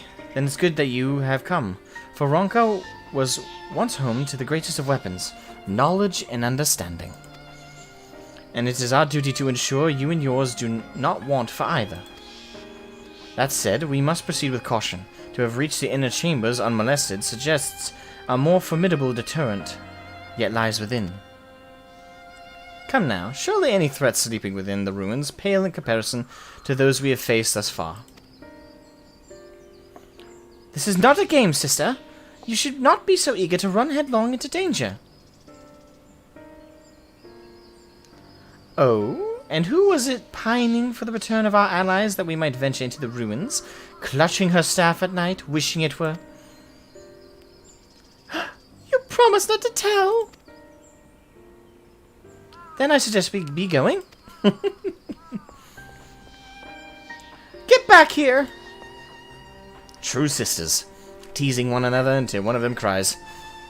I've seen it before. Remind me, exactly how old are you and your sisters? On second thought, perhaps that's better I do not know. Pray forgive her. Forgive their overzealous nature. None save we three have been privileged to escort you and yours into the ruins and bear witness to its secrets. Their hearts now burn with a curiosity that is not easily satiated. Please, you needn't apologize. As a seeker of knowledge myself, I understand full well their enthusiasm. And if not for your sedulous efforts to protect these ruins, we would not be afforded this opportunity. Speaking of which, I believe I have kept you away from the ruins long enough. Come, let us make for the Kitana Ravel.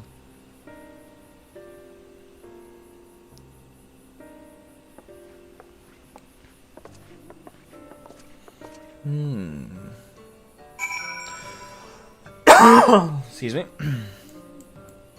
Might behoove me to take some Dayquil to finish off. I was hoping the worst of it was behind me. My cough is returning. It's not good. Alright, I'm gonna run to the bathroom. I shall return shortly. Very, very shortly.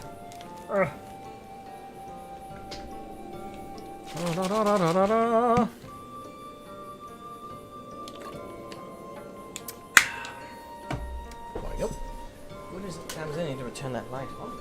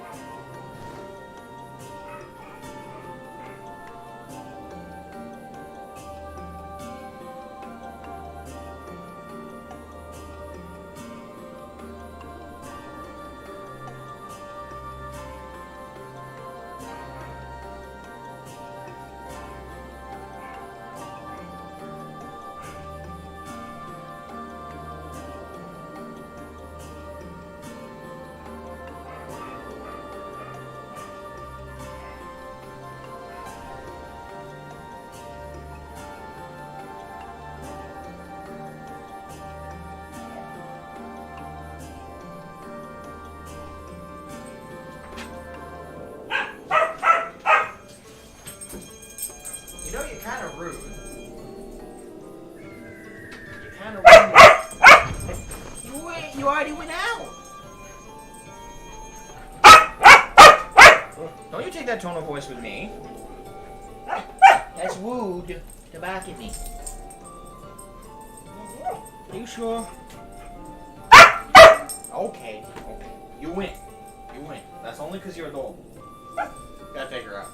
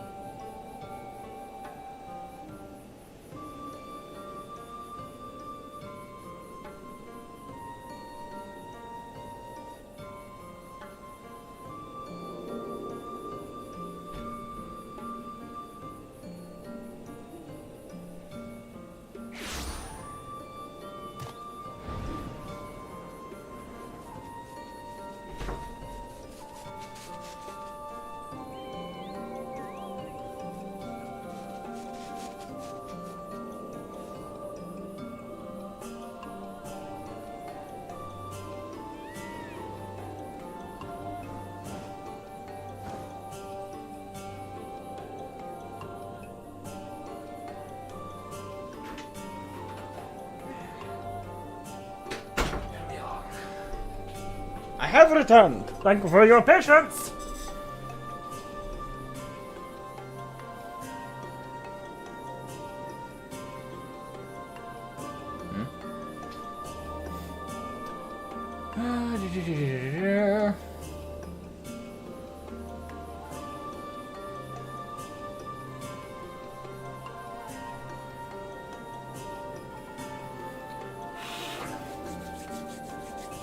The stream woof woof.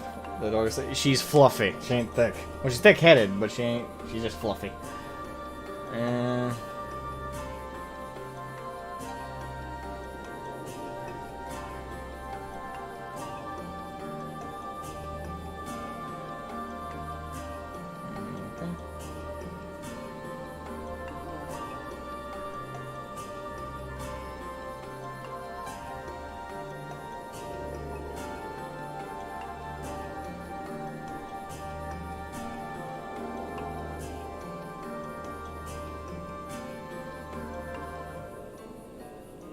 I leave and there's pandemonium in the chat.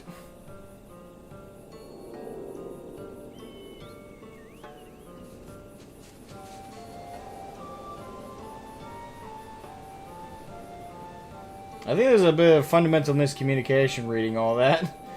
They're not telling me to play other games, Anger Cupcake. I did ask them about other games and they just simply told me. And besides, they can't tell me what to do. It's the upside of being the one who makes the content. I do my best to meet the demands of the audience, of course, but even I have certain limits, and playing 11 games at once is completely unreasonable. So, no issues at all. No issues at all. Just a bit of miscommunication there. I'm not being instructed to play other games. I'm merely being told about them after I inquire about them.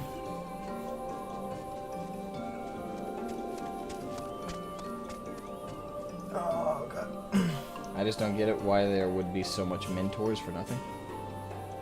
Mentors? I'm not sure what you mean. Welcome back. Thank you for the welcome back. Not by the money, just pretty squelpers. Alright guys, chill. Chill. You're good. You're good. No need to start fights over little old me. I know I am worthy of fighting over, but still, you can tone down the aggression with one another and simply bask in my glory.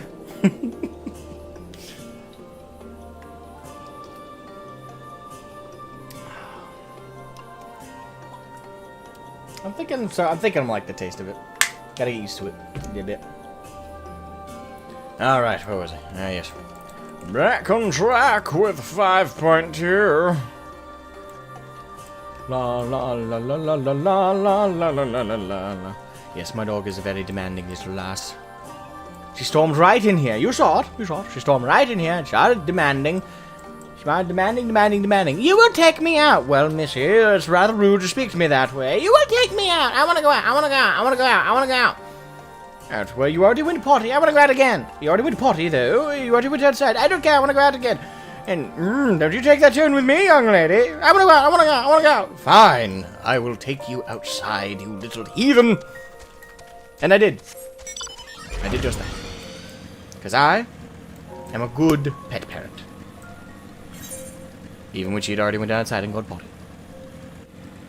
She's very needy, very demanding. It's only partially my fault. It's always kept up. There we are. It is most strange for these halls to be left unguarded. Have care when breaking the seal on the chamber door. Danger surely awaits us on the other side. Zachary says, okay. Yes, I got sufficient time, that's for damn sure. And my level sync is perfect for this.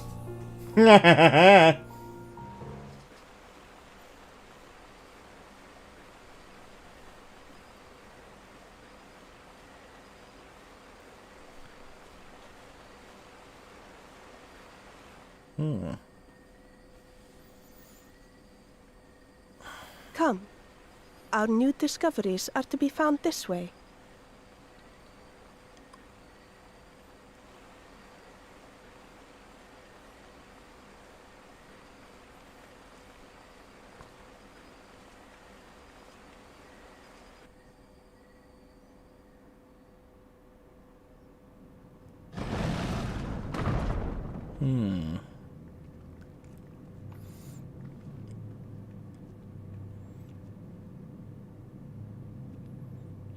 The people of Ronka are known to have venerated animals, but these features do not match those of any indigenous species. This is no common beast. I'm sensing this is a beast that will come alive.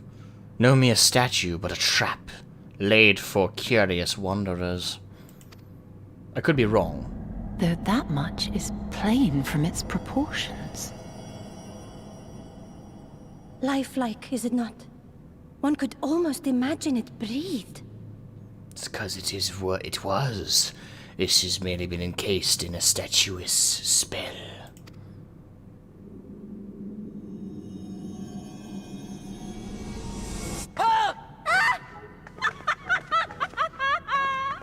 Why you... Siblings. They gotta be in their hundreds, right?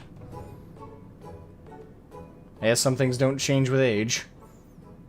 This owl, by contrast, seems no different from the others we've seen. Hold on.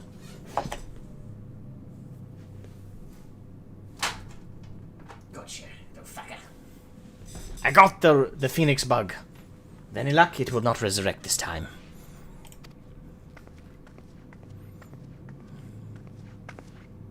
The sealed door lies ahead.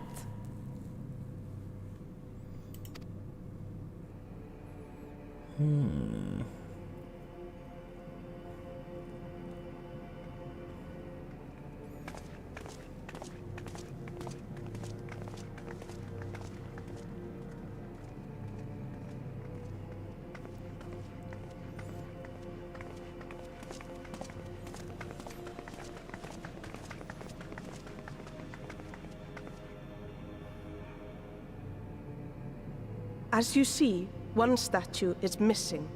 I expect we are meant to replace it as before. I see a pattern with what we're required to do for this shit.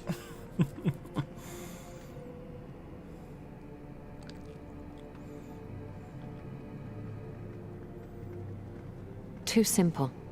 There will be some additional defense mechanism.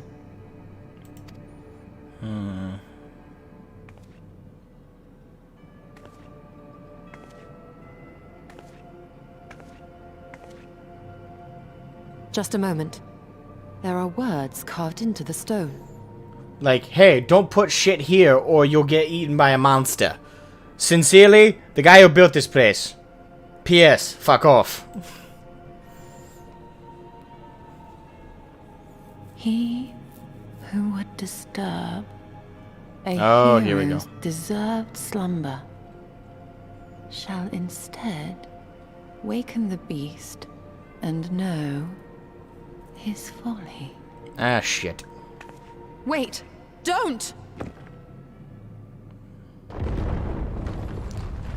Gotta love the trends with this shit. What? Talk about it. It's a cliche! What is happening? Lots. Get out of here! Oh no. Oh no. Oh no. It lives! It looks just as ugly somehow. Why am I not surprised? Prepare yourselves. Alder Bernhardt, welcome to the stream. How am I doing? I'm doing pretty good. We're about to kill this motherfucker.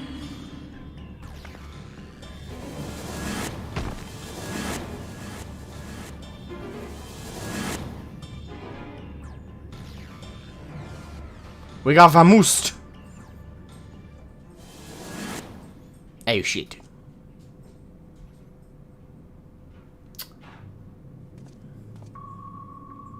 Oh hi.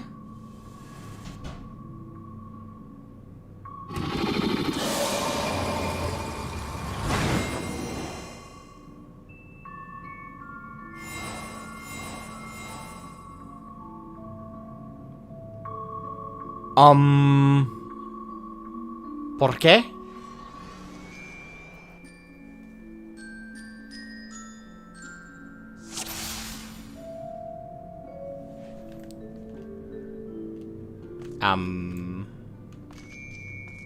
Hi! How are you? I know we might be intruding. Oh, hello. You trespass, mortal, upon sacred ground. In retribution, 4 souls have been bound, yet to heroes proven learned and wise, a comrade's soul shall be their prize. If you would see theirs set free, answer me these riddles 3. Ah, it's the Sphinx. Sphinx. Deft of paw, with kin do I vie. Those sought apart, betterment of the whole do our efforts descry. What am I? Wait, what? Deft of paw, with kin do I vie. Those sought apart, betterment of the whole do our efforts descry.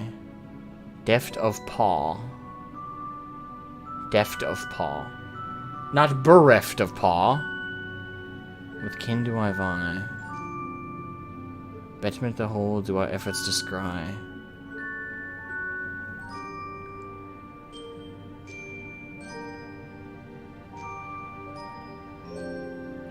Betterment of the whole do our efforts descry. So it's a creature that betters the whole. Deft of paw. That means it has a paw, doesn't it? Because if it had no paws, it'd be bereft of paw.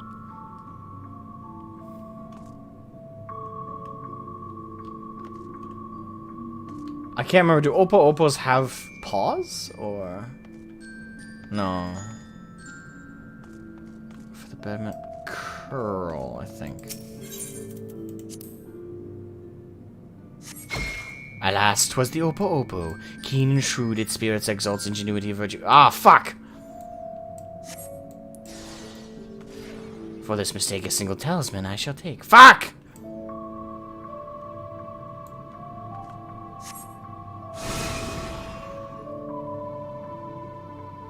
With fearsome fang I travel with pack. Together we find harmony, and thus for peace our lands does not lack. What am I? With pack. Wouldn't that would be the wolf. Serpents don't travel in packs, neither do owls. It has to be a wolf. Indeed, 'twas the spirit of the wolf their doctrines praised, that they would know peace and harmony in the end of their days. The riddle's answer, did you discern? Okay.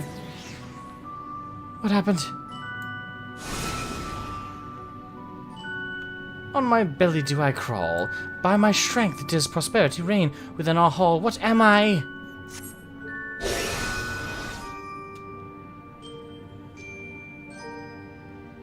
Serpent. Serpent. On belly do I crawl.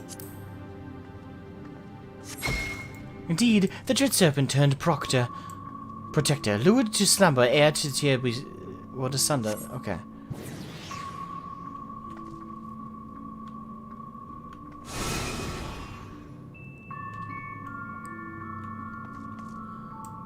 Desire you that which I claim, then we shall play another game.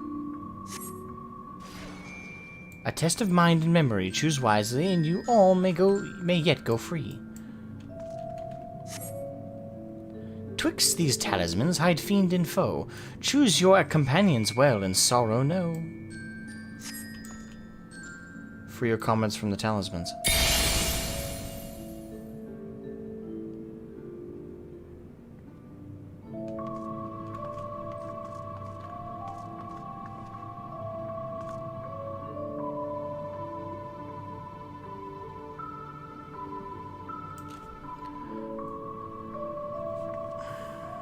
Hold on. Family's texting me about dinner.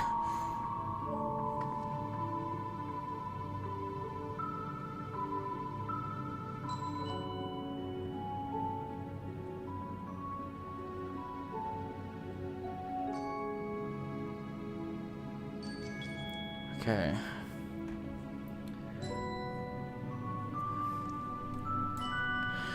How is it based on memory?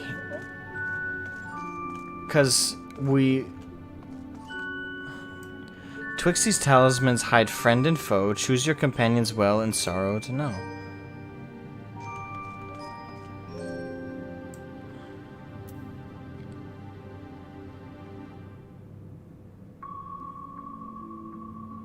Okay, dinner, can I come over? Sure, if you can figure out how to get here. A lot of backwoods, don't get lost.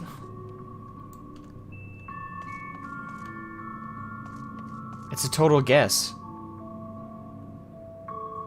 Like, there's no discerning differences between any of the cards.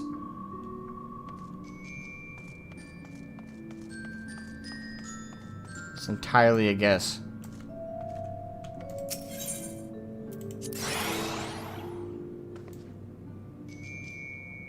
Okay.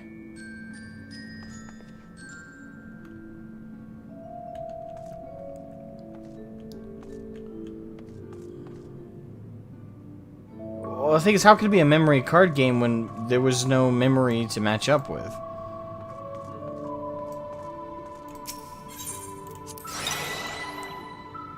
Okay. Woo!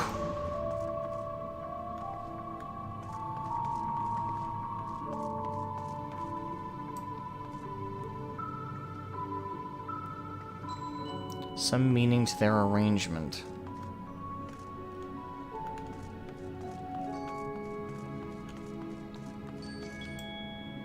It's a matchup game. Yes, but what am I matching? That's the thing. That right there, what I just did was a guess.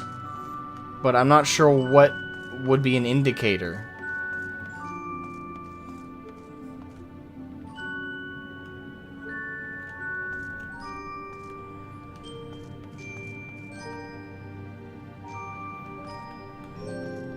Okay, what did those two have in common? What did those two have in common?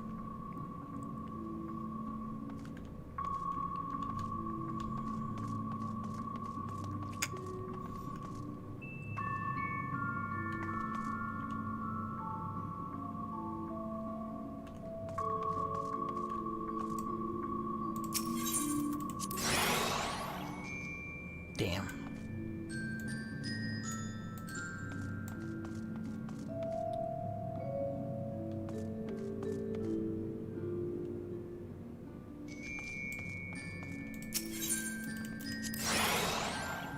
Alright, there's a Stola.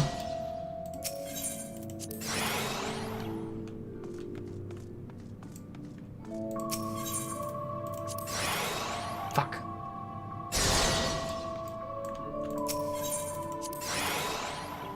God damn it. I assume if we get two matching pairs of that, we're gonna get an enemy pawn then, so...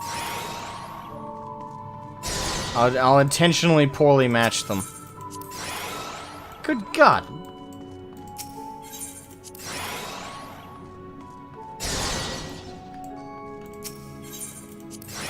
There we go. Cha-ching, bitch!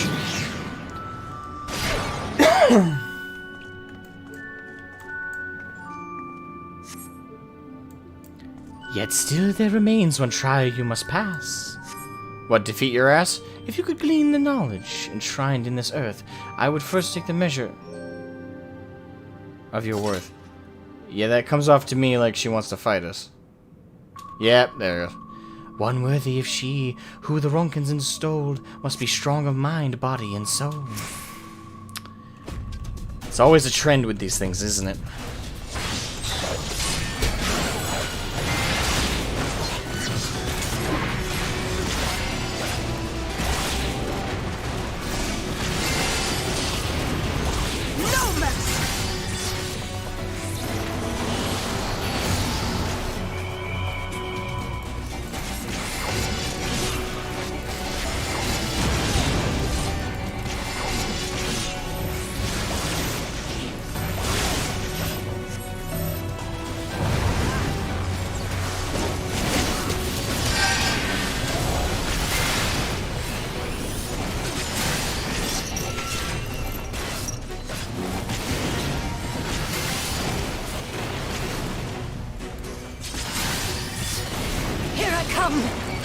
Oh shit.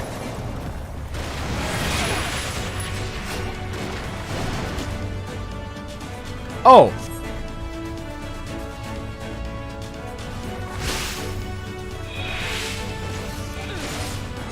Alright, note to self for when that happens to somebody else.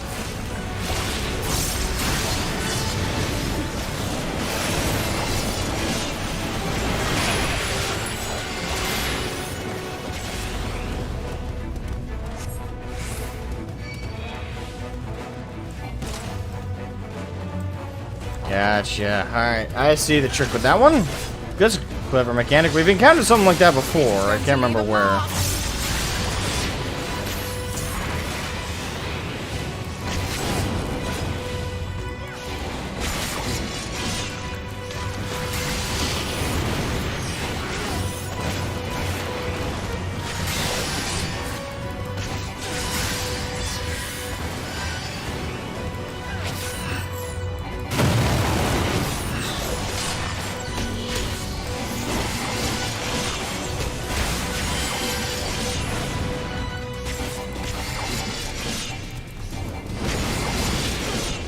I will not hold back!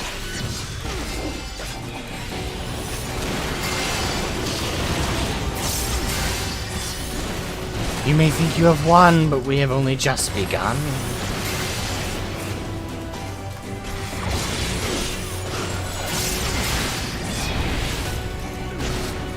This, and that, and this!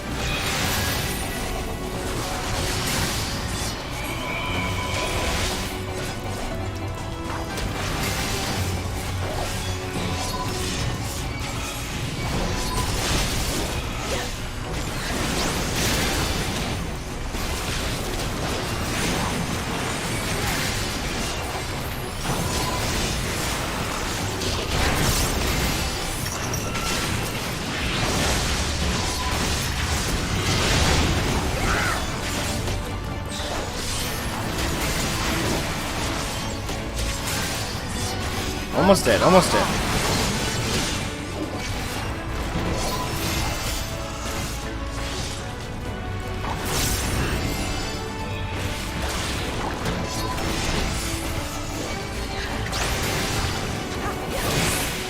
Boom! Well fought, hero. The trial is complete. The way is open, and thus I concede defeat.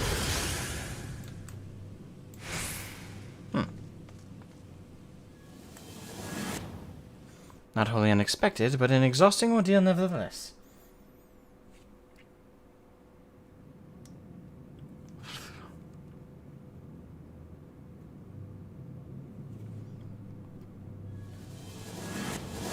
And we're back.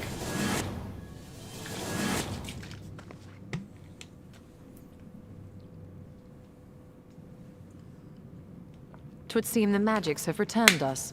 How polite. Now, what have we learned? Don't touch the thingy. We were bound to run into a living statue eventually. And now we can open the door.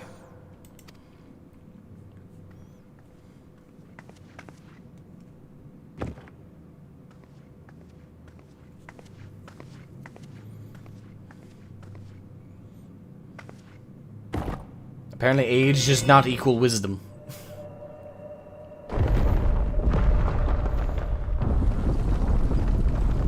You would think, but no. He who would disturb a hero's deserved slumber.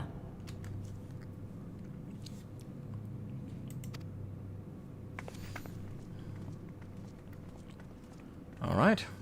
We shall now enter the abode.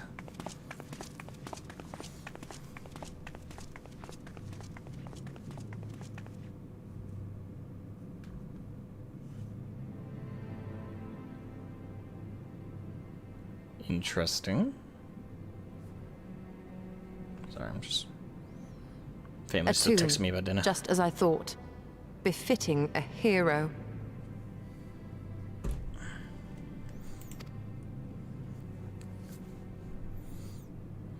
She is Vis. Could it be the Archmage Tiuna?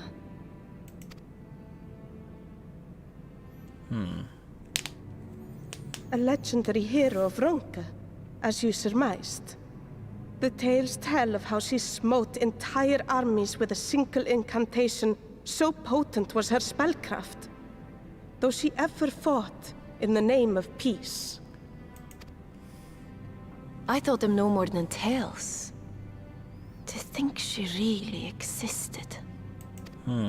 Well, I for one always believed.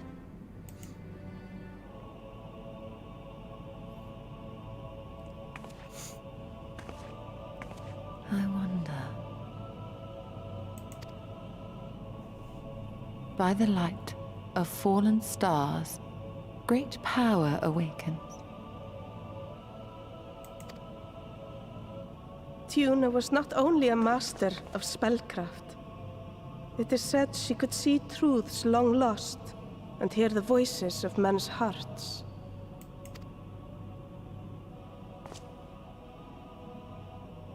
Naught less than the echo. A chosen of Hydaelyn. In which case, none of this is mere coincidence. Nope.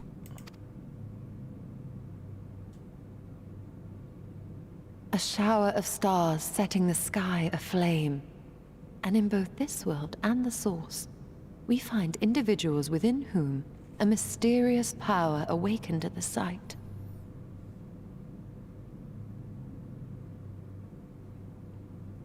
We can never unpick the why of it. Now, however, I believe we might.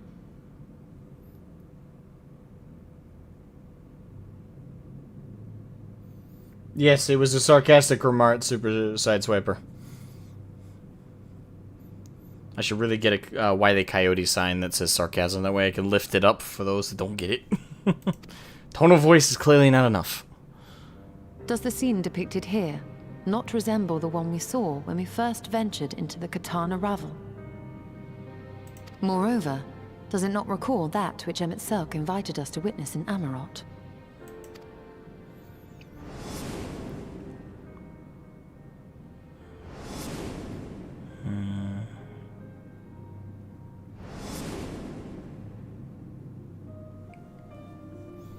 The final days.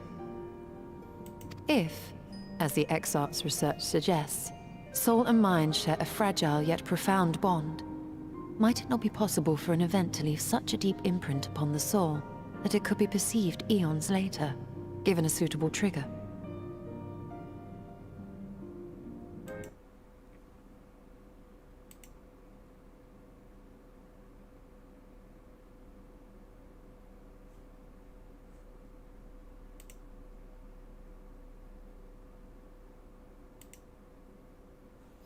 There we go.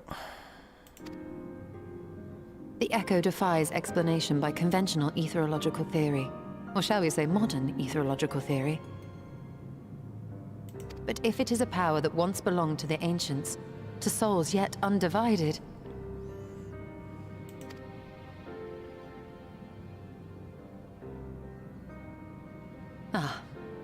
it would seem I have entered the realm of pure speculation, and I call myself a scholar. I shall refrain from making any further wild claims until such time as I have evidence. Aye. But there's nothing wrong with speculation, as long as your goal is to prove your speculation. It's only wild theorizing or daydreaming if you have nothing to back it up with.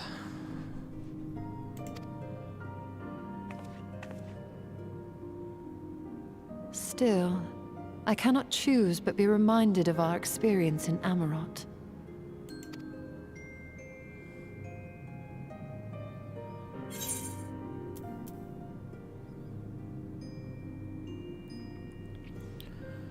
Well, yeah. Gotta remember him. Remember us.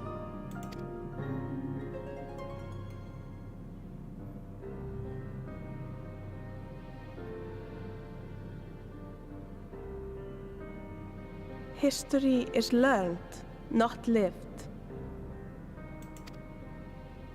We have always protected the Tales of Ronka, just as we have protected this place.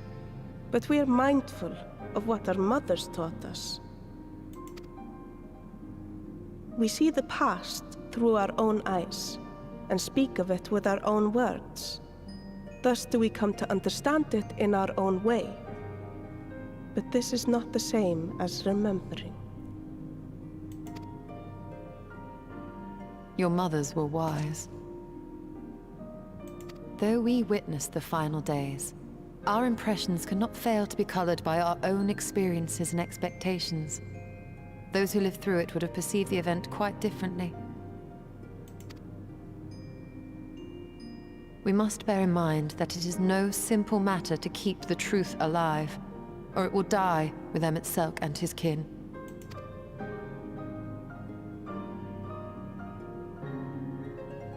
But we have disturbed Tuna long enough. Fana will serve similarly well as a venue for our contemplations.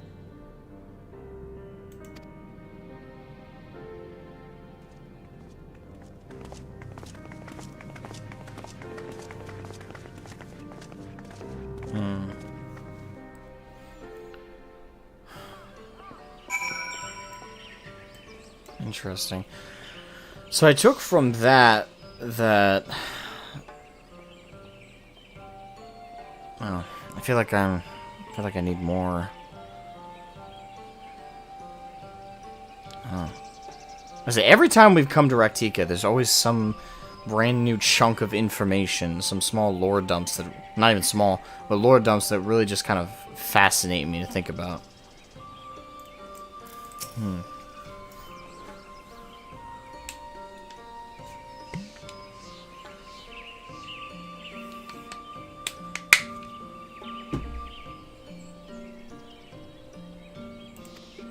Oh shit, I forgot to read that. Before you leave, however, I would speak again of our teachings, of our forebears, of histories learned, not lived. The legend of Tiuna,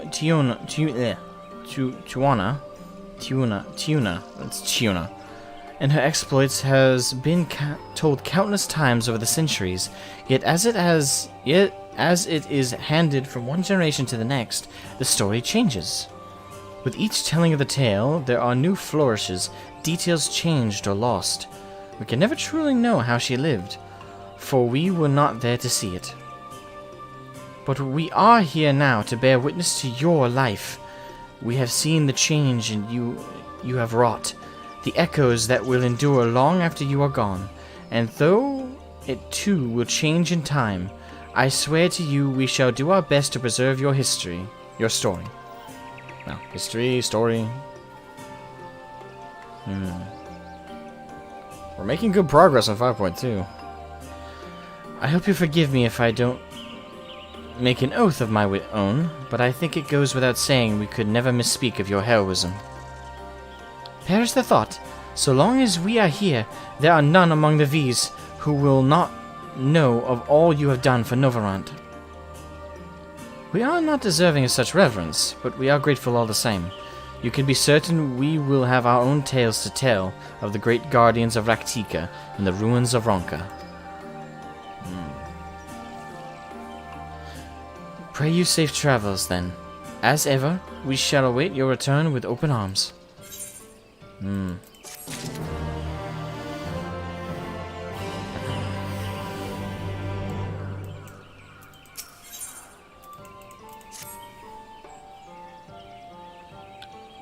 Although we learned naught of the Asians, the insight we gained into the Echo made our trip worthwhile. Before we return to the Crystarium, however, there is a small matter I would attend to in Sitherbow. Might I trouble you to come with me? Not at all. Lead the way, Yashola. Thank you. After we arrive, we should have a brief word with Runar.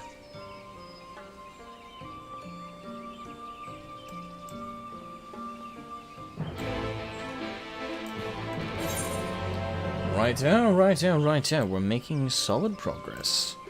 Alright, to Sitherbow.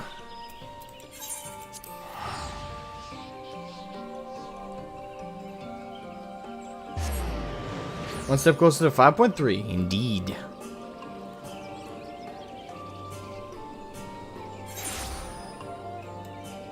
Runar, yeah. Yashtola's husbando. Shroud, it is good to see you. You've arrived at the most opportune time. I was preparing a pot of my famous stew. Come, I will ready a place for you. I'm sorry, Runar, but we haven't the... Please, I insist. It will take only a minute.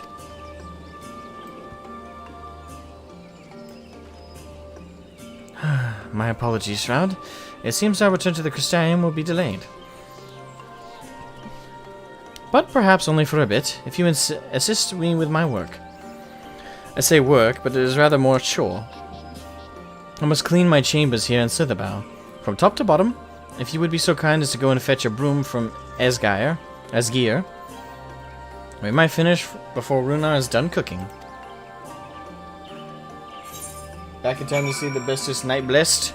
Indeed, Runar, the husbando of Ishtola.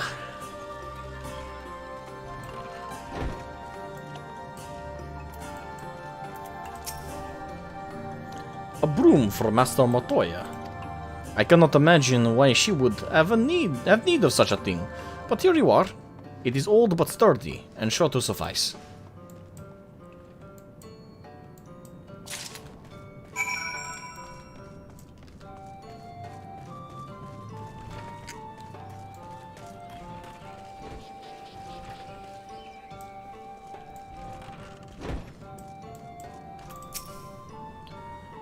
I trust Esgir was able to find a broom for us. Indeed. Here you are. Now do the Matoya thing. Make it animated on its own. Heroes of the free world, you aren't eating enough. Come eat! Indeed.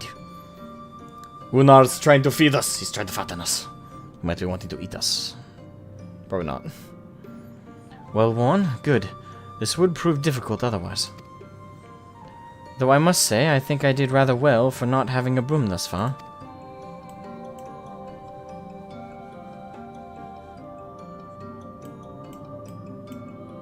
Yes, well, you weren't buried beneath a veritable avalanche of books when you entered, were you? Right. Anyway, it is time I finished cleaning with the help of that broom.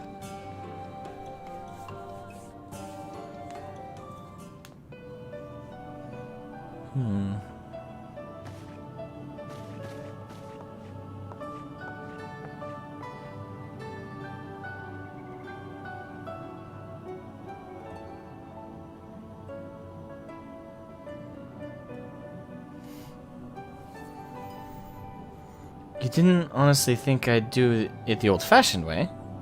That broom is more than capable of sweeping by itself. Or rather, it will be.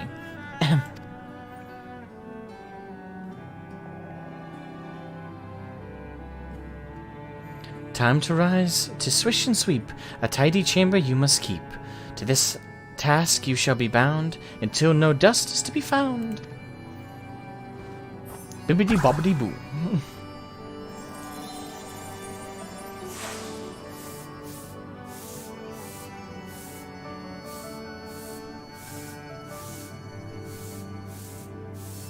In this one particular respect, I have no objections to following in Master Matoya's footsteps. Hooray for laziness!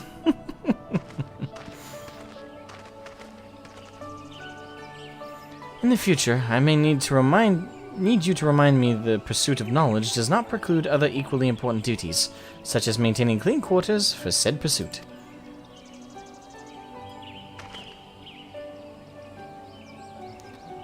I would dearly miss this place. These people. Oh boy.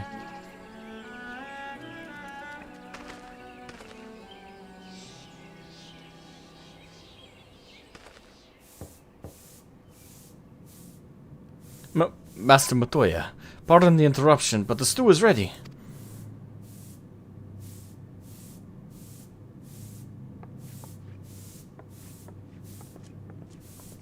Hooray for no hands applications!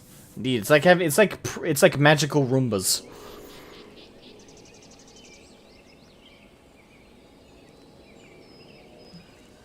He's down. Is something troubling you? You've been rather quiet. No, everything is fine, I assure you. It has been a long day is all. I see.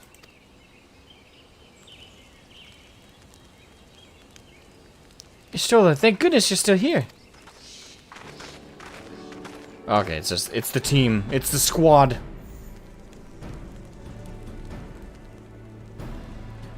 Alphino, I thought you were following Albert.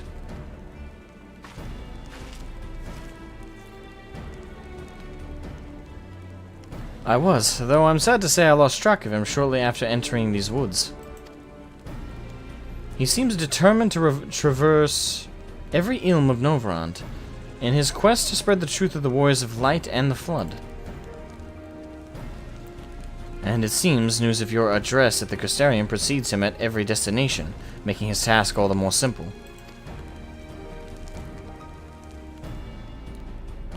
It remains to be seen to what end he encourages the people to become warriors of light themselves. But there is no denying that his words have struck a chord with many. Well, we're all agreed that this is just another Ascian ploy, yes? They've commandeered corpses before, and to no good end. I see no reason to think this time is any different, especially when it's that of a fallen warrior of light.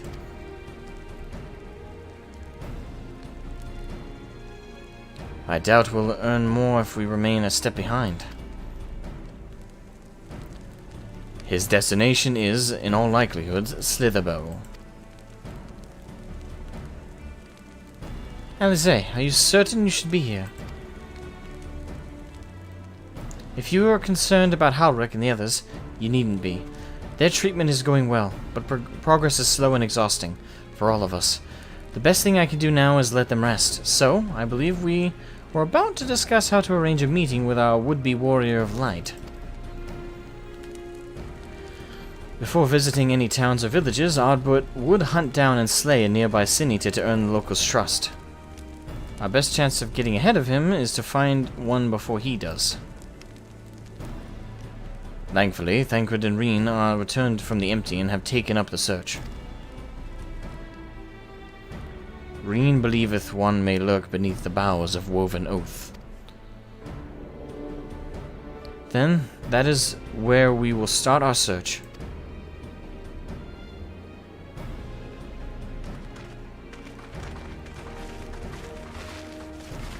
Master Matoya!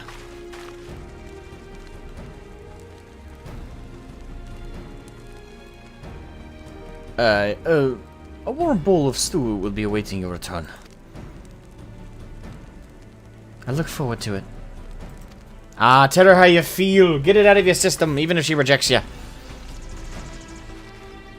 Sometimes it's worse to live with, you know, not even being rejected.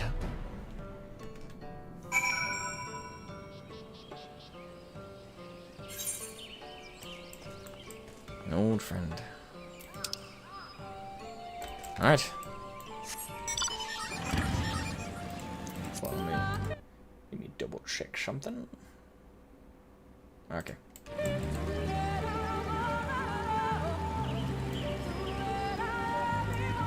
Who's to say the Roombas weren't inspired by the brooms from Fantasia? Good point. That could be true.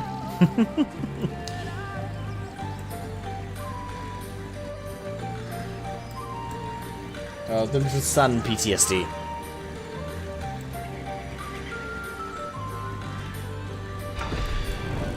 Ah, good to see you again, Thancred.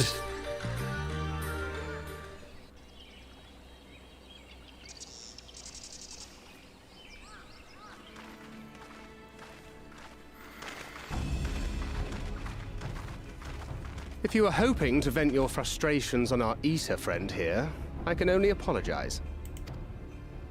Few as they are now, it took us no time at all to track it down. That suits our purpose perfectly. Now we need only wait for Ardbert to arrive. Weren't you two meant to be attending to the Empty? We were, and are, but we can hardly ignore the rest of the world. So we thought we might see how things were coming along. From what we can gather, the answer is strangely. Right now, we think we can do more good here. It is heartening to have all present. Indeed. We will be glad of the additional hands should matters escalate. Our quarry has come.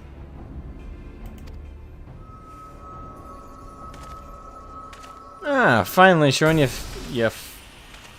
I can't say ugly because it's Ardbert's face, so. It seems I've lost this particular race.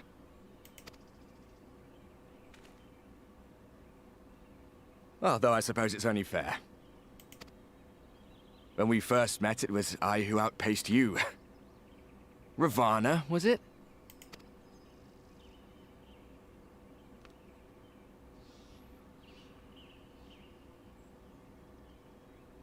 But where are my manners? I wouldn't be here were it not for you, and I have yet to say a word of thanks. Ah, why are you playing this game? Extend a friendly fist. Ask whether he wishes Seto were here.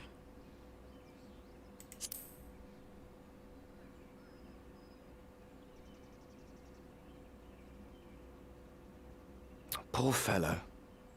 He will be sorely missed.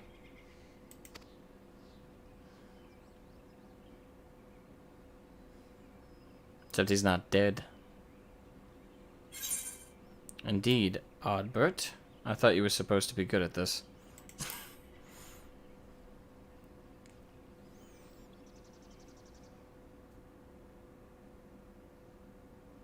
Very well. Let us forego this pretense. Thank you. Let's not play games, shall we? It was never you that I needed to deceive.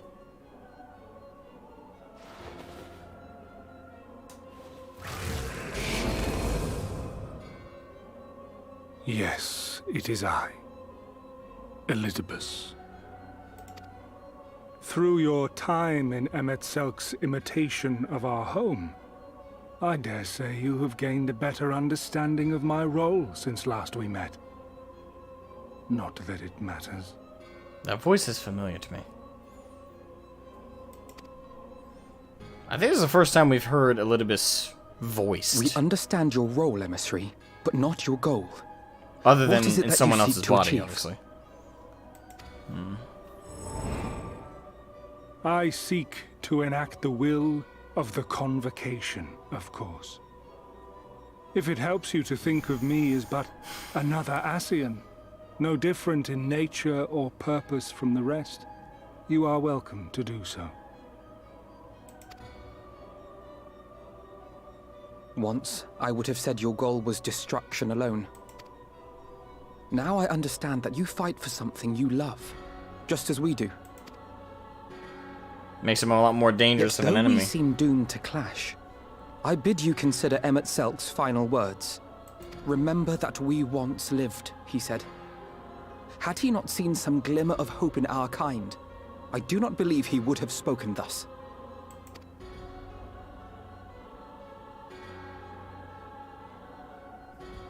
None better understood your plight than he. His words must surely be worthy of your consideration. We're gabbing at a blank wall. Emet-Selk. How very unlike you to err so gravely. That one should stray at the end of so onerous a path is understandable. But I had thought you above such weakness. Mayhap you thought the same. Would that I had been present to offer correction. But I shall do so now, as is my duty, and return all to its proper course. As for you, look at yourselves. Look at your history. Look back 100 short years to how your greatest warriors were undone. And now, at but a word from me, you raise your hands in answer like the puppets you are. Naught has changed. You fail, and you fail, and you learn nothing. Allow that which is most important to slip through your fumbling fingers like so many grains of sand, again and again and again, and you would remember us. You do forget yourselves.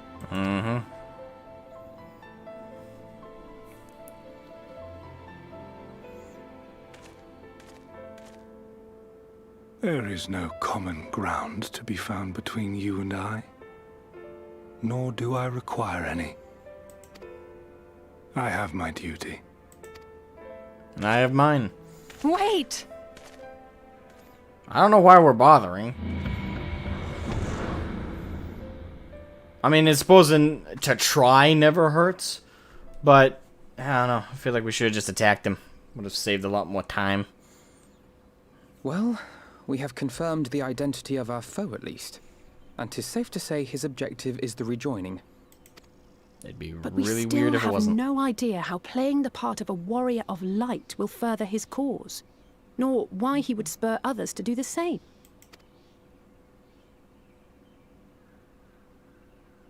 Another visit to the Tempest Exactly. may shed some light upon these mysteries.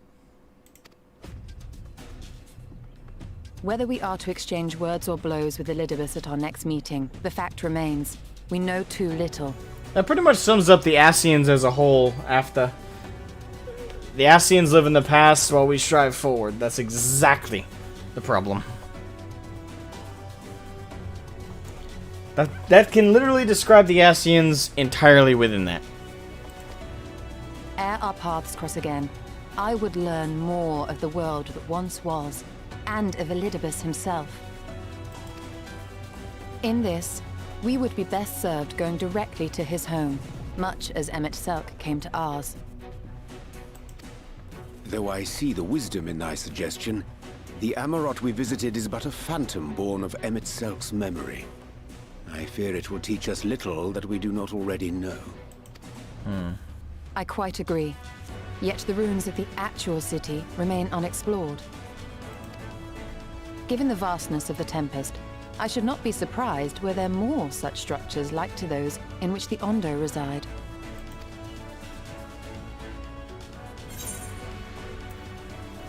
Yeah.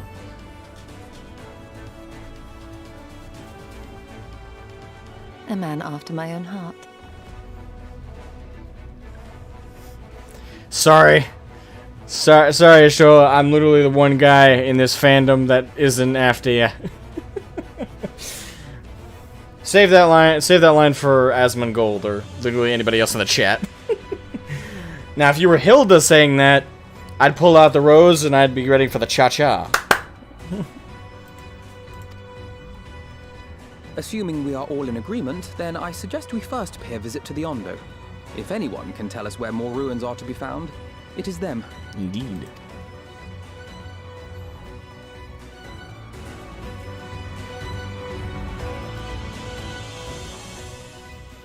Telly here.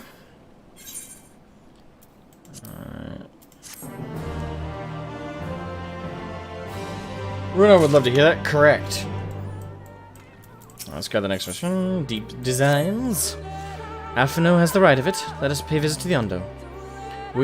We should speak with Tosh Ath first. As chieftain, he is doubtless privy to a great many of secrets. Ishgardians canonically don't shower. What? Are you sure you want Hilda that much?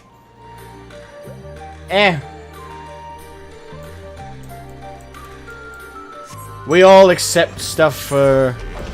We all accept each other's flaws, right?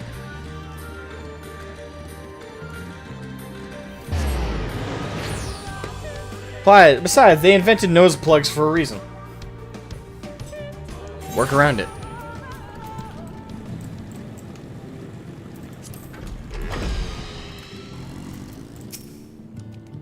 I have sent for no life in this ones.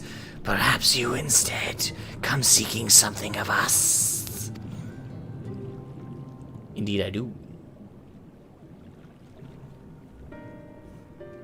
Hold on, real quick.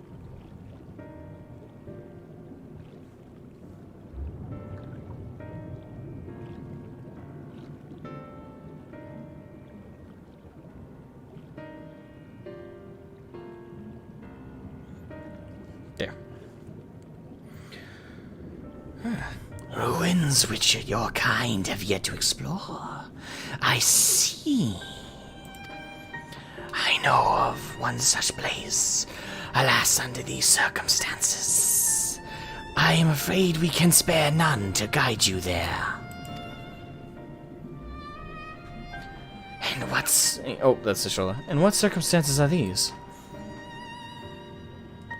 Rather than hunt for their own meals, the Benthos have pillaged our stores of Minri liver. They must be replenished with haste. The Benthos, a particularly violent tribe of Ondo, if I recall. A band of bottom feeders. We all lost much in the flood, but while others work to rebuild, they resort to thievery and murder. Revenge, they call it. When they prey upon your kind, but do not be fooled. They care not who they harm. Would that we had the warriors to challenge them. This is not the first time they have stolen from us. But there is no resource more precious than liver. All must dedicate themselves to the hunt. Unless, of course, we were to reclaim the livers for you. It seems a fitting payment for vital information, does it not?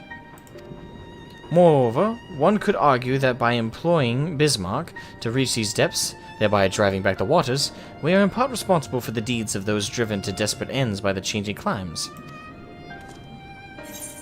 One good turn and all that.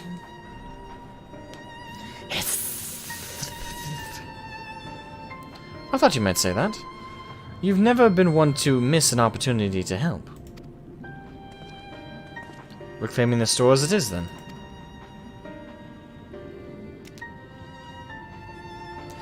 We would be grateful beyond words if you did. The Benthos have surely taken the livers back to the Flounder's floor, but be warned, there will be no shortage of guards waiting to spear intruders. Then we will have care not to draw their attention, shall we? Tally here! This dungeon coming up? Ah, we have a dungeon coming up. Damn.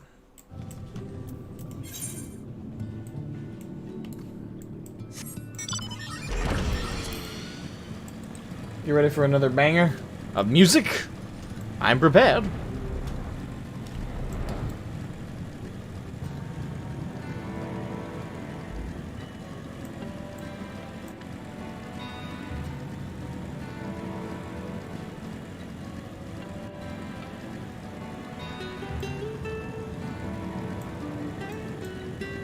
Driving, driving, and driving, driving, and driving, driving.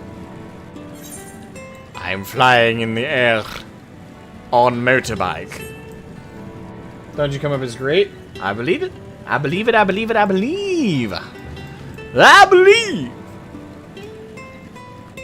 All right, where are we looking? Where are we looking?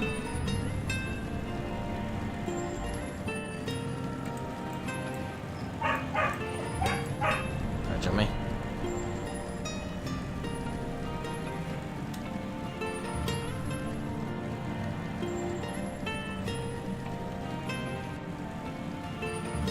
Ah, here we are.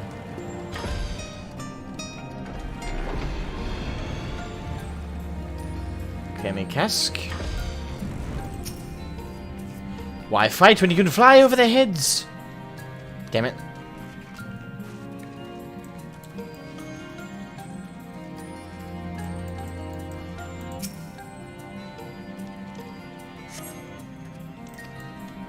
Damn it.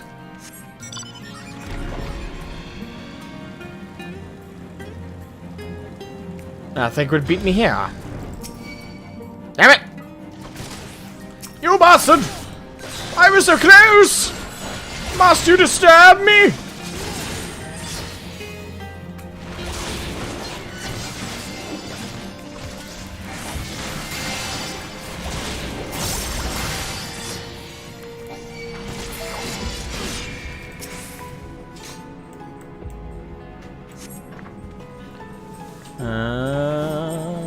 Damn. Eat. Ah, Jesus Christ. I can't hear with these things on. Thank you. Did you have to harass the chat? Yes. That's right. Take a look in. Don't you work at work? Yeah. That was on my lunch break. Hello, chat. My meal has arrived. And it's gonna go cold. Oh, yeah. Alright, 1 second. I'm gonna mute myself. Just while I eat so you guys don't have to hear the... Yeah, I'm sure that would be annoying. Work. And do this.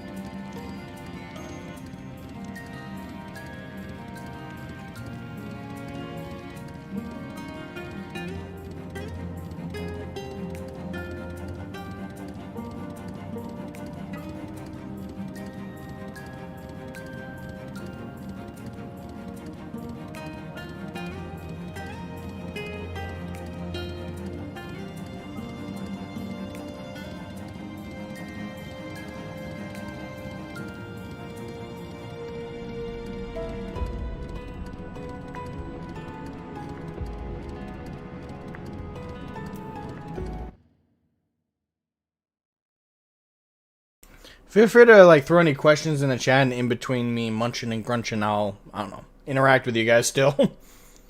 Don't want to completely lose the engagement, so feel free. I'll mute myself during bouts of chewing.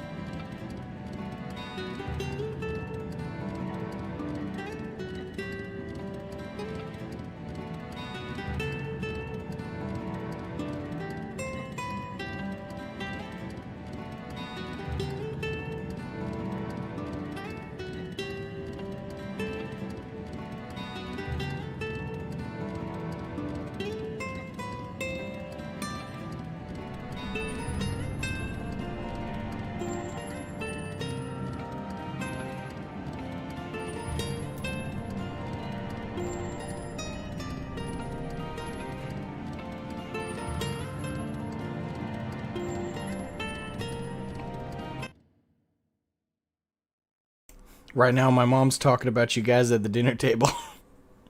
I can hear her. Download faster internet, indeed.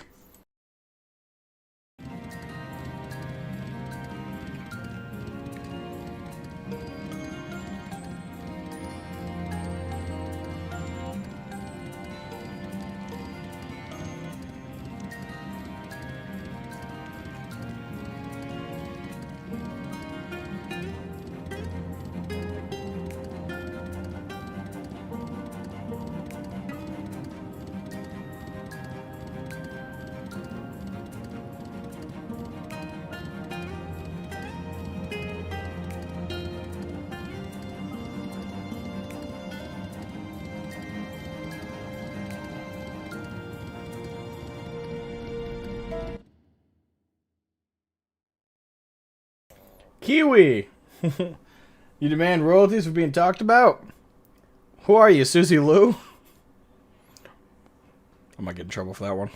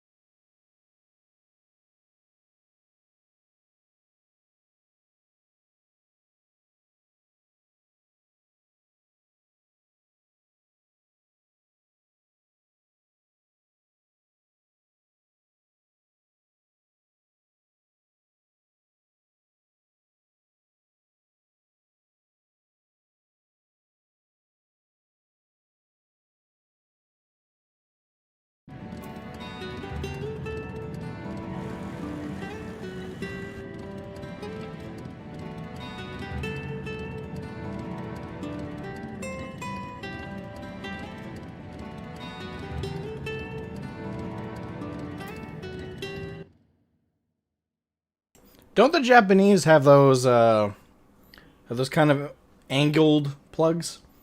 Not like what we have, which is two little prongs and then a third pole, kind of cylindrical.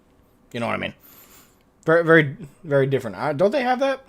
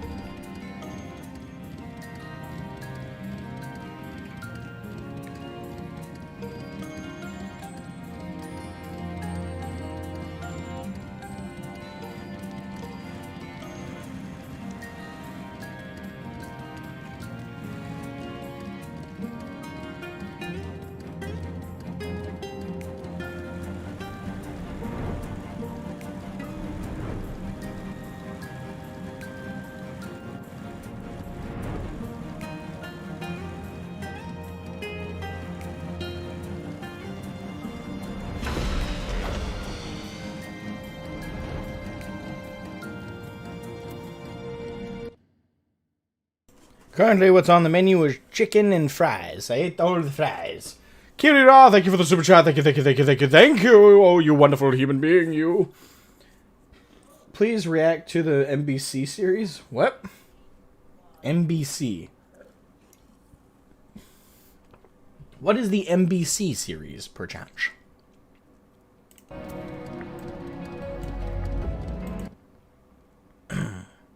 And the break is intended to be short. I'm trying to wolf this stuff down, but can't eat too fast. That's unhealthy. More gil for the cause. There's the alert.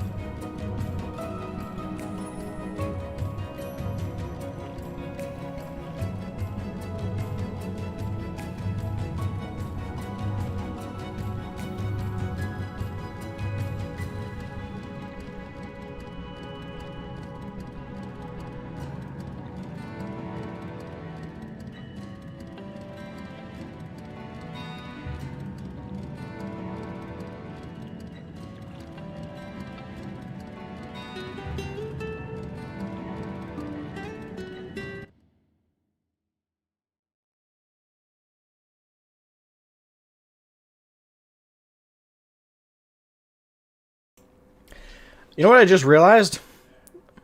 I've been recording.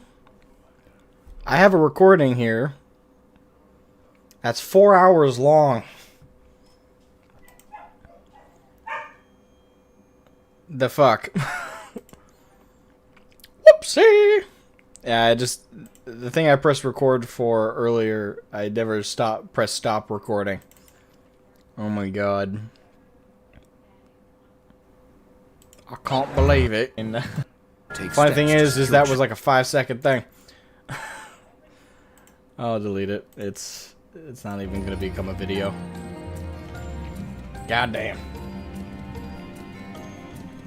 Hate those videos. Anything funny about them is completely overshadowed by how god's damned annoying they are. Alright, come on, easy there, Disillusion Dork. You don't want to become like Swiper. Don't turn into him. I only just muted him.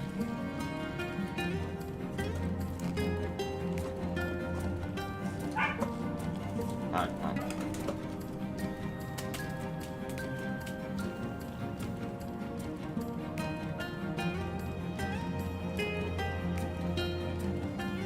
Excuse me. Alright, now. Back on track. Ladies and gentlemen.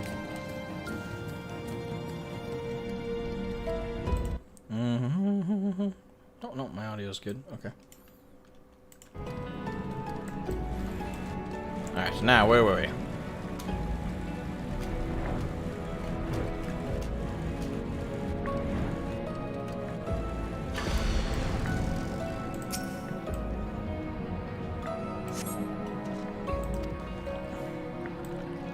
Okay, that's not it.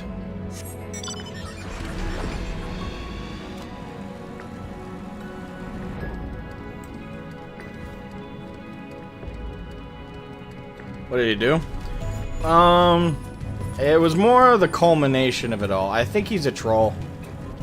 Because upon review of his behavior, he's been very standoffish, very arrogant, it came off to me like he was somebody that was intentionally trying to annoy and intentionally trying to be upsetting.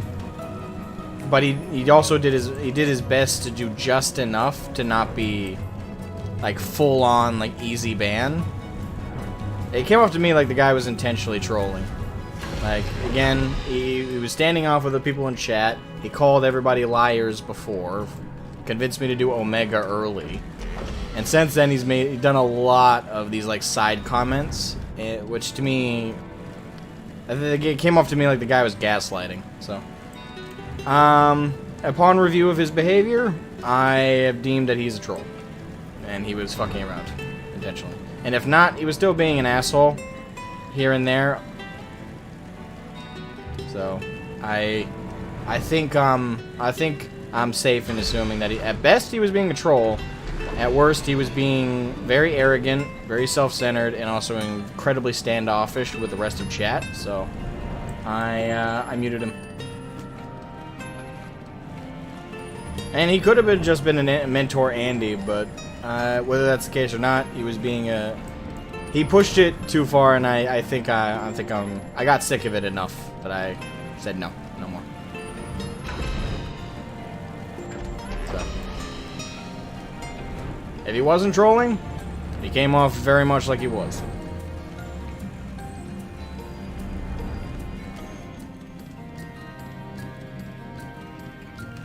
Did I know best? Yeah. He certainly came off like he thought he knew best. Let's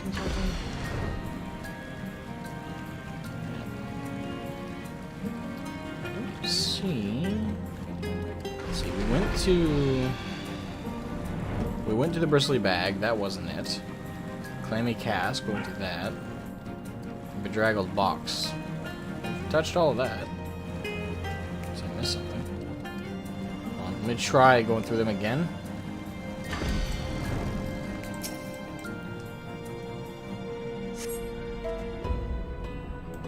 Yeah, that's oranges.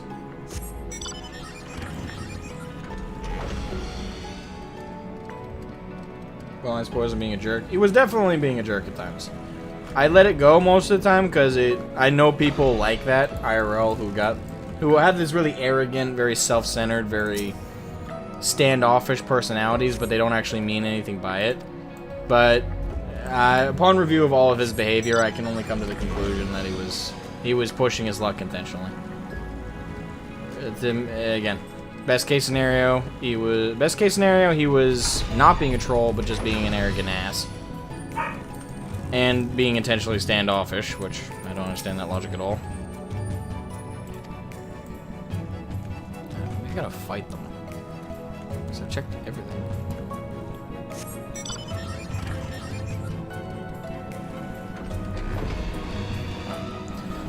Well, the case may be, hopefully, if he wasn't trolling, hopefully he'll find somebody else, some other streamer that he can get along with better that will, I guess, accept the intentionally standoffish and inflammatory behavior. I got sick of it, so.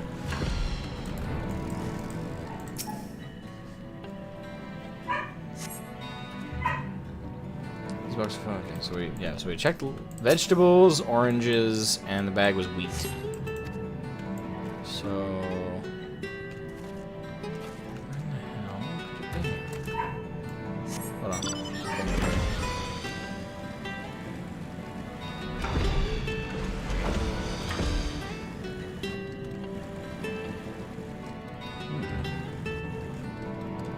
Shoe bill.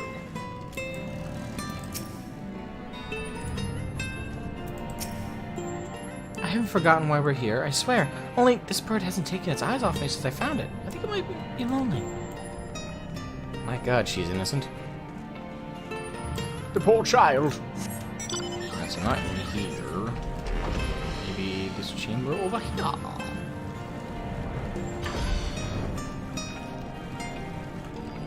Oh, hello. Bulbous bag. There we are.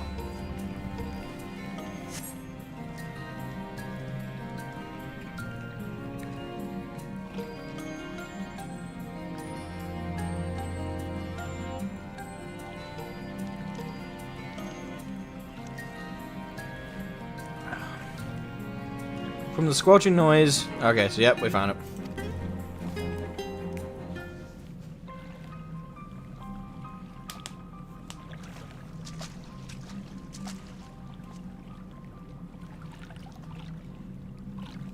Are those them? They appear to be. Perhaps you've deduced this already, but it seems the Benthos have been raiding collusion storehouses as well as those of the Ondo. Oranges, pumpkins, wheat. But we can discuss this after we see the livers safely back to Tos Arth. It wouldn't do to keep him in suspense.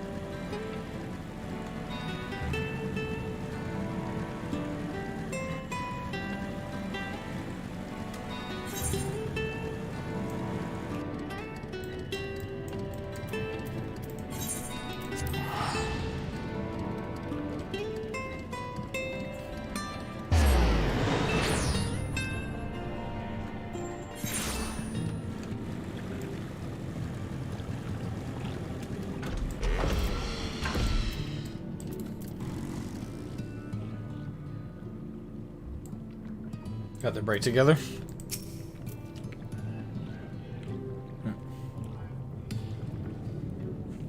I am relieved to see you unspeared. Alright, there's your livers.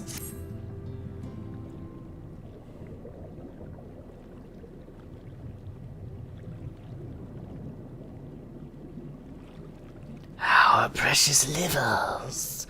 I knew you would not fail. We also found all manner of foodstuffs from Kalusia in the Flounder's floor. Tell me, Torsath, does that seem odd to you? It is brazen, to be sure. I'm reminded of rumors I've heard recently concerning a rash of thefts from collusion warehouses. The perpetrators enter the dead of night and are gone before anyone has realized what has happened. The Umorn army has been investigating, but thus far to no avail. Perhaps the reason they have struggled so is that their quarry is of the sea. The true question then is what we mean to do about it. Much as I would like to proceed to the ruins without further delay, we cannot allow the Benthos to carry on as they are. If I may, I believe that the ruins are in fact key to the Benthos plans. Is that so? These ruins, which lie deep within the illuminated land, are a recent discovery. We have seen signs that the Benthos are preparing to claim them with all haste. We could not fathom why, but in the light of the knowledge that they have been stockpiling resources, it is clear that their queen will soon give birth. They require space to raise their young, and food for both queen and hatchlings to thrive. Well, we can hardly fault them for that. Under normal circumstances, perhaps, but conditions of the Tempest are far from suitable for spawning. Its resources barely able to sustain our current population. There is only one reason they would disregard this. They seek to build an army and with it take revenge upon the Finless. It is not a surprise. They came to us not long ago, seeking allies for the cause. We rebuffed them, of course, and suffering of others will not serve as balm to their own. Their queen, however, desires only bloodshed and will gladly send her children to die in her stead. If they are planning to wage war, that changes matters considerably. Indeed. I doubt that this can be resolved without violence, but perhaps with a show of force we can convince them to see reason before the die is cast. I would rather not risk... Okay, so this is what leads to the dungeon. Gotcha. People in the attempt. If we travel to the illuminated land, is there a way we might identify the ruins ourselves? Yes. Once you reach its depths, go deeper still. You will see a monstrous structure there upon the sea floor. That you have come to us now is the will of the Ancient Ones. They have guided you here that you may drive out the usurpers, those we seek to use their magnificent creations with vile purpose. Gotta make myself lightheaded talking like that. I have no doubt they will show you the way forward. I'm afraid that the dead do not speak quite so clearly. Nevertheless, we shall try not to disappoint.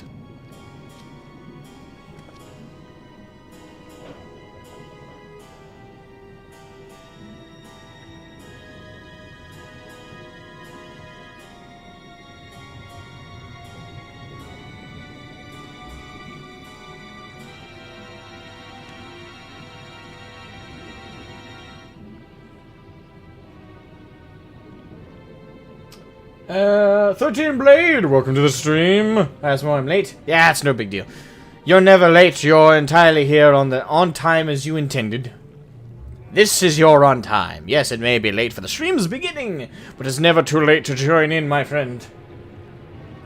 Dying Scholar, have you thought about making a Discord server? If you ever make one, I'd love to join. Yes, I have. I'm actually working on making one right now, but this would be the third server I own. So, making sure I design it correctly. But yes, I have considered making a Discord server.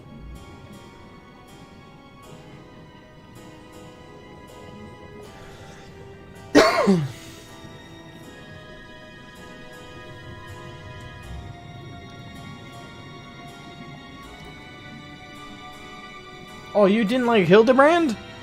Damn. I love the hell out of Hildebrand. That's where my voice comes from.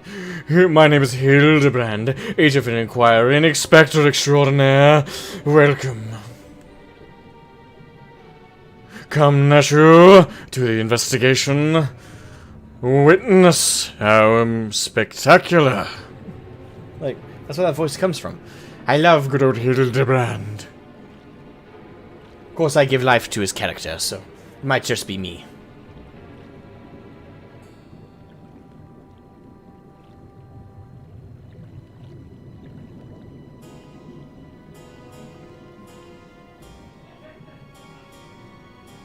This was going to be chaotic. That's an understatement.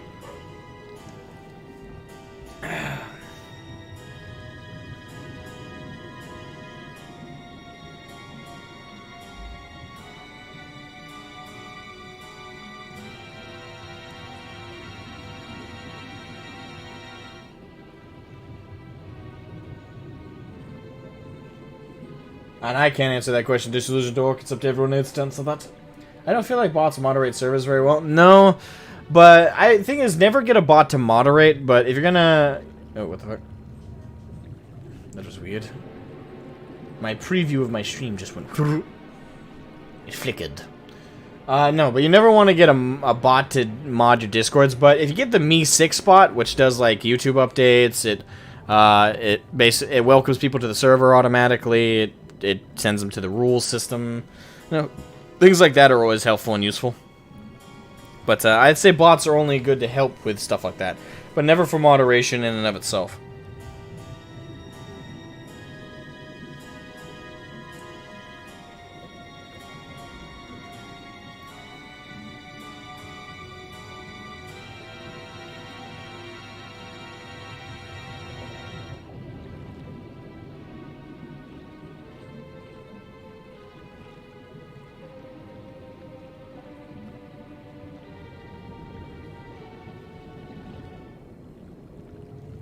Here's when Bebop.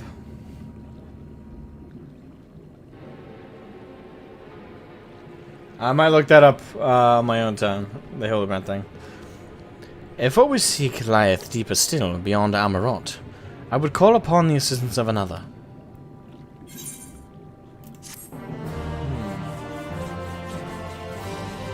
is why you get a good team of mods. Yeah, on my old server. Hold on, let me grab this and I'll talk about it. Though our course hath been decided, to pursue it must needs beseech the aid of a friend. I speak of Bismarck. Pray follow me to Sullen, that we might seek an audience with him once more. Yes, indeed. So yeah, on my currently existing server, which is now a legacy server, I guess, of sorts. Right now, it's kind of in flux right now. I mean, some recent updates have made it much harder to get along with things. I used to have... right now I have one amazing mod. She's super nice, super forgiving, very easy on people, doesn't like to push the envelope too much. But on the old server with my friends, from when I did the 40k days, you know, I still go in there, so on there as regularly as I can be. Just lately I haven't been able to. Because when I'm awake, I'm either working on videos or streaming. So, unfortunately, can't stop in too much. I do try and get in as often as I can, but it's very hard lately. But yeah, and actually, what's kind of made it harder is 2 members of my community left the server recently, and it's not a very big community. You know, when I did 40k stuff, my channel was probably at its peak was barely at 3,000 subs. So, you know, my 40k days weren't exactly, like, major on audience numbers. Not that that's important to me. But because the audience was smaller, every single person on that Discord I got to know very personally. A lot of us are now friends. Very much so friends. A lot of them I wouldn't say are fans anymore of the channel. They don't really care what content I do anymore. But they are fans of, you know, Warglaive, for example, though that's on hiatus right now because of finances. But yeah, they're a group of close friends, and so when 2 of them left recently, I'm not gonna lie, I was really downtrodden by that. It really hurt to see them leave, because one of them is one of my closest confidants lately, like one of my closest friends, and when he left, it just He was one of my mods too, but he stopped being a mod forever ago. But on top of quitting being a mod and leaving the server, it hurt. It hurt a little bit. I'm not gonna lie. I mean, I'm not saying like he abandoned me or anything. It's not like we're not friends anymore on the on Discord as a whole. It stung a little bit because I you know, kind of racked my brain like, what did I do wrong? Did I push the rules too hard on people? Was I unfair? I don't know. I don't know. If I do another Discord dedicated for you guys, I'm probably going to... not that I won't socialize with you guys, but I think what I'm going to do is just to avoid that same, I guess, personal touch to it. I probably won't... I don't know. If I made a Discord and I didn't interact with you guys all that much there or on too personal of a level, I don't know. Maybe that would defeat the purpose of it, of a Discord server for the community. I'm just not sure. It did hurt to... I just don't want to go through that again, of watching friends just leave. I'm not trying to be a drama queen about it or anything. It's just... It's just, you know, probably part of my anxiety. I'm just... I don't know.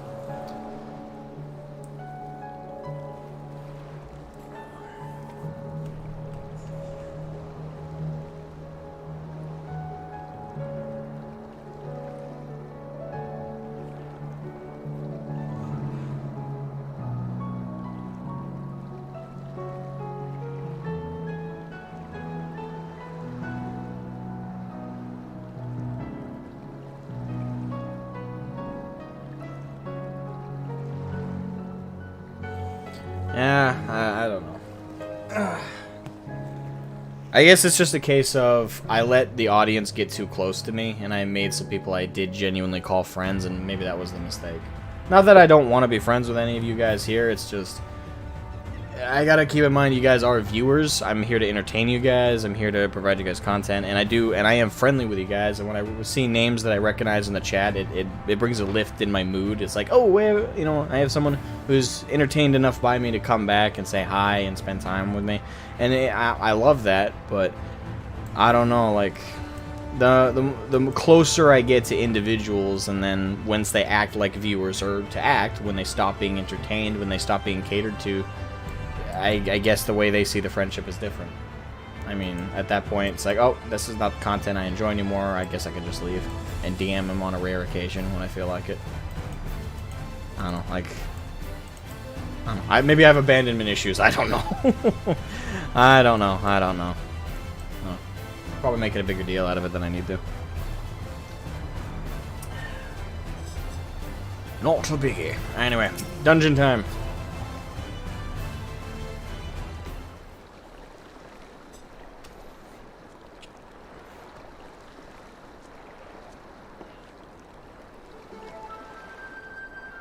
From here we press for Onward to the Isle of Ken. I myself shall proceed on foot.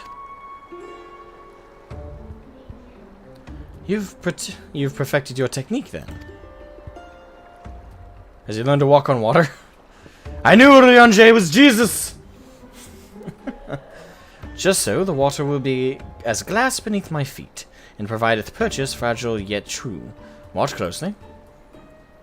I swear to God if he falls in. Oh, I certainly shall. Oh, don't be mean, Shola. Forgive me, but would it not be easier to perfect your swimming technique? Aye, 'twould be a pity if you drowned, truly. Oh, hush! I'm sure he'll be brilliant. Or it'll be brilliant.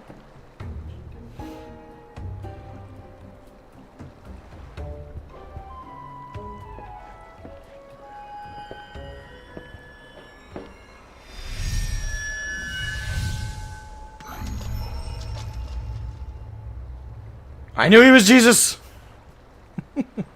He's done it! Incredible!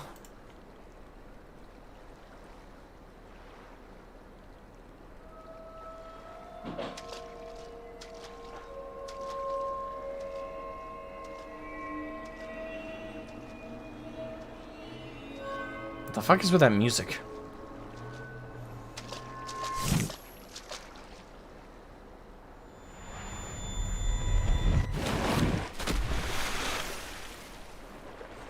Anjay! For the love of...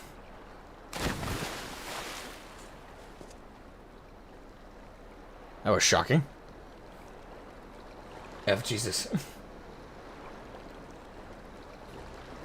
Mine apologies. The technique requires the purest of focus, and mine twas lacking. To perfect this magic, I went so far as to deal with the Fwath, and with their aid mine efforts finally met with success, albeit on a single occasion.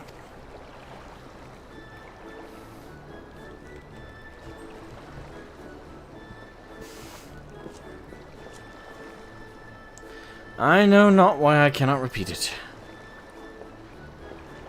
I thought I saw you waver a bit toward the end there. Perhaps you're simply tired?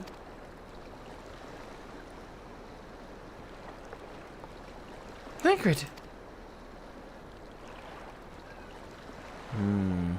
It's their ether, I think. It's nothing to worry about. Only on a dizzy spell. Though it may be wise to go for another swim just now. Not go on a swim just now. Okay. Thankfully, we have an alternative.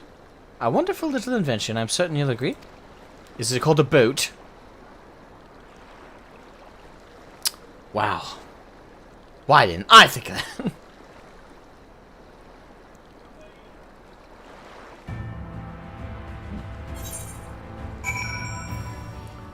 Huzzah! Victory is mine! Oh, we're here. See Fry! Welcome, my friend. That was really loud. I didn't intend to welcome you so loudly. I'm now going to call Urianjay Discount Jesus.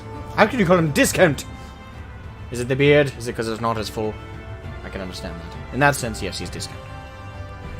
But in quality of what the word just slipped out of my brain. Oratory speaker. He is unmatched. I would actually love to see a debate between the usual movie depictions of Jesus and Urianjay. Just the eloquence of the speaks. Just like, damn. I don't understand half this shit. He sang. Well, I guess in that sense he's also just kind of just, he failed.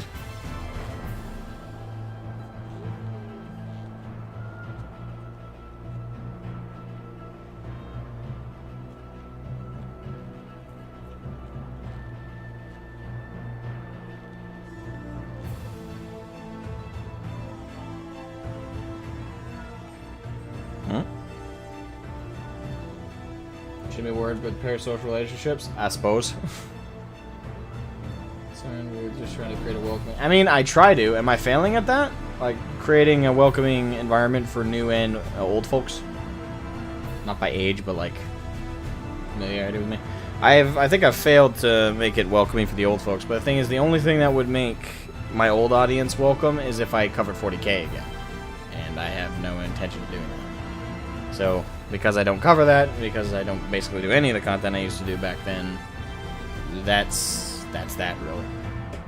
And I'm always happy to see them when they slip into chat, and it's always great to see them, and I'm still friends with them, and I still talk to them. It's just, again, it's the only thing that would welcome them back, or that they would be welcomed by, is 40k content coming back. And I don't intend to do that. So, it's an unfortunate standstill.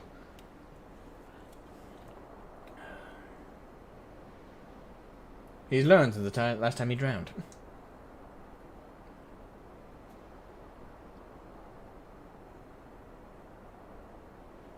Don't deal with the Fwath. Exactly. You don't want to do that. It's like, hey, I want to deal with the people who like to drown others for fun. Something tells me that's a bad idea. Sinks like a boulder. In the business, we call this foreshadowing. You're one of the few people I can actually watch live at night because of my odd work hours. I appreciate your streams and love seeing you play. If you're still going when I'm home, I'll be active. Well, I'm glad to hear it. I suppose I'll see you, hopefully, when you make your way home. Travel safely. Thank. Leon J versus Phoenix Wright. Objection! Oh, I know. Am I thinking of the right character? Yeah, I am. Am I? I'd say you're doing a fantastic job. Thank God. I was going to say, don't say anything about my age, youngin'. I wouldn't dare. And as it is, I may be physically young, but my spirit is as old as time itself. Fun fact, one reason I was so dedicated to WoW for so long is World of Warcraft was more than a game for me for a long time. I'm not even exaggerating when I say that my dad taught me how to read using World of Warcraft. Keep in mind, he sat me down in front of a computer to play Warcraft 3 when I was 5, taught me that game, and we played that together. And then when I was 6, he sat me down in front of his computer to play World of Warcraft, back during vanilla. And I couldn't read the quest text. I couldn't read at all. I couldn't, like, I was a 6-year-old little kid. I was in 1st grade. But he sat there with me and literally read me the quest text. Like, I unironically have a good reading level and surpassed my fellows in school because of World of Warcraft. Not to mention, it was a bonding exercise between me and my dad. We didn't have a lot we got to do together. So, that's a little bit of background about old Asmo. Is for me, like, it's also kind of, I'm kind of trying to excuse a little bit, like a few streams ago when I cried over remembering what WoW used to be. Yeah, that hopefully that helps understand, like, the level of, like, emotional attachment to the game. It's more than just, when it comes to WoW, it was more than just, it was a really good game that I played a lot. It was a game that was there for me, that helped me to learn how to read better. It helped me with math. Right? In a way, it helped me with social skills because I had to talk to people. It was a bonding experience with my dad. It was a bonding experience with my sister and my mom at one point. So, yeah, for my dad literally would sit there for hours, and I would say, "What's that word?" And he would say, "Well, sound it out. What's that word makes this sound? This word makes this sound. Okay, so let's put it all together. What's it say?" And then I'd ask him the meaning, and he would literally pull up a dictionary, or he would simply just tell me what it means if it was a more simple word. And that was a big part of, like, my upbringing, weirdly enough, was my dad's a very smart person. He's not super social, he's kind of an introvert himself, but he's very smart, and he knew how to help me learn to read and how to help me do numbers. He knew that the homework papers and all that stuff was not how I like to learn. So he decided to sit me down and make sure I didn't realize I was learning. Looking back now, I know I was learning. But at the time, my dad was showing me a game. He showed me how to play something. This wasn't school, this was fun. Kind of a genius when you think about it. It worked, though. My reading level went up significantly around that time, and yeah. So, yeah, just kind of explaining a little bit the emotional reaction I had was not just because it's a game I played for a long time and that I really like. In many ways, WoW was like a defining game of my life. Like, very much so. So, just a little bit of random trivia for you, I guess. I guess in a way, I'm still kind of glad to be free of it, though. It's kind of like having, it's kind of like trying to ride an old trike you had when you were a kid. Kind of big for it now. It's time to move on. And the trike is all rusted. It's all covered in moss. No, it's not what it used to be.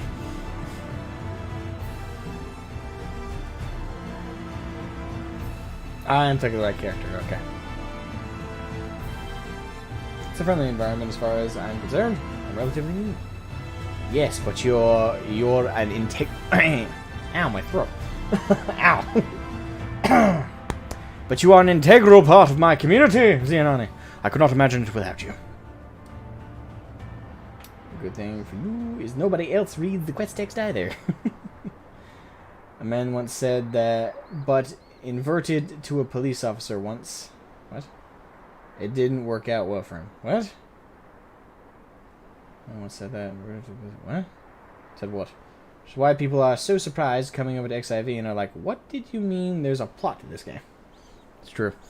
That's one of the most wholesome of WoW stories. Yeah, it has nothing. It has nothing to do with the actual inside the game. It was mostly what my dad did in the background. The time WoW came, I was pulling my hair out because of finals. In college or in high school, or will that reveal your age too much? Playing WoW taught me how to type very quickly. I still can't type very quickly. WoW be damned. I'm still rather slow. It's like, ugh! I try my best, but I don't know. I'll never be a fast typer.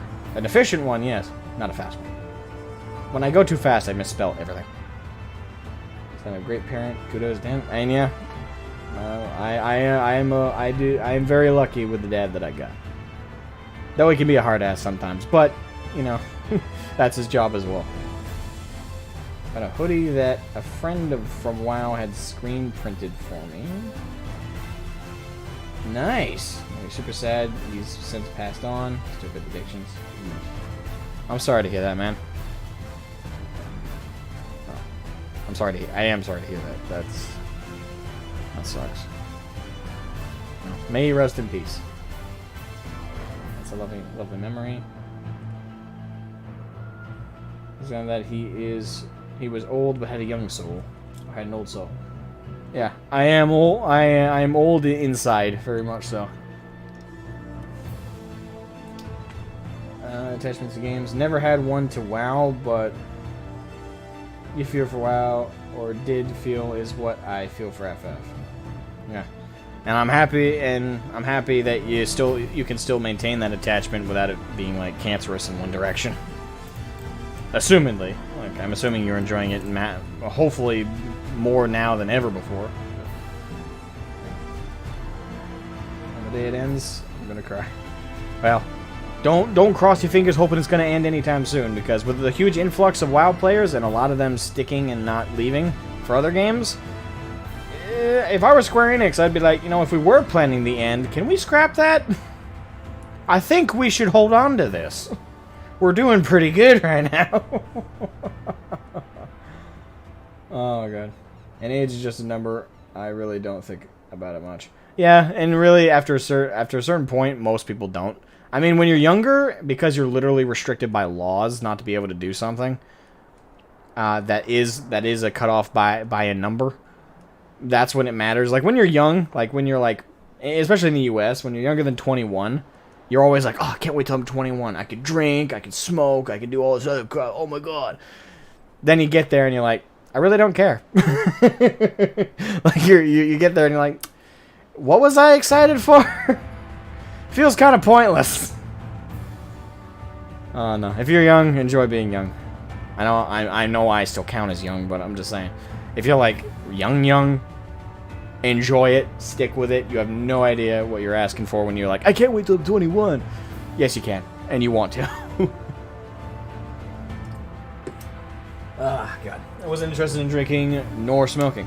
I wasn't interested in smoking. I wasn't interested in drinking. Not anymore. Like, I very rarely drink. I do drink, but not at all regularly, and I never drink the drunkenness at this point. I think, ironically, I drank more in high school when I wasn't allowed to than I do now. And I solely did it because I was a rebellious teenager. Now, I'm like, why did I do that? That's stupid. Kind of pointless. Anyway. Let me stretch out my old bones. My aging visage needs stretching. Oh, God. Alright. The Whale's Tale. I will petition Bismarck's aid on our behalf. Let us pray my diplomacy proveth more effective than mine experimental magics.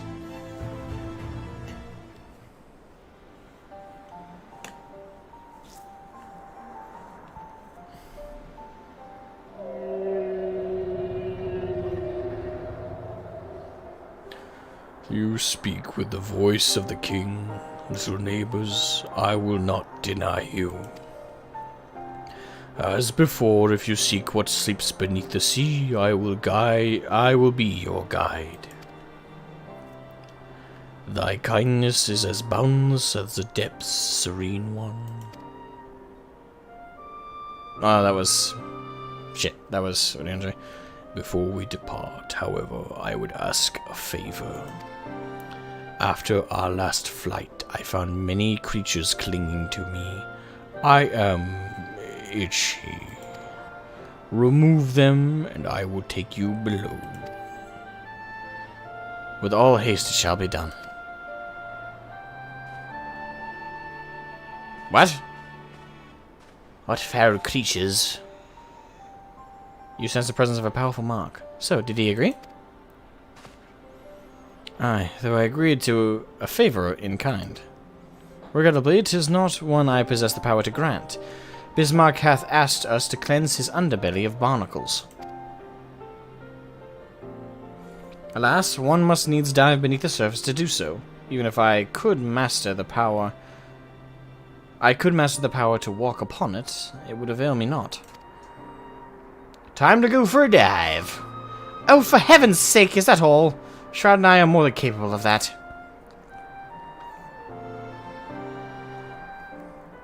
With the coaching's blessing, we'll have done with it in moments. And better that than standing here and listening to this nonsense. I'll take the right... Gee, she's losing her shit. Now go. Yes, ma'am. Don't kill me. Spared no expense.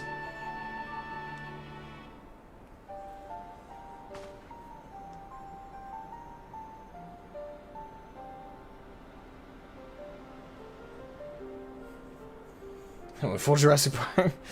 I wonder if that was intentional. We will spare no expense. Yoshida-san! Was that a quote from Jurassic... Shh. I'm in your debt.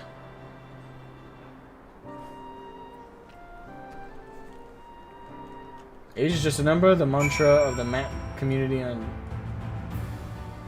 Oh, really, dude? Please don't bring that up. Is that really necessary?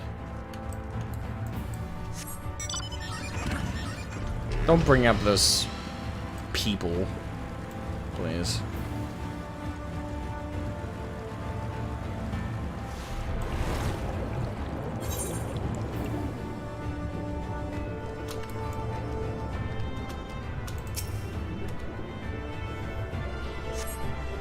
Another reason I'm not on Twitter. One of many. Do a good deal of prying or saying it was barnacle, there we go.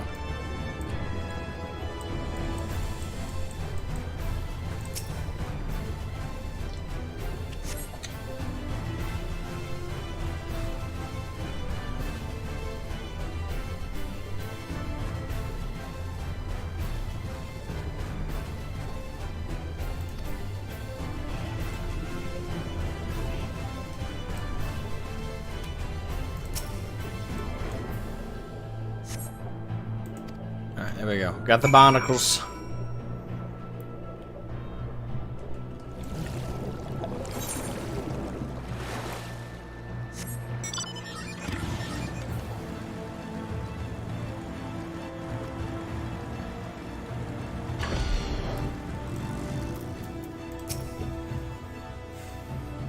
Thine efforts are most sincerely appreciated. I will inform Bismarck that we may depart without further delay. Goody goody.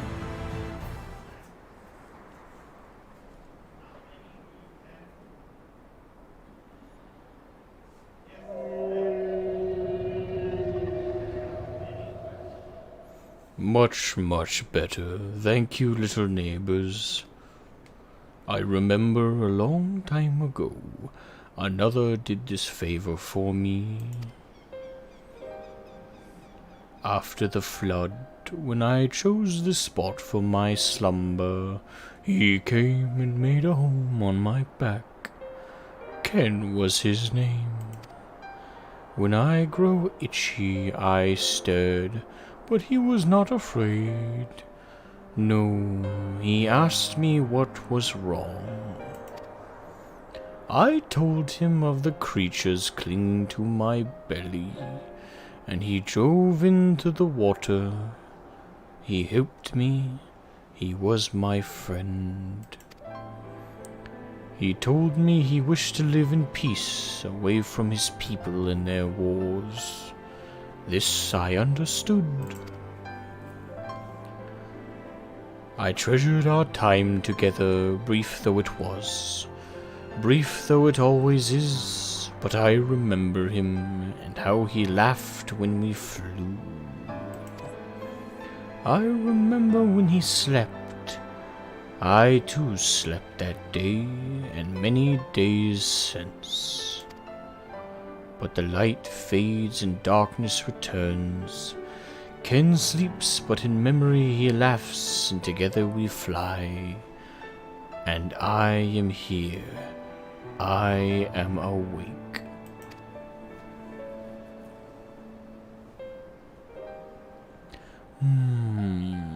It feels good to speak and to be heard again. A shame others cannot understand me.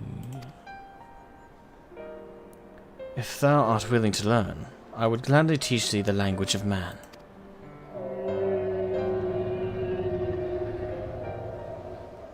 Thank you, little friend, but it is time I grant you your request. But first I will take flight to cleanse my body and prepare. The dive will be swift, and I would not have you stuck by errant debris.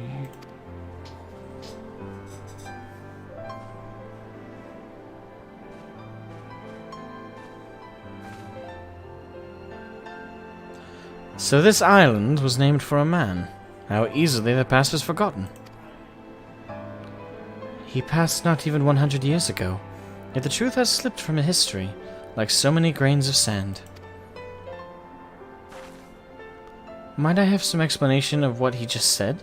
Or shall we all stand about making vague and mysterious allusions?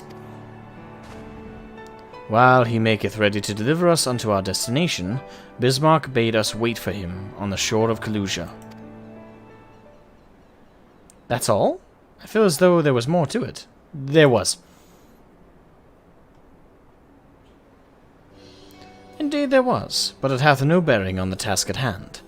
I should be glad to share the rest with you anon. Fine, later then. Honestly, I love all the voices you're doing. It's amazing and so much fun. I mean, I try. Like, I'm no voice actor, but I have fun with it. If Bismarck requires time to prepare, might I suggest a short respite, for Urianger and Thancred in particular? I require no such thing. I am the picture of perfect health. Mine was but a momentary lapse in concentration, were it not on my account. You mustn't push yourself so. Please, rest. For me? You gonna say no there, Thancred? Eh? Eh? Oh, alright, if you insist.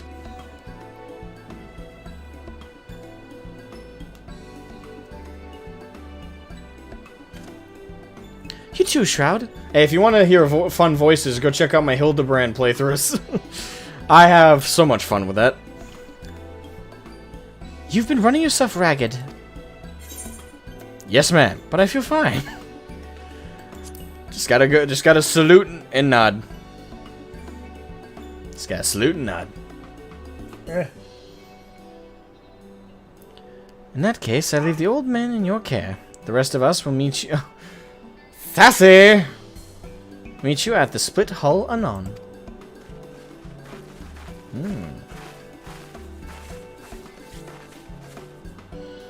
Word of advice, never let it show.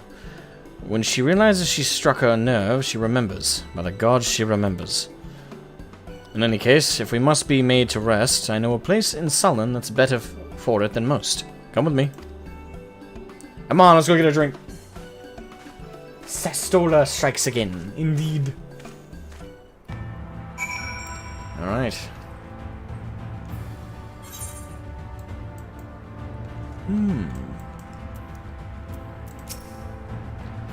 May as well have a seat. We wouldn't want our elderly knees to give out. I love how I'm part of the old crowd. Actually, how old is our character supposed to be canonically? Or is that not even a factor?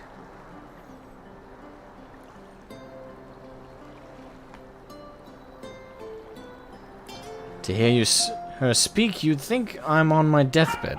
At the 12, I wish that girl wouldn't worry so much. Thy countenance belies thy words, Master Thancred. I'm sure I don't know what you mean. Let the record show that I am here under protest. Though I can't say I mind the view.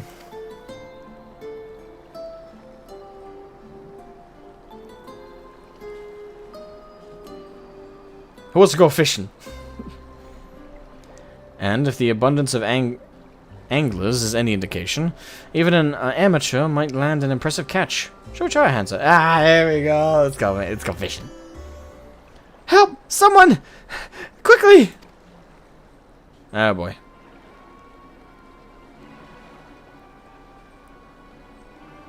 It's Nightshade!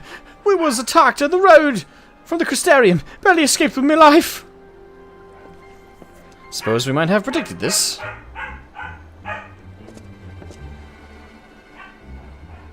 What? Rest and relaxation? What's that?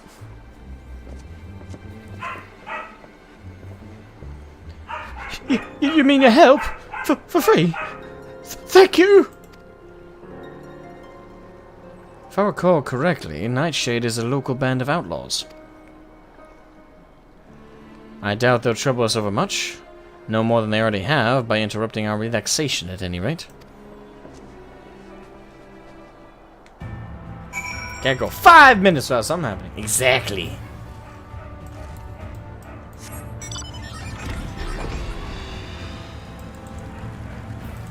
Wait a minute.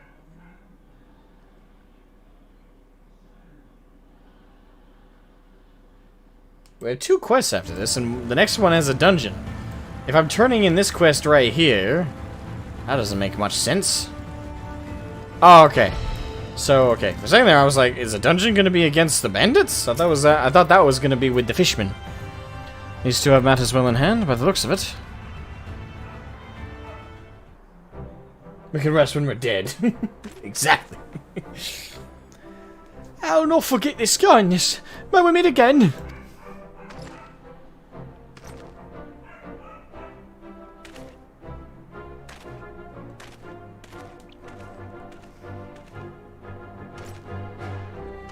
Is that you, sir? Don't tell me we just deprived that poor fellow of the honor of being rescued by the Warrior of Darkness. We had no idea you were in the area. Fancy us meeting again so soon, eh? Why, I believe I even recognize your companion. Yes, from the infirmary. You had a message from the Crystal Exarch, did you not? It's good to see you back on your feet, and on patrol, no less. Oh, it's nothing as official as all that. Strictly speaking, we're off duty. But as we had a free moment, we thought we'd give a few of the less traveled roads a look. The guard doesn't have enough hands to patrol them regularly, you see. That's honorable. There are few so devoted to their duty, in Lakeland or beyond.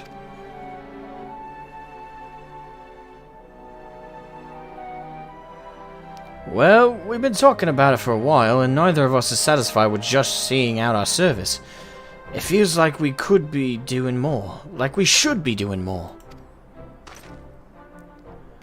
It's all about having the will to help your fellow man, and the resolve to see it through. Remember you. You excitable. The excitable one.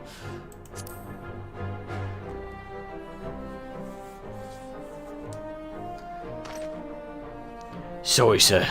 I got a bit overexcited the other day. Couldn't get my words out. The name's Vonard, sir. I'm with the guard.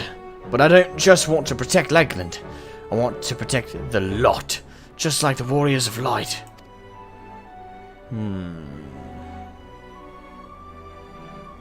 Sadly, our duties prevent us from venturing too far from our own little corner of Novarant. What we'd really like to do is travel, to better ourselves, to go where the need is greatest. But everyone has to start somewhere, don't they? For now, if we can stop Nightshade from robbing the odd fisherman, then that's what we'll do. Honorable service to you both. I'm sensing that whole Warrior of Light thing is something to do with Elidibus's plan. Well, well. Future heroes of the First, don't you think?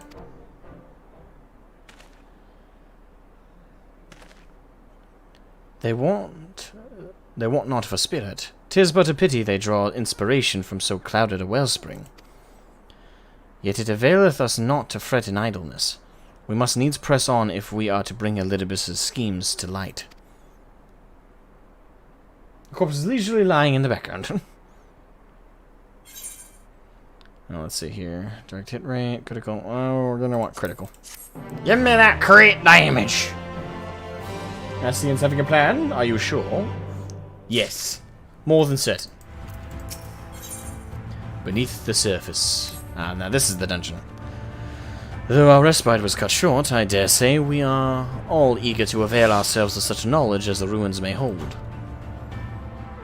Aye, and I doubt further contemplation of Elidibus's machinations will be conducive to relaxation. We may as well make for the split hull now. Indeed. Is this 5.2 or 3? This is 5.2, Shroomy. Also, welcome to the stream, Shroomy. I hope you're doing fantastic today. Yes. We're on the second to last quest before the end of 5.2. We're on Beneath the Surface, and the final quest of 5.2 is Echoes of the Fallen Star. Apparently. I don't know what that means. But this one has a dungeon attached to it, so let's get underway, shall we? Wait, am I going the right direction? Sort of.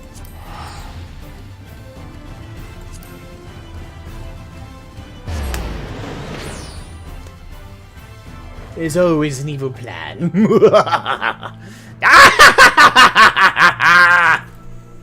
My evil schemes are coming to fruition.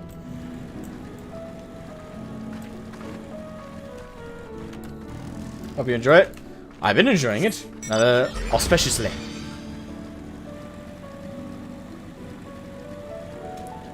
Alright. To the dungeon. It's all foggy. Why is it gotta be so foggy?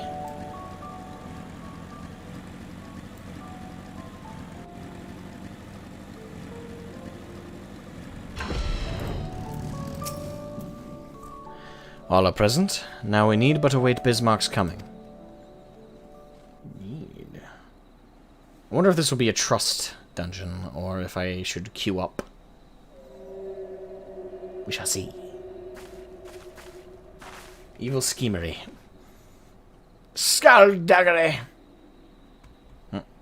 'Tis time. Pray, make ready.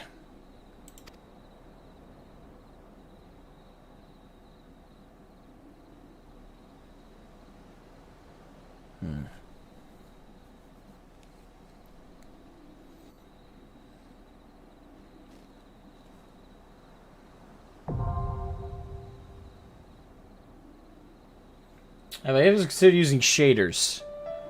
No. Because I don't know how to implement them, and I'm lazy.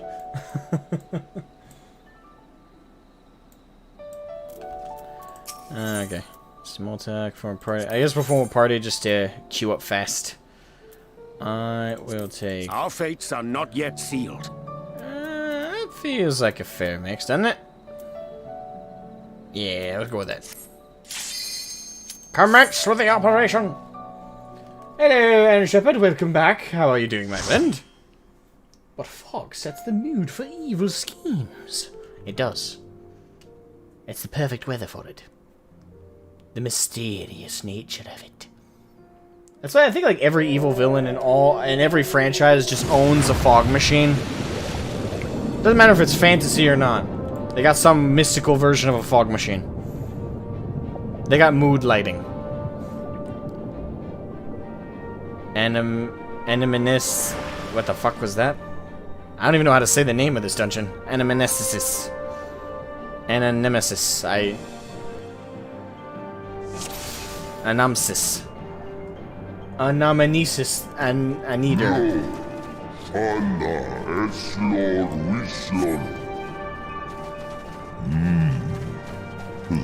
To the depths. Mayhaps 'twas Bismarck with whom ought to be a bargain. Of course my damn tank stance got turned off. Why would it not be?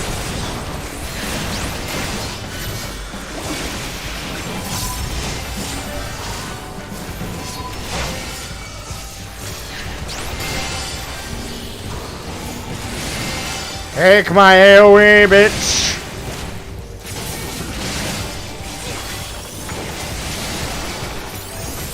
You underestimate me!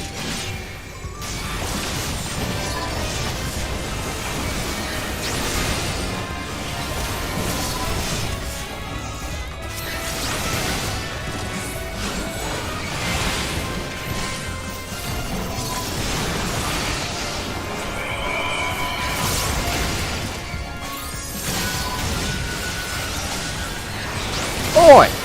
Who invited you to the party there, Trench Flabbo?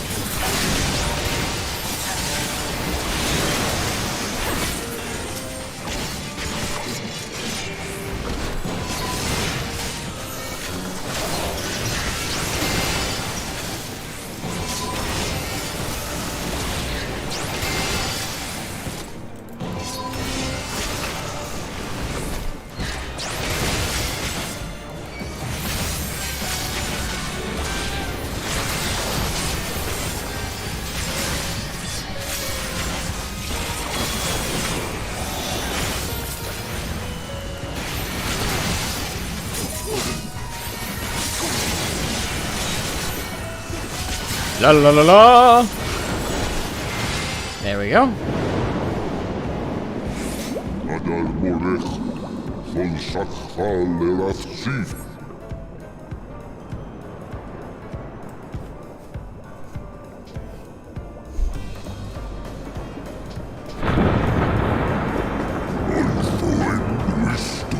The walls fall, we must hurry!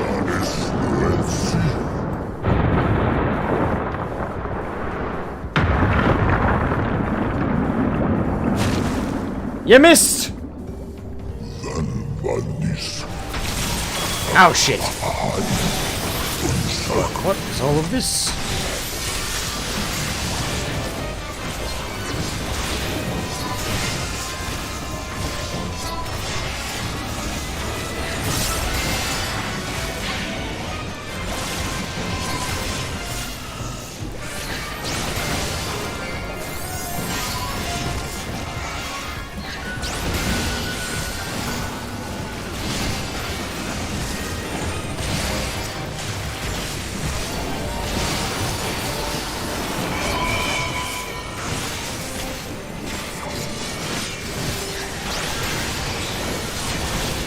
Come on, baby. Time to go down. Trench Dragonite. There we go.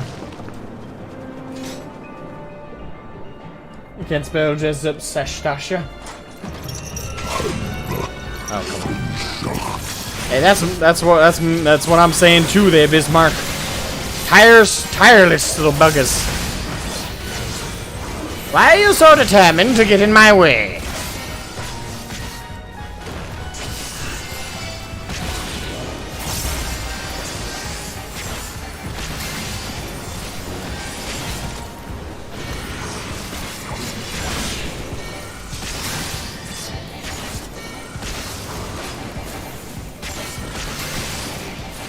You missed.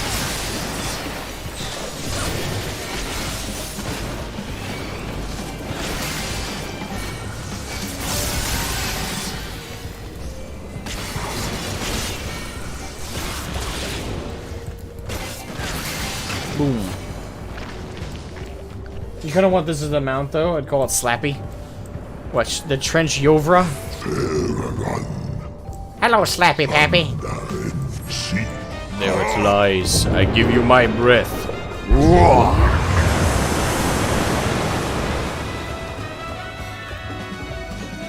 Woo!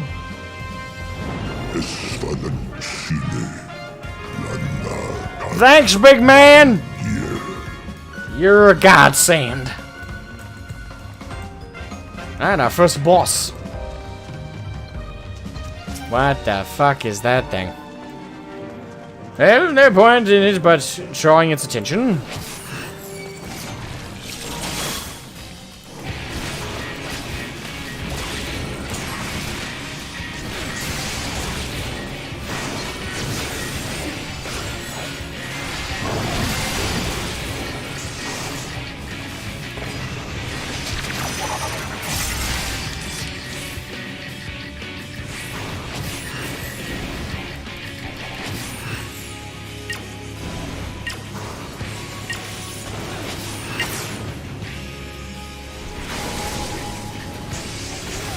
The fuck was that?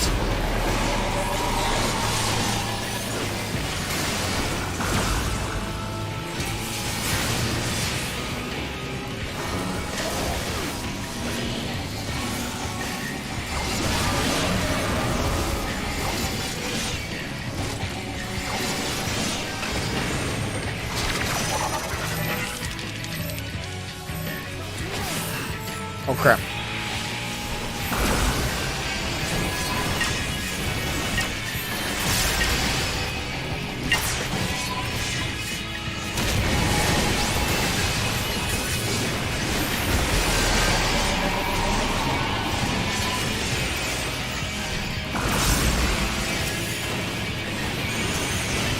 Together we shall overcome this.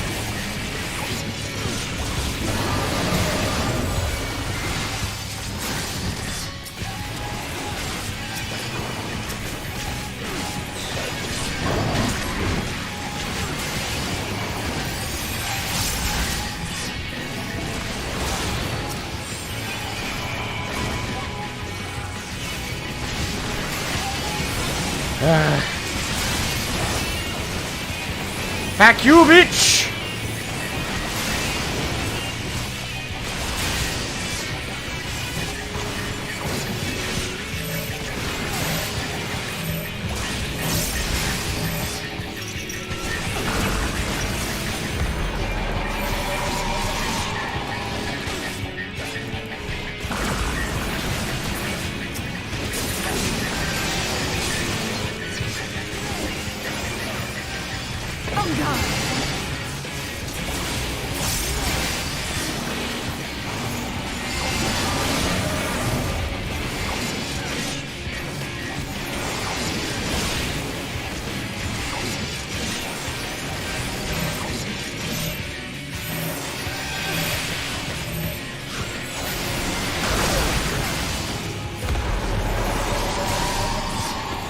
Hey man, go down, you fat fuck.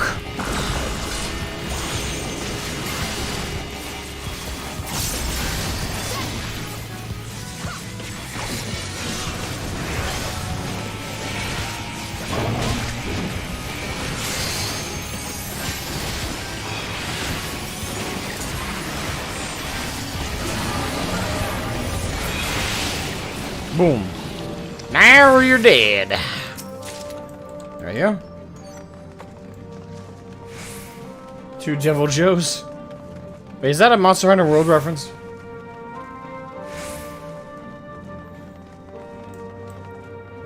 Follow closely behind, my friends.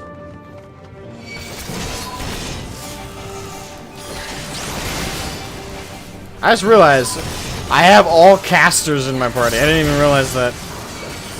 Might have been a bad idea.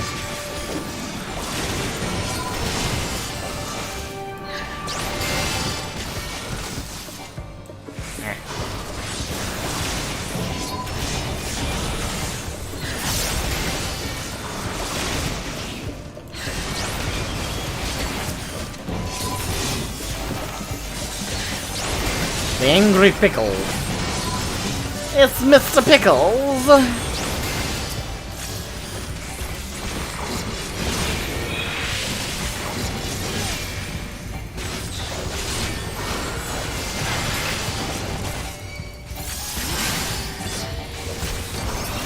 There we go.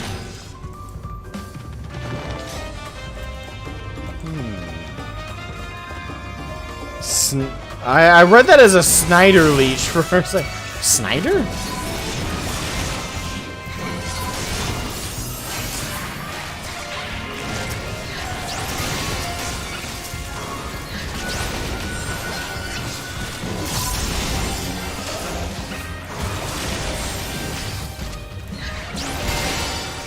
Ammo, maybe. I'm dead.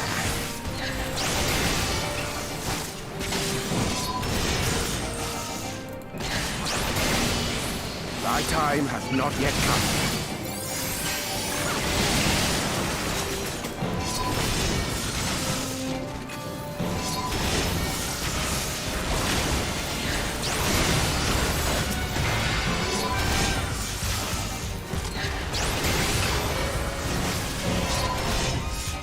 Ammo.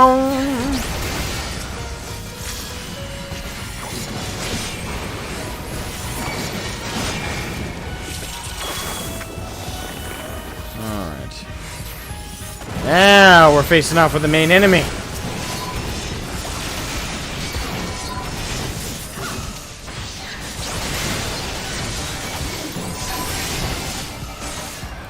She turned into a pickle.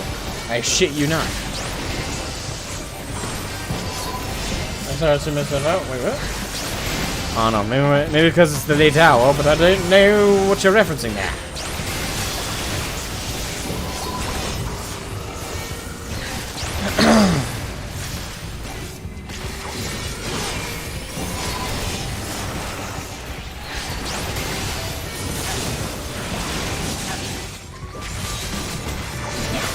And boom. Down for the count.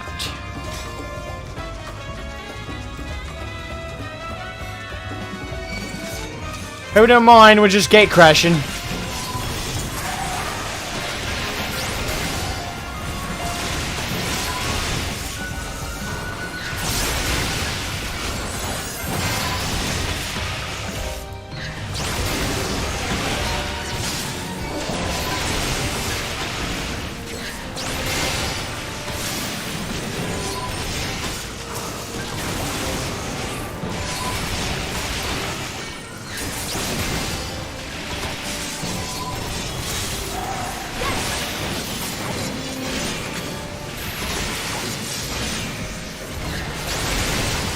Ah.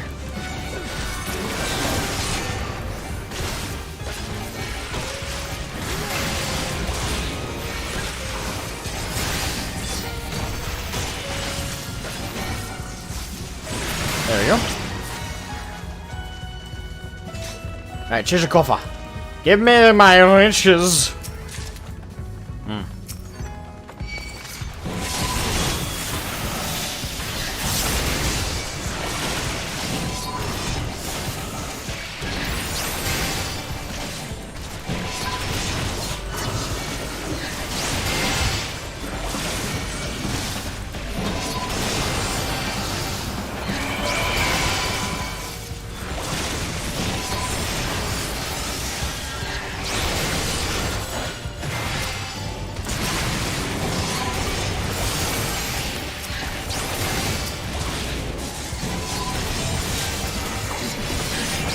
Together we shall overcome this. Nah, you're fine. If bad jokes were reason enough to send someone out, I'd be gone twice over. If not way more than that.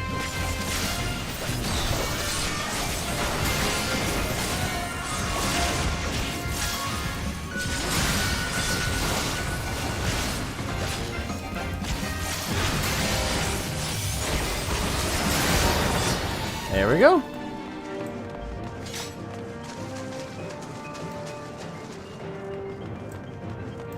Alright. Next boss.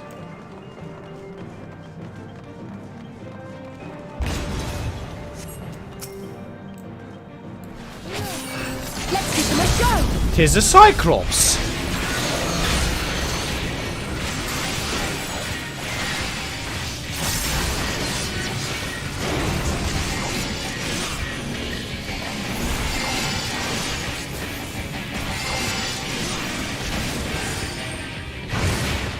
Ow.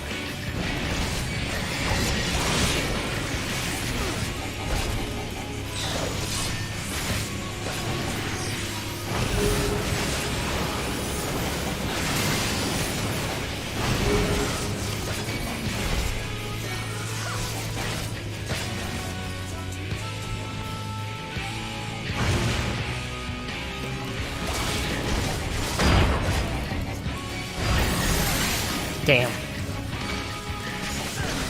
Okay, now I get it.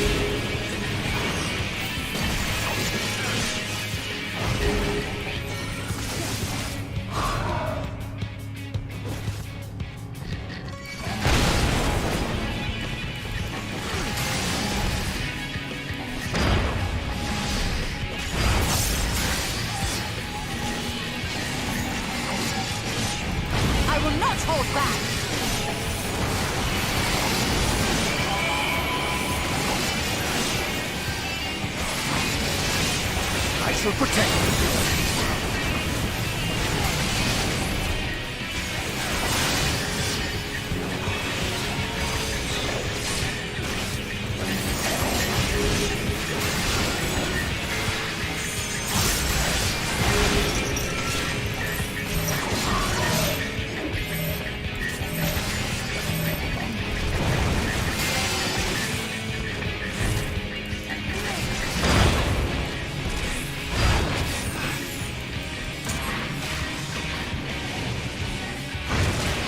Damn it.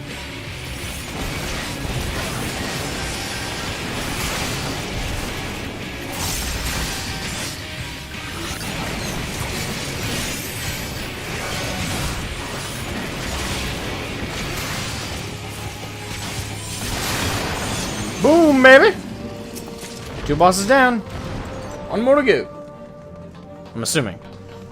Arrive at Neosis. I think we've done that, have we not?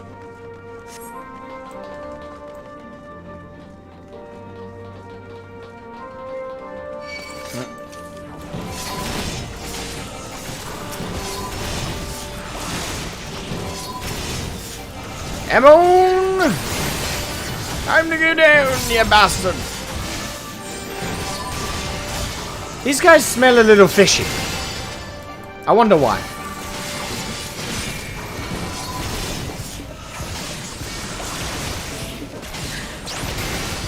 Be gone!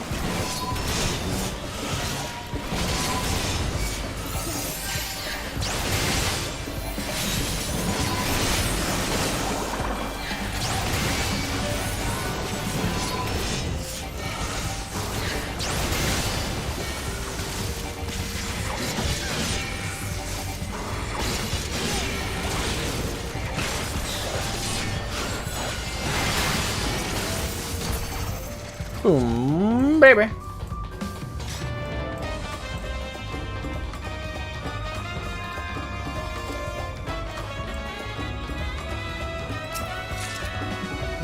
Oh, we got a materia.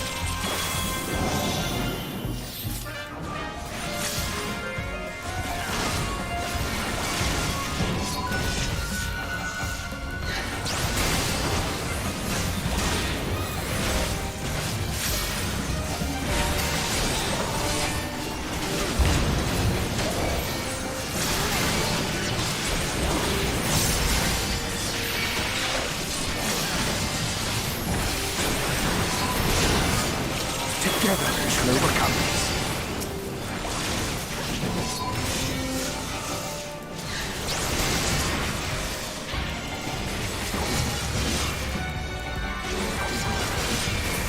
Alright. I love the jazz theme with the music here. 5, 6, 7, 8.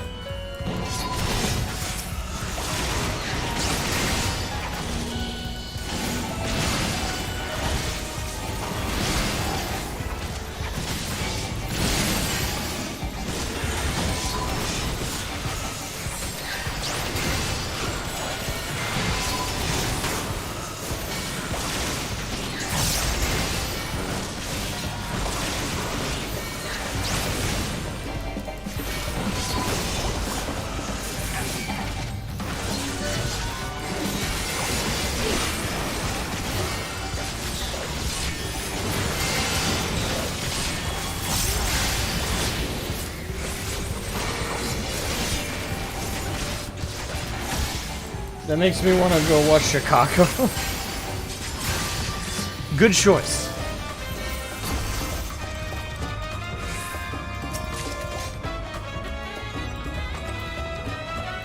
Alright, Igniter, Diviner.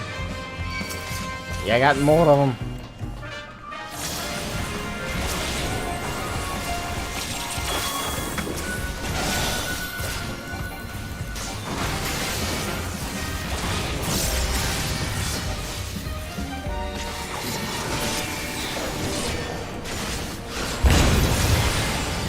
Oh, shit.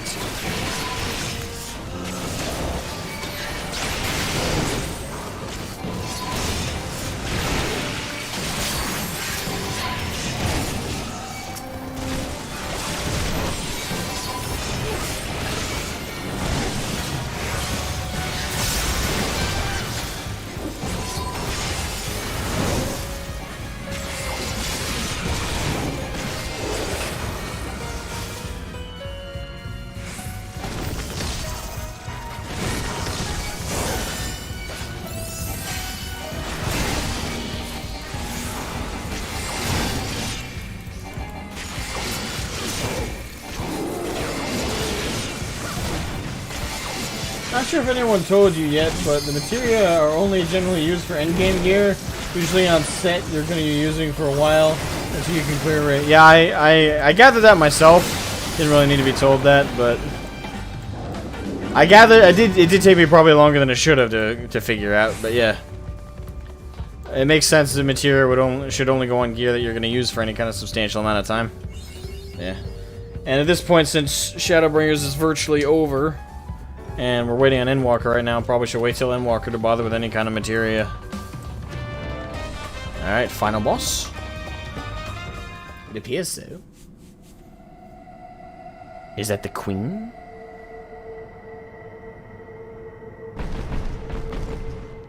I'd say so. I don't know what I was expecting. Oh my god. I'm not gonna judge. Sorry.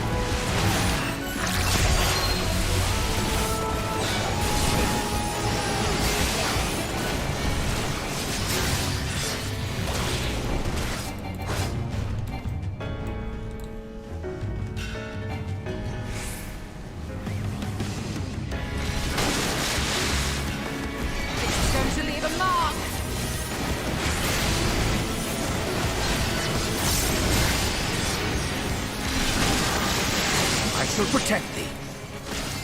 Much appreciated, Yanje.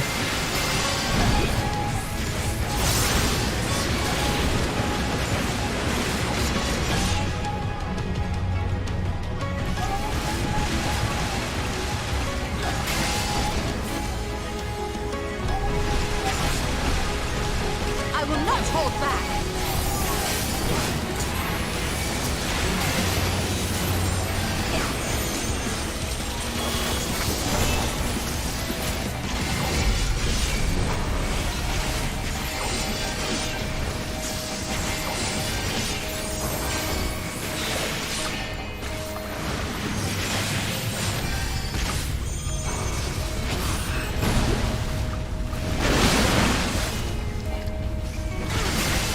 Ah, crap.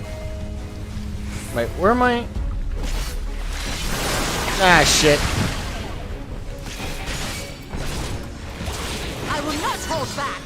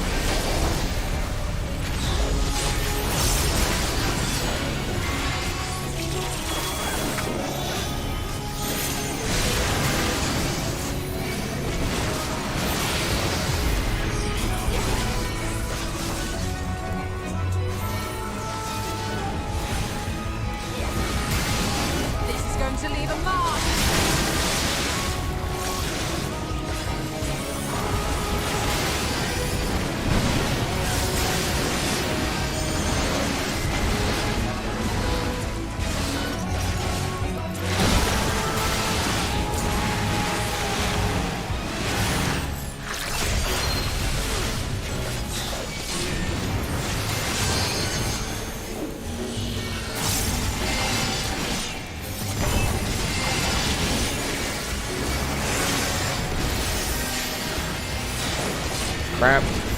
There'll be nothing left of you but a smoking crater!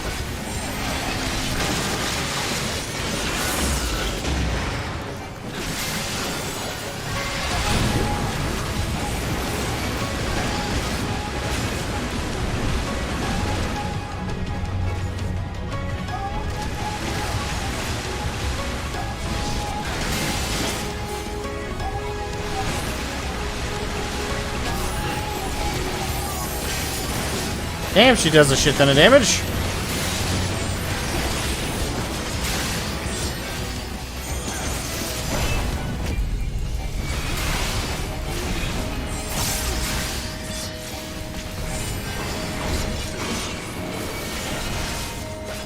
Come on, we're so close.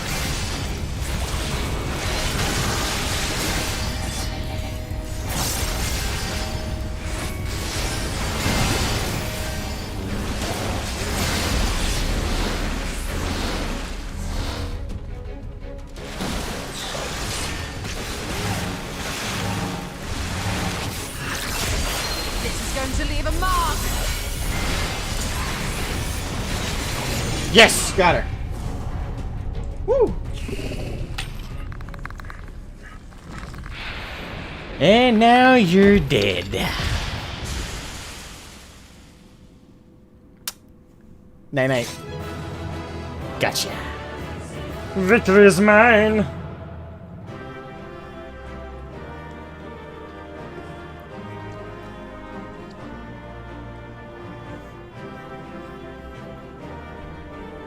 Killed Granny? Apparently I did.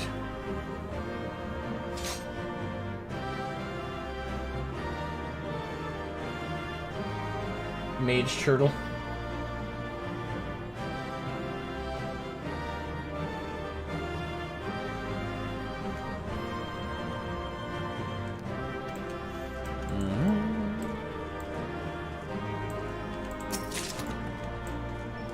There we go. Boom.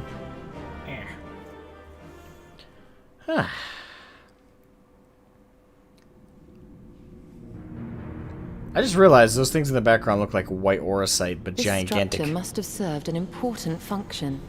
And here are yet more crystals. I too noted the crystal repository on the way. The Benthos seem to employ them in their spellcasting. In such vessels did the ancients preserve concepts, ideal forms to be drawn upon in the act of creation. Oh, okay. That so great an abundance should reside here lendeth credence to Ishtola's conclusion. This facility held great significance.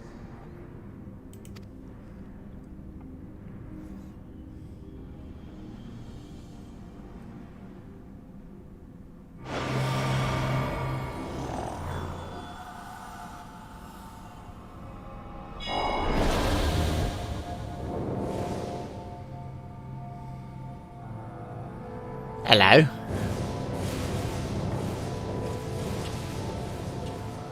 Holograms.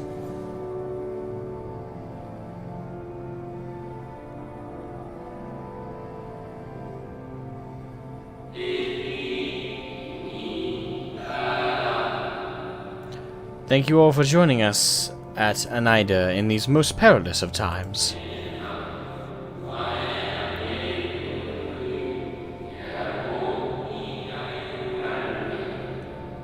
By the summoning of Zodiac, we have been granted a reprieve, yet immutable as the laws he has woven may seem, they will not serve to forestall our doom.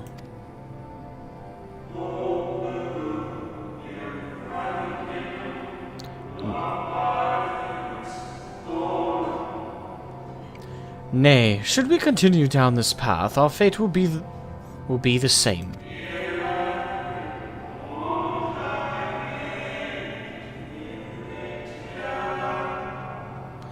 I said as much to the convocation, of course, but the stubborn fools turned a deaf ear to my warnings.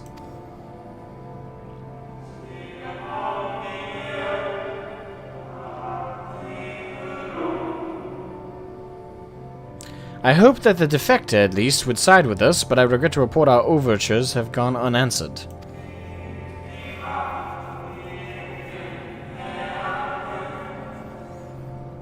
Whither tend your thoughts, Venat? Where you lead, we will follow. Venat.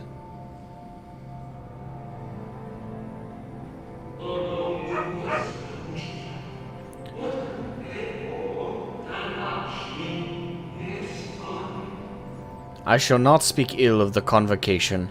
They too seek only to secure the future of our star.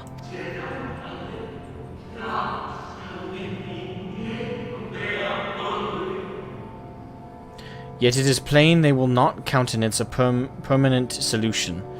That being the case, we must ask ourselves a simple question. Are we prepared to pursue our chosen course, even should it mean suffering the eternal condemnation of our brethren?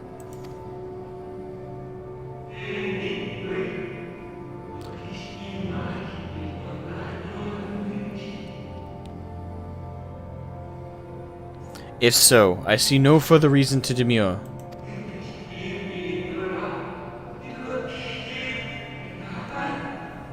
Let us bring forth the light that shall ever after keep the darkness and oh, so okay, that took me just now to realize. So this is the group that the moment they mentioned the Convocation, because we already knew the Convocation was basically made up of what we now know to be the Ascians. So this group, I should have put that together already. So this group is the group that put together their Hydaelyn to counter Zodiark and the Convocation.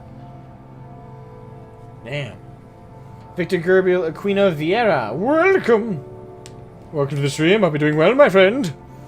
Let us bring forth the light that shall ever after keep the darkness in check.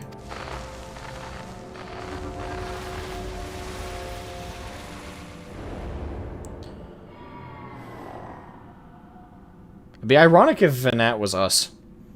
So, it was they who first summoned Hydaelyn. And wouldn't it? Because Hydaelyn made us her champion, and would be interesting if we were once Venat, who clearly led this subgroup to summon Hydaelyn to counteract Zodiark. So it kind of turns into this giant circle.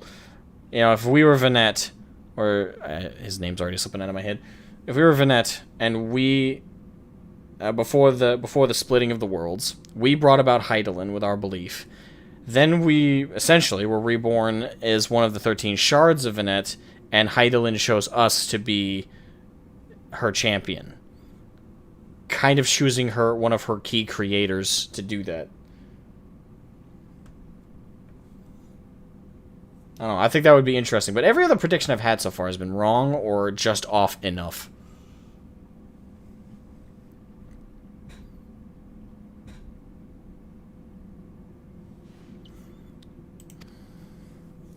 Their discussion did seem to imply as much, yes. I cannot say I have ever heard of this Venar before. Oh, Venar. For a certainty, Emmet Selk never uttered the name, speak though he did, of the schism which Zodiark's advent wrought upon mankind. Some were of the viewpoint that his power must needs be restrained, and to that end did they call forth she who would serve as his shackles. We now know that it was this Venar to whom they looked for leadership. And that this place, in all likelihood, served as their headquarters. The presence of such intimate records attests to that. I would hear what else they have to tell us. All of it. Did anyone see the source of the image?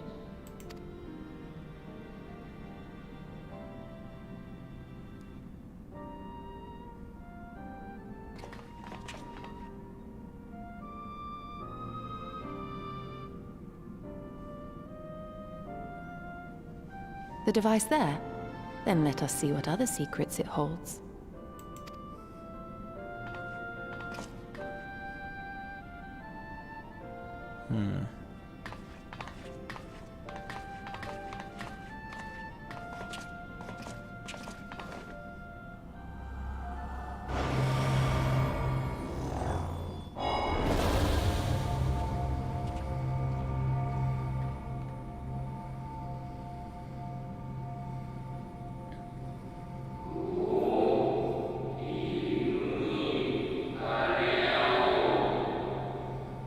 Venar.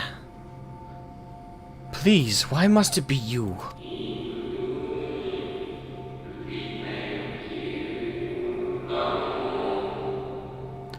If I may speak plainly, I would sooner it were another. Any other. You are our leader. None can take your place.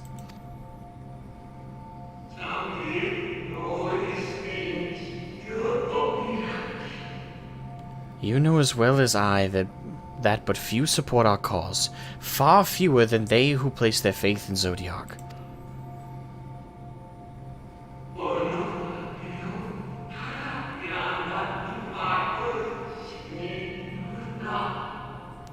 If Hydaelyn is to stand a chance of opposing him, I am the only one who might suffice as her heart.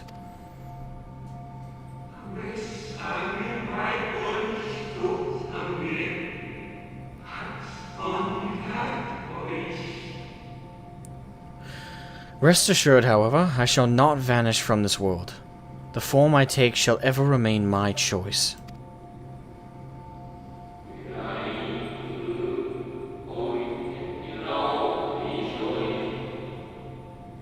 Then I will press you no more. Only know this, you will be sorely missed.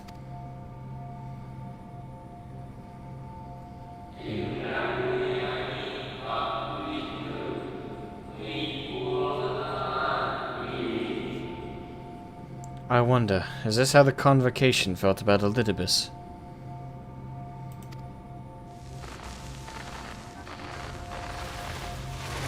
Wait, what? That doesn't make any sense. Well, we know Elidibus is a title, but... Was that mean this Elidibus... What? Wait, what? Yeah, what? Forgive me, but did that not strongly imply that Elidibus sacrificed himself to become Zodiac's heart? Exactly. We know Elidibus is a title, so does that mean the Elidibus we now face is someone who inherited the title, or is it actually Elidibus himself? Like the original. 7 hells. Then who or what are we dealing with? I have no idea.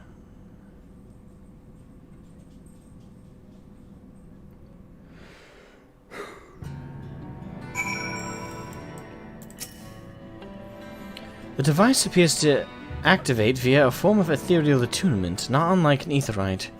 Beyond that, I can say little for certain, save that we should take this opportunity to see what other records it contains. Okay. Alright, one more quest after this, and then we finish up 5.2. And then we can't do 5.3 until we do the Eden raids. Well, if my theory that Vana is us is correct, and we're still around despite the fact that we serve as Hydaelyn's heart, then that would also prove, Terry, that it being the heart of these core original primals doesn't necessarily mean that the heart can't manifest as its own being walking around. It's not like the heart is like a literal sense of like a biological heart. So perhaps if that theory is correct, that Vinay is us and we are still being allowed to project ourselves around, and as Vinay said, I can appear how I want. That kind of comes off to me like the player creator, like we appear how we want in the game, correct? So with that same concept, perhaps the Elidibus we face is the Elidibus that made the heart of Zodiark, and likewise is manifesting himself outside of Zodiark as we are outside of Hydaelyn. That's the only explanation that works with that theory. Otherwise, I am neither Vinay, and Elidibus is not the original Elidibus. That is all I can think. It's one of the two. Obviously, there's a lot of broad strokes to work with there, but that's the most specific I think I can get with that theory crafting. I would like to know. Hopefully we're gonna find out here soon. No response. Confound it.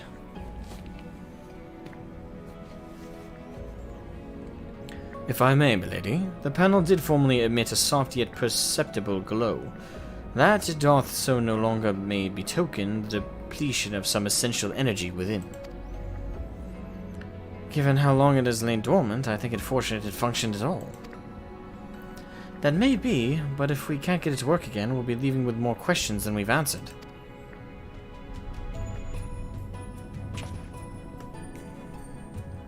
The white-robed emissary hath ever named himself Elidibus.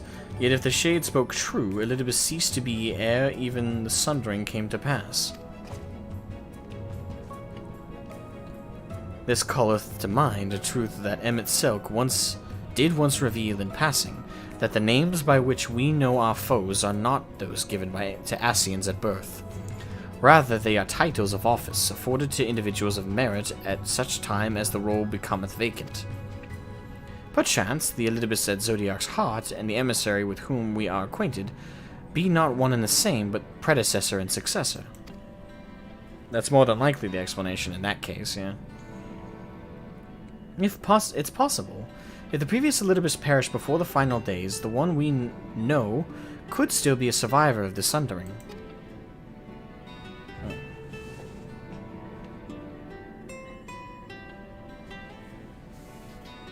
Yeah. But something in that explanation rings false.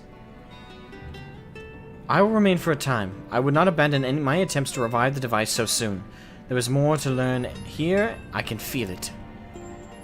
In matters of atheology, I know of none as capable as thee. If there existeth a means to learn more, thou wilt surely find it.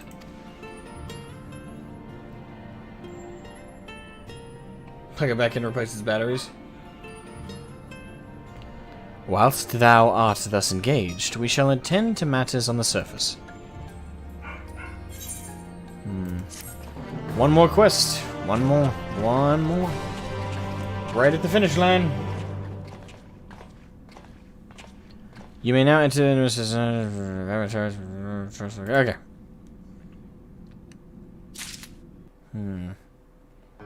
Curiouser and curiouser. Echoes of the Fallen Star.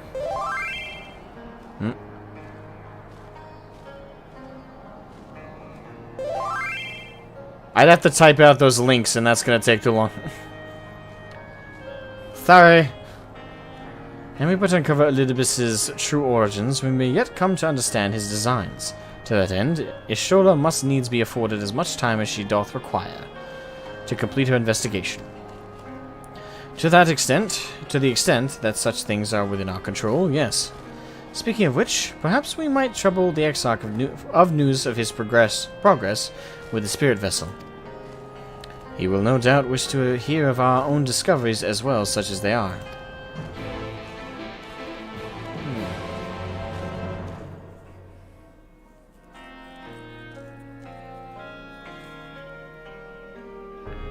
I see.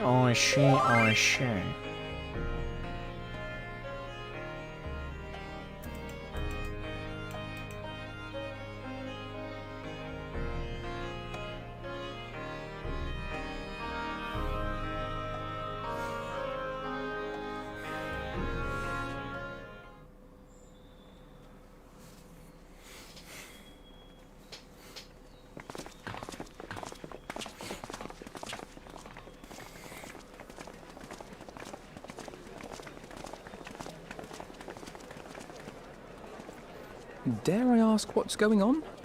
That's my question. Ah, excellent timing. For me, in any case.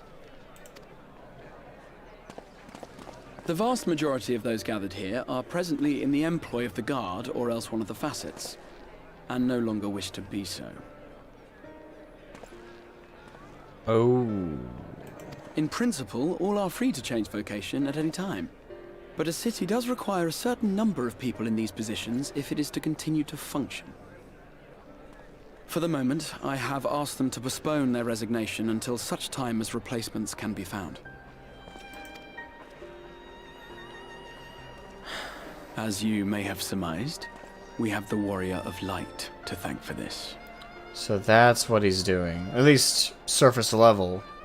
He's trying to cause destabilization, a little bit of chaos. It's you! The Warrior of Darkness!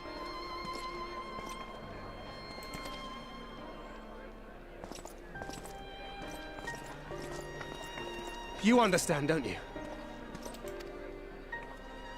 Someone's going to have to look after this place once you're gone. We just want to be ready to do our bit when the time comes.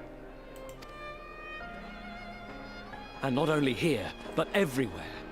Which is why we've got to get out there and lend a hand to those in need.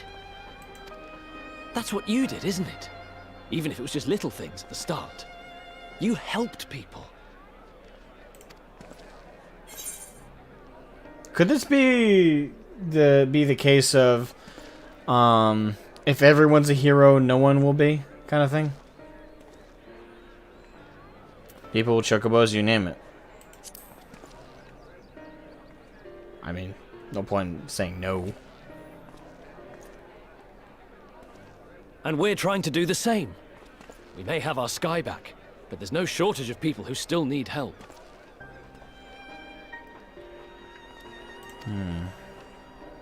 If we follow in your footsteps, then I choose to believe we too can be heroes one day. Even warriors of light.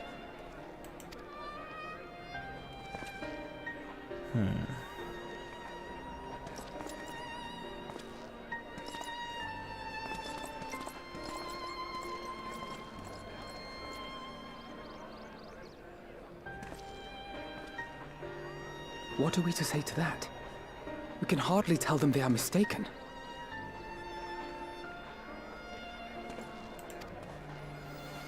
They seek but to do good, as you have. But no more can we stand idly by and suffer a paragon's scheme to proceed unchallenged.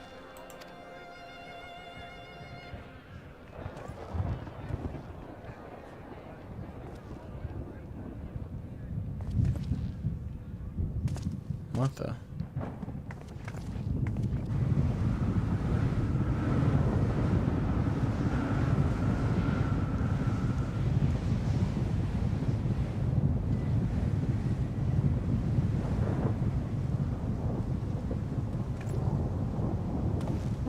What's happening to the sky?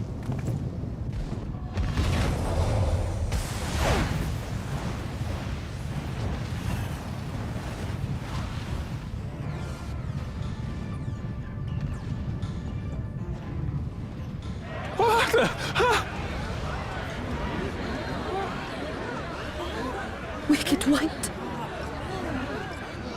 Oh no.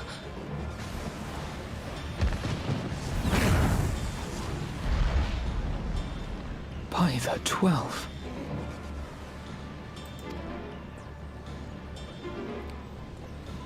A star shower.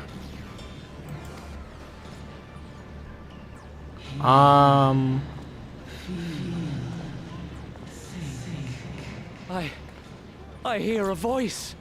So do I. Heidel? You and all. And why does it feel like it's inside my head? Hear, feel, think. I hear it. Me too. Did I not tell you, my friends? You are warriors of light!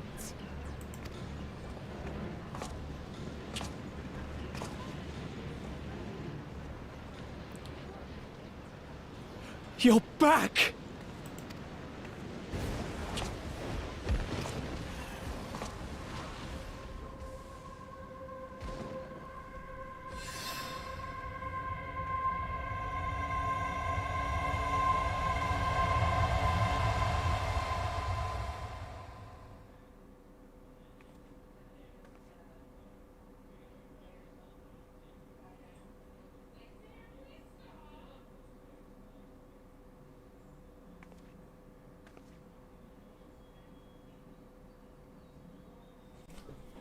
What you hear is the voice of light itself, and it has blessed you with its power. Welcome to the fold! There should be smoke coming out of my ears. I'm a warrior of light. I've been chosen? Can it be? Me, a hero.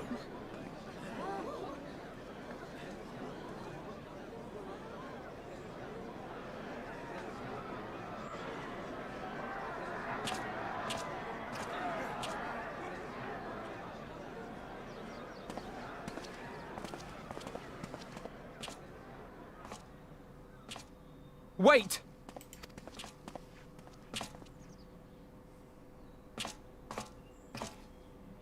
The falling stars, were they your doing? And why do you need warriors of light?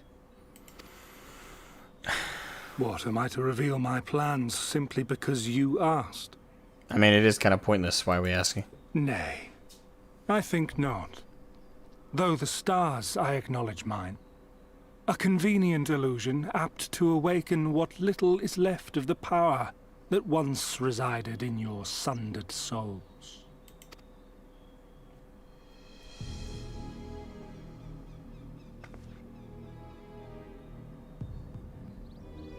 That which you and yours call the echo. And an echo it is, of a symphony, but a fraction of what men in their completeness once possessed. Even those among you who tower over others in the gift have only the faintest trace of it. But though sundered and forgotten through death and mocking rebirth, it has persisted. A whisper of our past, burned into your very ether, along with the sight of our end. Through the rekindling of memory, I have awoken the ability. Just as Heidelin is wont to do when she has need of new minions.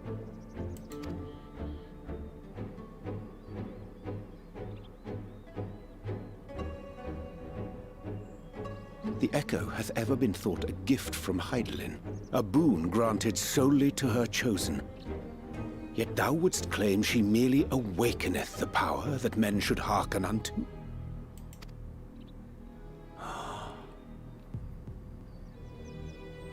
We can't.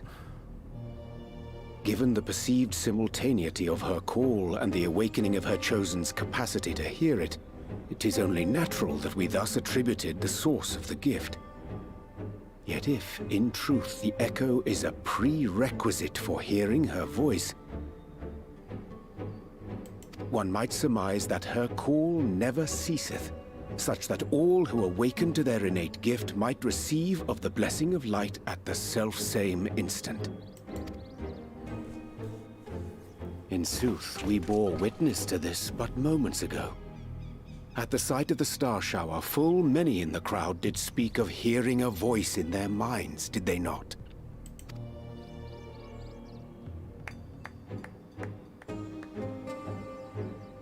Just so. And whenever Heidelin has need of new servants, she is quick to pluck comets from the heavens or create illusions of the same. Why, then, didst thou conjure this vision, full knowing that thine age-old foe would thus claim those awakened to the gift? Trying to skew the balance. Foe? Back to light. You must be mistaken. As you see, I am a warrior of light. And together with my comrades in arms, I shall save the world. Just like you.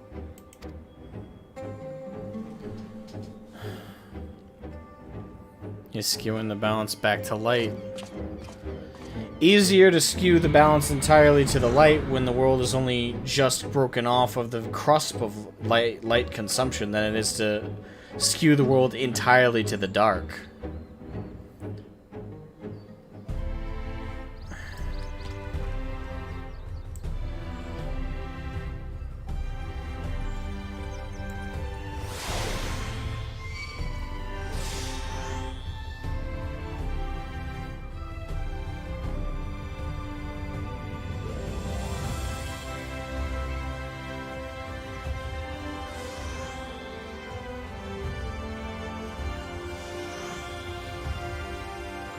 You're scared?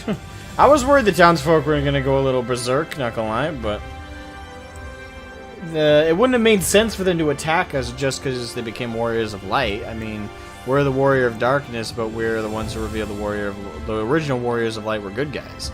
and we've given them no reason to hate us. Although, of course, that's something along those lines might happen. They might start asking themselves, well, we're warriors of light. We're supposed to be fighting for the good, for the light, for the warmth, and this guy's darkness. Yeah, he may have saved our world, but maybe he had ulterior motives. You know, maybe shit like that. I don't know. Maybe that could be what he's going for, partly. I'm not sure. That's all going to be found out later, you know.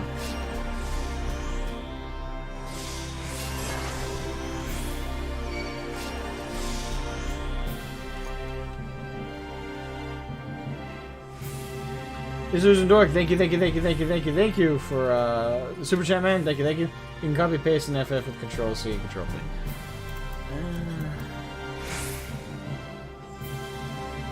V. More gil for the cause.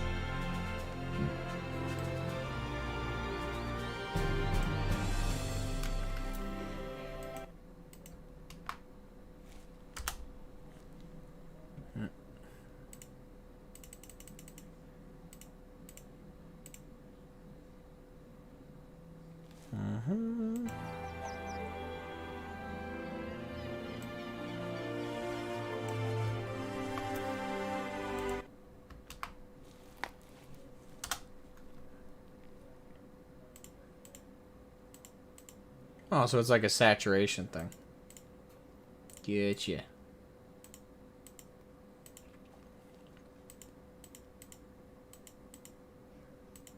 No, I'm good without it. I mean, it's not necessary.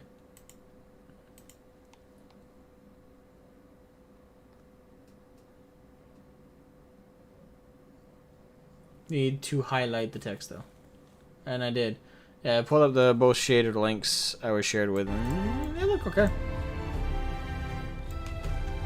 Yeah, I think it's fine with it. I think the game looks perfectly fine without it, though. Like, I don't think it's necessary.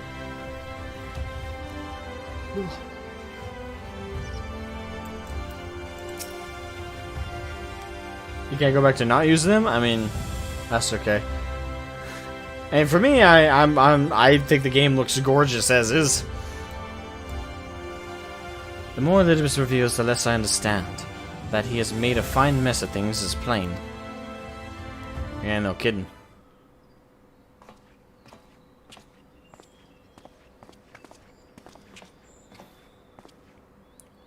He is gone then.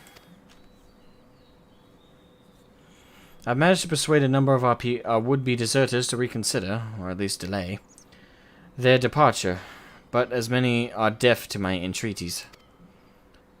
Young Thaler and Vonard among them, I'm sorry to say. They have quit the guard. Nevertheless, I wish them well, whatever Elizabeth's plans for them might be. The pair have only ever had the best of intentions.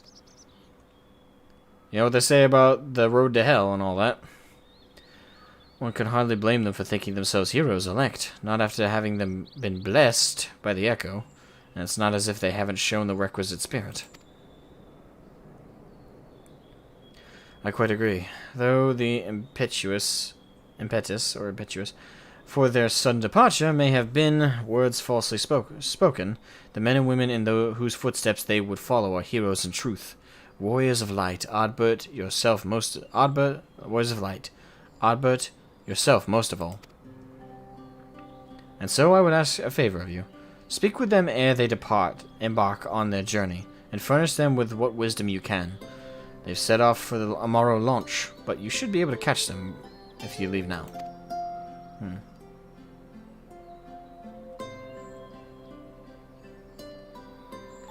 Worth the effort, I'd say. If I recall correctly, Roban took the time to usher you out into the wider world many moons ago.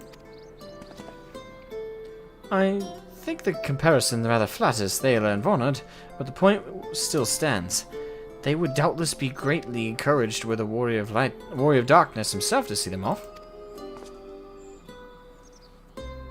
If thou art willing, I prithee go. Thou mayest safely leave the task of unfolding that which did transpire at anamnesis to us.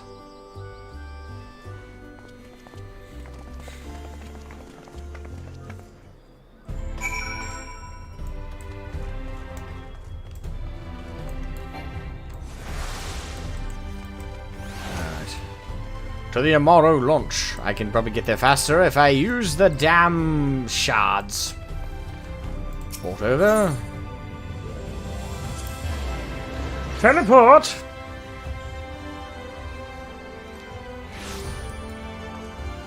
Hey, what's up, boys?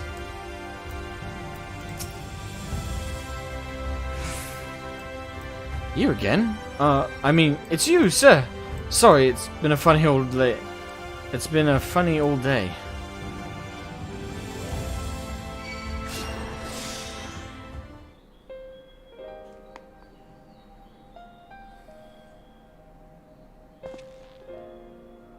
You can be sure we'll take those words to heart. I still can't believe it. You coming all this way just to speak to us. I swear we won't let you down. So long as it helps someone, we'll do what we need to be doing out there, no matter how small. And when larger threats loom, we'll be ready to face them. You see if we want.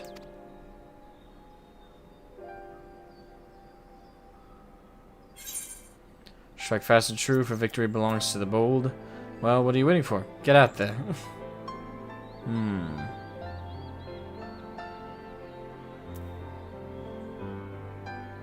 Well, what are you waiting for? Get out there. I won't shoot you, little rascals. We'll be off then. Farewell, warrior of darkness, and thank you.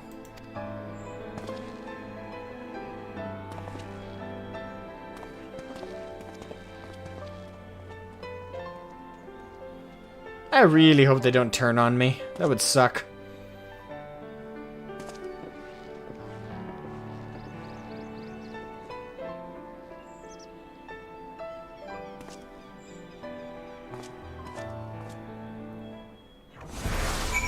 Alright.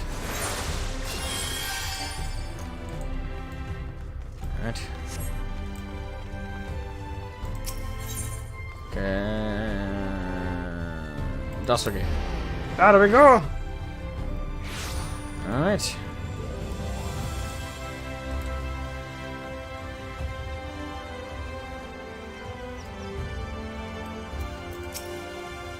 Yep. Let me inside.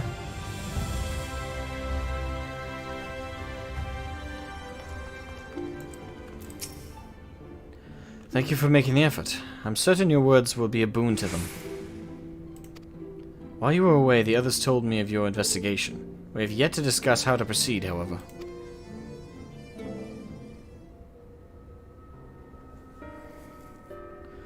While your findings in Anamnesis Anider do raise important questions as to the identity of our adversary, we are no closer to discerning his design, nor do I know of any other potential avenue of investigation. For which reason we must needs trust to Ishtola's ingenuity, and wait for her efforts to revive the Ancient's device to bear fruit. What if I were to attempt to follow the emissary? Elusive as he is, his plan compels him to court public attention. He shouldn't be impossible to find.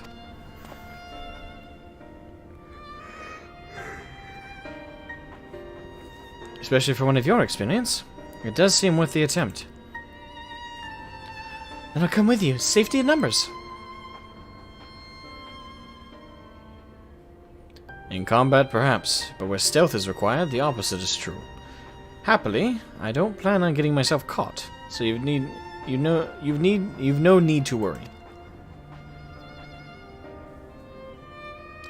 Nor do I intend to vanish from moons on end. We still have the empty to attend, don't we? Alright. Then I look forward to your return. Then it sounds like the rest of us should avoid doing anything which might prompt Elidibus to look too closely at our movements. Insofar as it's possible, I recommend we limit our activities to the Crystarium. Speaking of which, Exarch, might I ask if you've made any progress with the spirit vessel? Of course. We are presently studying the principles underpinning memory transference, and I believe nearing the requisite level of understanding. Less hearteningly, practical trials of transference methods suited for use with the vessel have yet to yield satisfactory results, to put it mildly. But there are still many promising possibilities we have yet to test. Indeed. Though it may take some time yet, we are well on our way to a solution. And I shall not rest until one is found.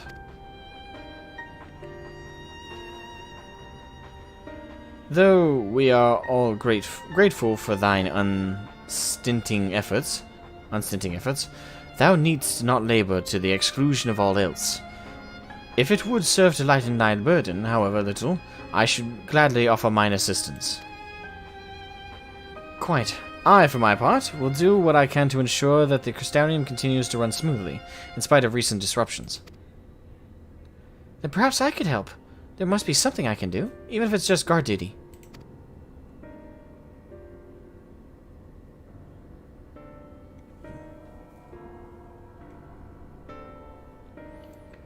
Thank you. All of you. I shall breathe easier for your assistance. Of course, on the evidence of the recent past, it will not be long before some new crisis arrives to throw our plans into disarray, at which time your services will be in particular demand. That being the case, perhaps you might take this opportunity to retire to your suite at the Pendants.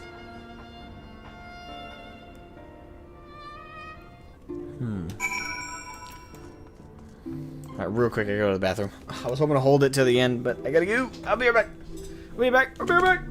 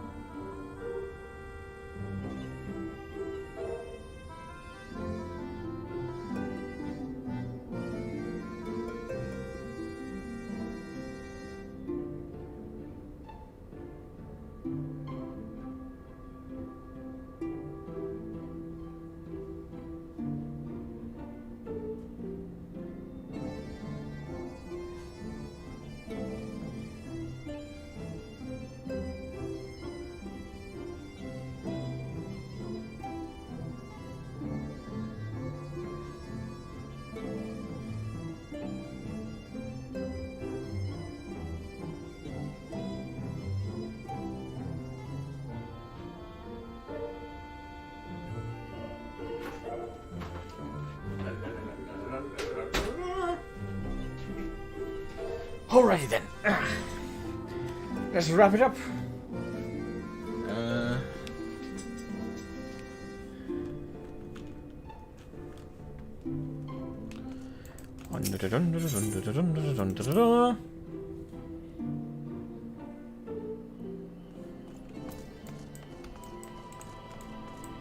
Yeah, if there's even a vague rule against shaders or anything like that, I'm just gonna carte blanche the idea. Even if it's a don't ask, don't tell kind of situation, I'm just not comfortable taking the risk. I wouldn't do that personally.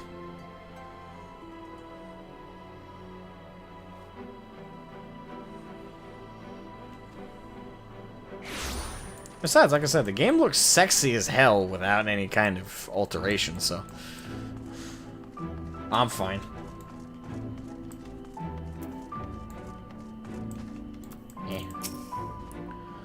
Pleasure as always, Master Scythe. I'm relieved to see you are unharmed in the earlier commotion, though if I may, you do look somewhat weary. I presume you'll be retiring to your suite? Yes. I know, rarely. Very good. Do let me know if there's anything you require.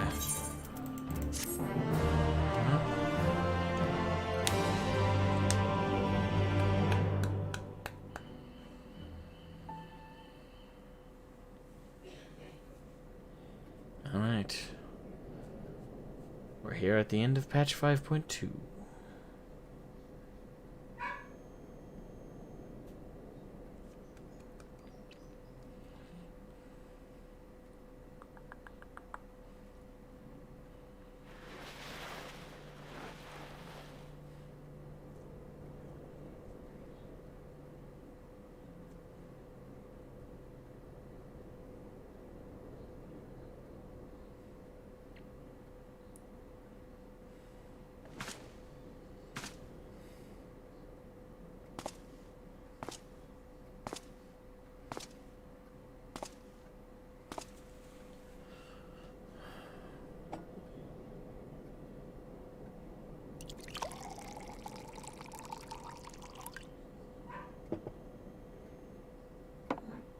They look nice.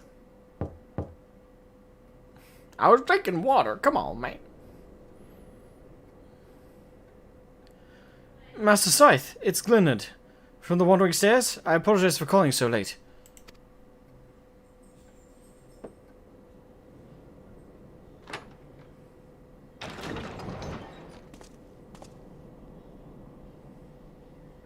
A friend of yours was asking after you. You may remember them from that business with the cardinal virtues?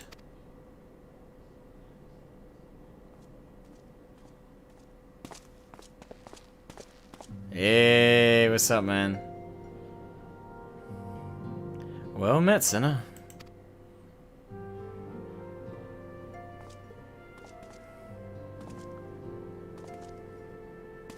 So I'm supposing this is modular based on, like, what class you're playing in this moment. And which of these you did first, I'm guessing. I was looking forward to a welcome respite here in the Crystarium, but the mood here is not exactly conducive to relaxation. As I'm sure you've noticed. I'd wager you know more about what's going on than anyone else in this city. Care to share?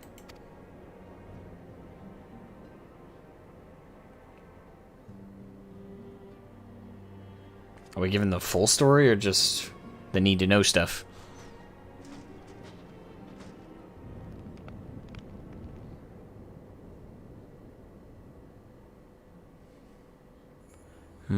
I can't say that I envy you your prey. Dark work, this twisting of the Warriors of Light's legacy. Reminds me of what became of old Dick, though this Ascian of yours is a fair bit more chatty.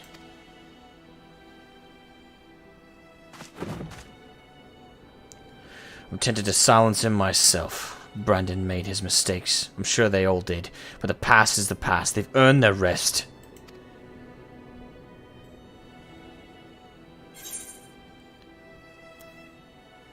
I'm not about to let him sully Oddbut's good name. I'll see that they have their peace.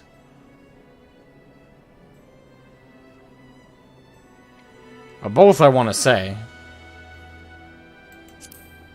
I'll say they deserve their peace. Singati Blackwood, welcome to the stream. Hope you're doing well, my friend. What? You want me to leave it to you? I probably read that wrong.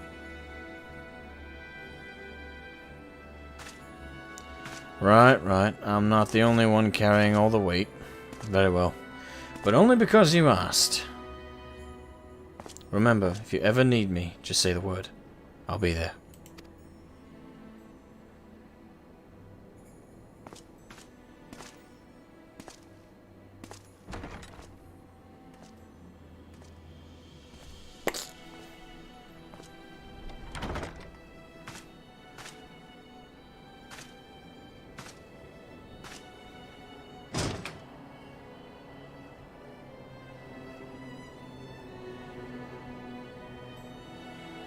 I'm not seeing a cliffhanger yet. And of the general things going on, it's a bit of a cliffhanger, but a specific one. Of course, I could have spoken too soon. Meanwhile, the Crystal Tower's umbilicus.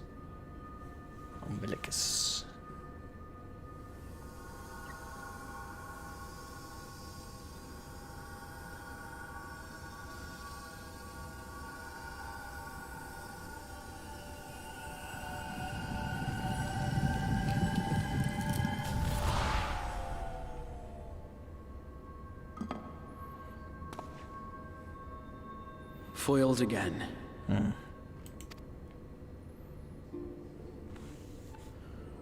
If I cannot imbue the infernal thing with my power via magical means, we may need to devise a way to infuse the vessel with my blood after all.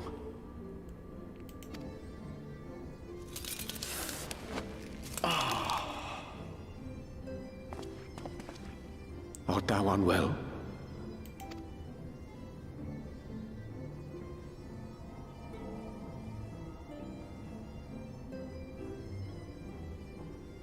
Or perhaps a brief respite? It wouldn't do to overtax yourself.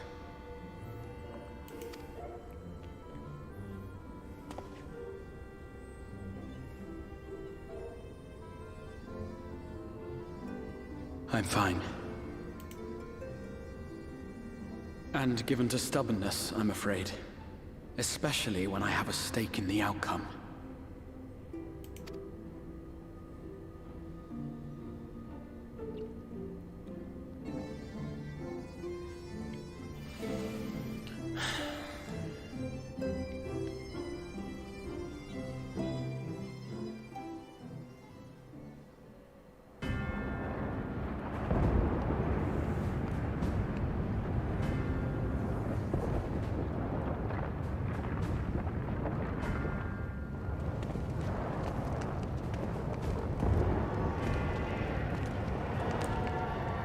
Xenos.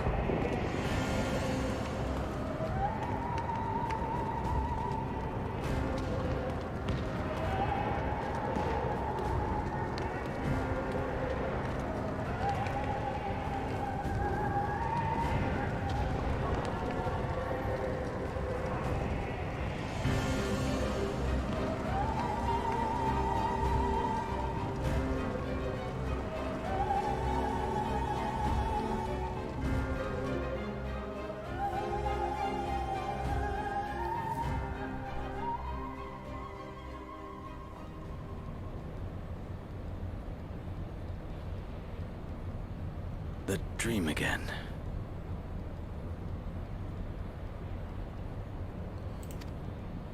He's dreaming about the fall of... Okay, interesting outfit.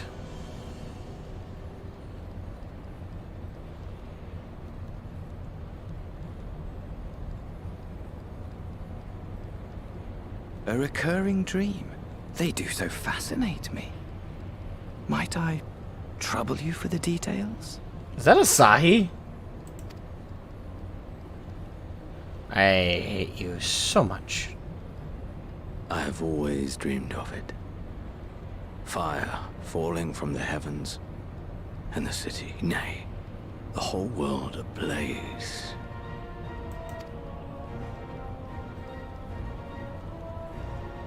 Indeed. Could Emmett Selk have found a way? Precious few possess memories of the final days. Or not, maybe. I don't know, sounded similar, voice actor-wise. But Asahi... The final days. Asahi wouldn't know about the Ascians or any of that stuff.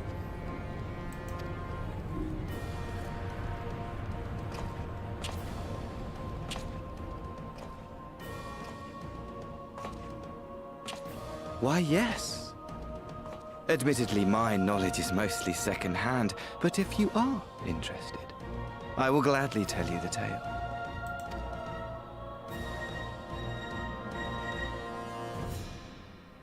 The tale of the world's end.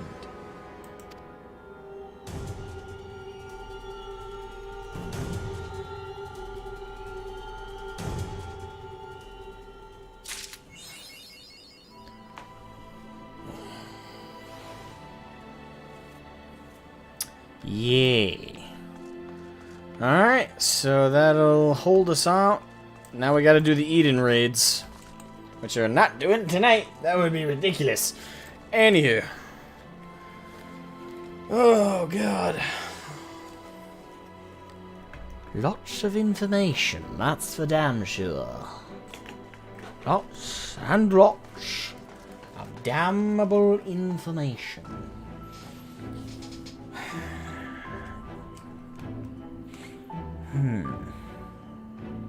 Setup though, yeah, I have no idea what's gonna happen at the rate. Oh god, I can predict all I want, but it's very broad what's being set up and very hard. Say what you will about Hades / Emmett Selk, but at least he was well, it wasn't predictable. At least he more or less was honest about what he was up to, and it was pretty clear what he was up to most of the time. Olympus is far harder of a book to read. Far harder of a book to read.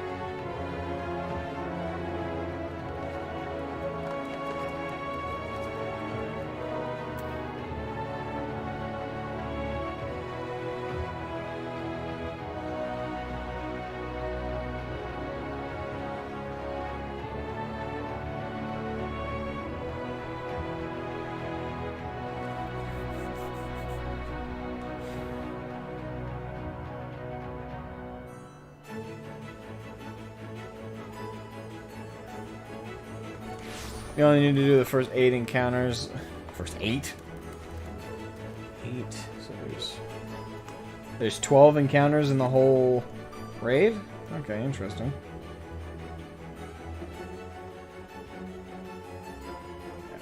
If I'm gonna do the Eden raids, I'm gonna do them all in one go. I'm not gonna just stop in the middle and be like, we'll save the rest for after. Nah, I'm doing them all in one go. So tomorrow will be a fully dedicated stream to the Eden raids, and then we'll be back to the MSQ. Not Saturday, because tomorrow's Friday, so not Saturday. That's my day off from all this. So take Saturday off. Sunday still up in the air. I'll probably stream Sunday, but we'll see. And then no matter what, we're back on track Monday. So but yeah, Eden raids tomorrow. And when I say Eden raids tomorrow, I mean all of them. I'm doing them all in one go. Hopefully in one go. Might take as long as Omega though. Or longer, depends.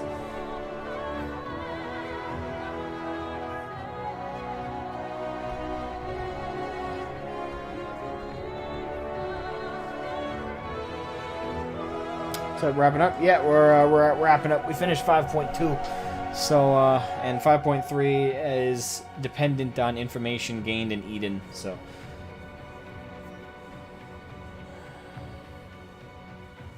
hey, Lunith Wolfwood, catching it? Yeah, you're catching the very tippy end of the stream.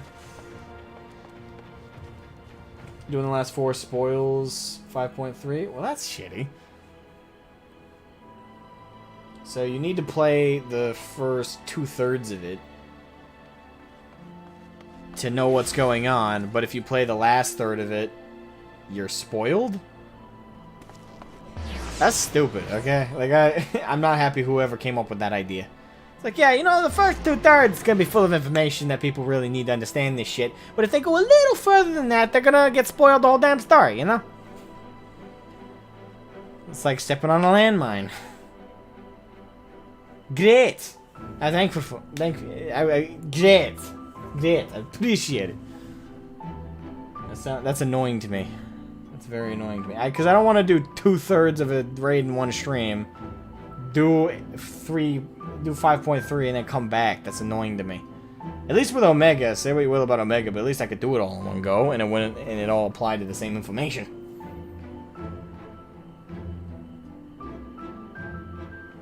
Wait, if the whole raid came out after 5.3, wouldn't it make sense to do 5.3 first then?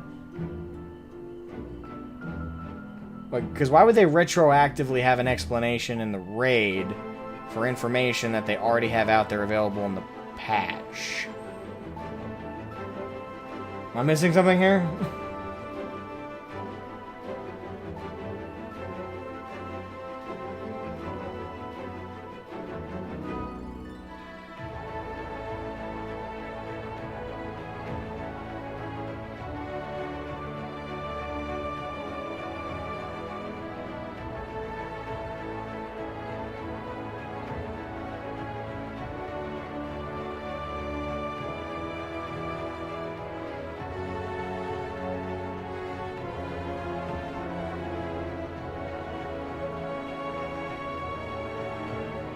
I can't even opt to do them until I do 5.3. That's annoying. My OCD is now raging. I don't like that. I don't like that at all.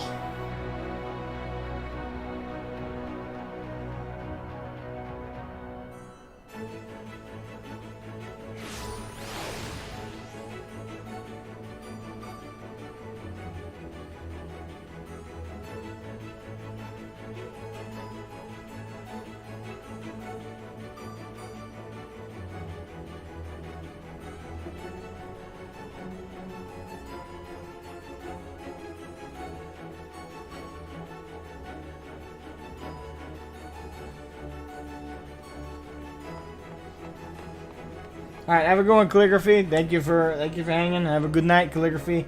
Rest up. Have a good afternoon. Sleep well. You said our raids comes out with patches.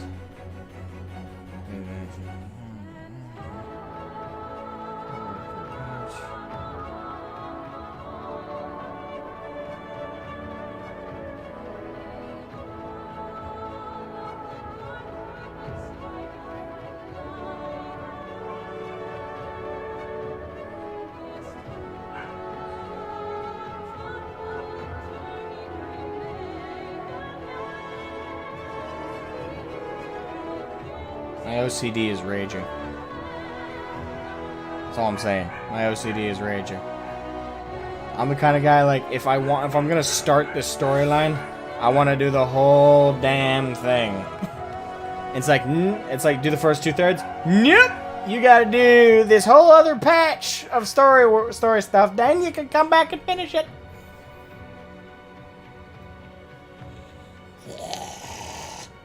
I hate that. Something about that just clicks wrong with me. I start something, I want to finish it. It's like, hey, I started this. Can I finish it? Nope. Gotta take a break from it, do this stuff, and then come back. Why do you vex me so?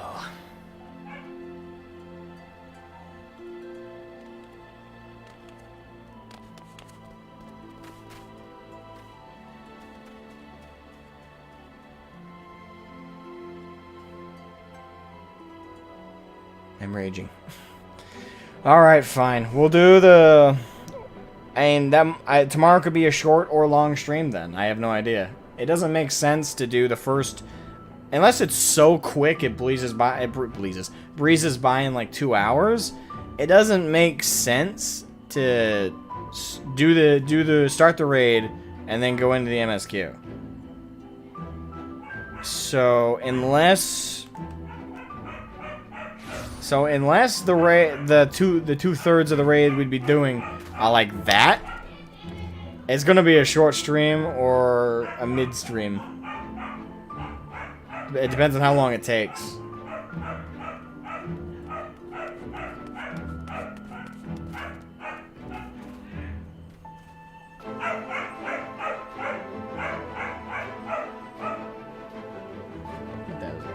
Ah, okay. They're trials, not raids. Wait. Up to this point, everyone's called them... Up to this point, everyone's called them the Eden raids. Now they're not raids, they're trials? Now you're just confusing me.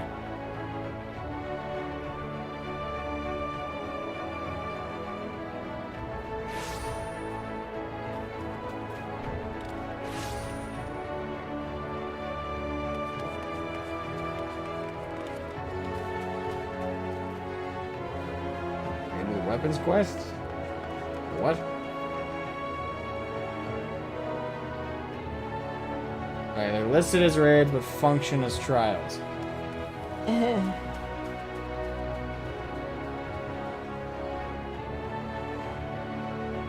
confused. Eden is the same style as Alexander, Omega, etc. Yeah, but Alexander was pretty clearly a raid. For the most part, anyway.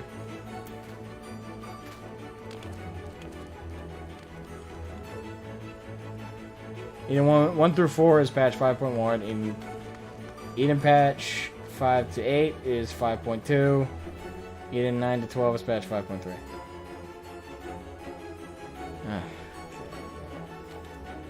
Okay. Point is, we'll start Eden tomorrow, and we'll get as far as we can with that. And depending on how long that takes, that'll define whether we start patch 5.3 tomorrow as well. If...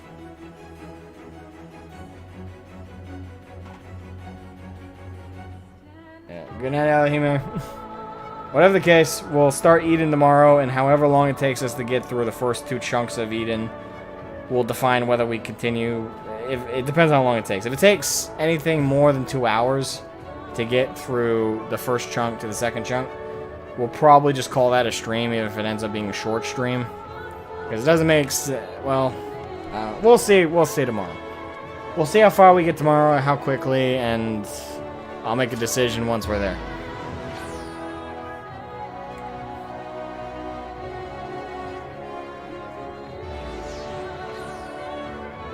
Yeah, so, I don't know, I'm confused. They're trials, but this is raids. Okay, why? Anyway, see who's available tomorrow, and if you're not, we'll catch you Sunday or Monday. Same time tomorrow, yeah, roughly. I'm gonna try and get up earlier. The problem, I'm a heavy sleeper lately. Like, I go to bed at like 4, and then I crash, and I don't get up, and I try and get up at around 11. But my body's like, no, sleep longer. Anyway, See you guys tomorrow around the same time. Yeah. My dog's barking like crazy, so I'm assuming something's up. So I'll catch you guys tomorrow. Ah, my neck. Ah!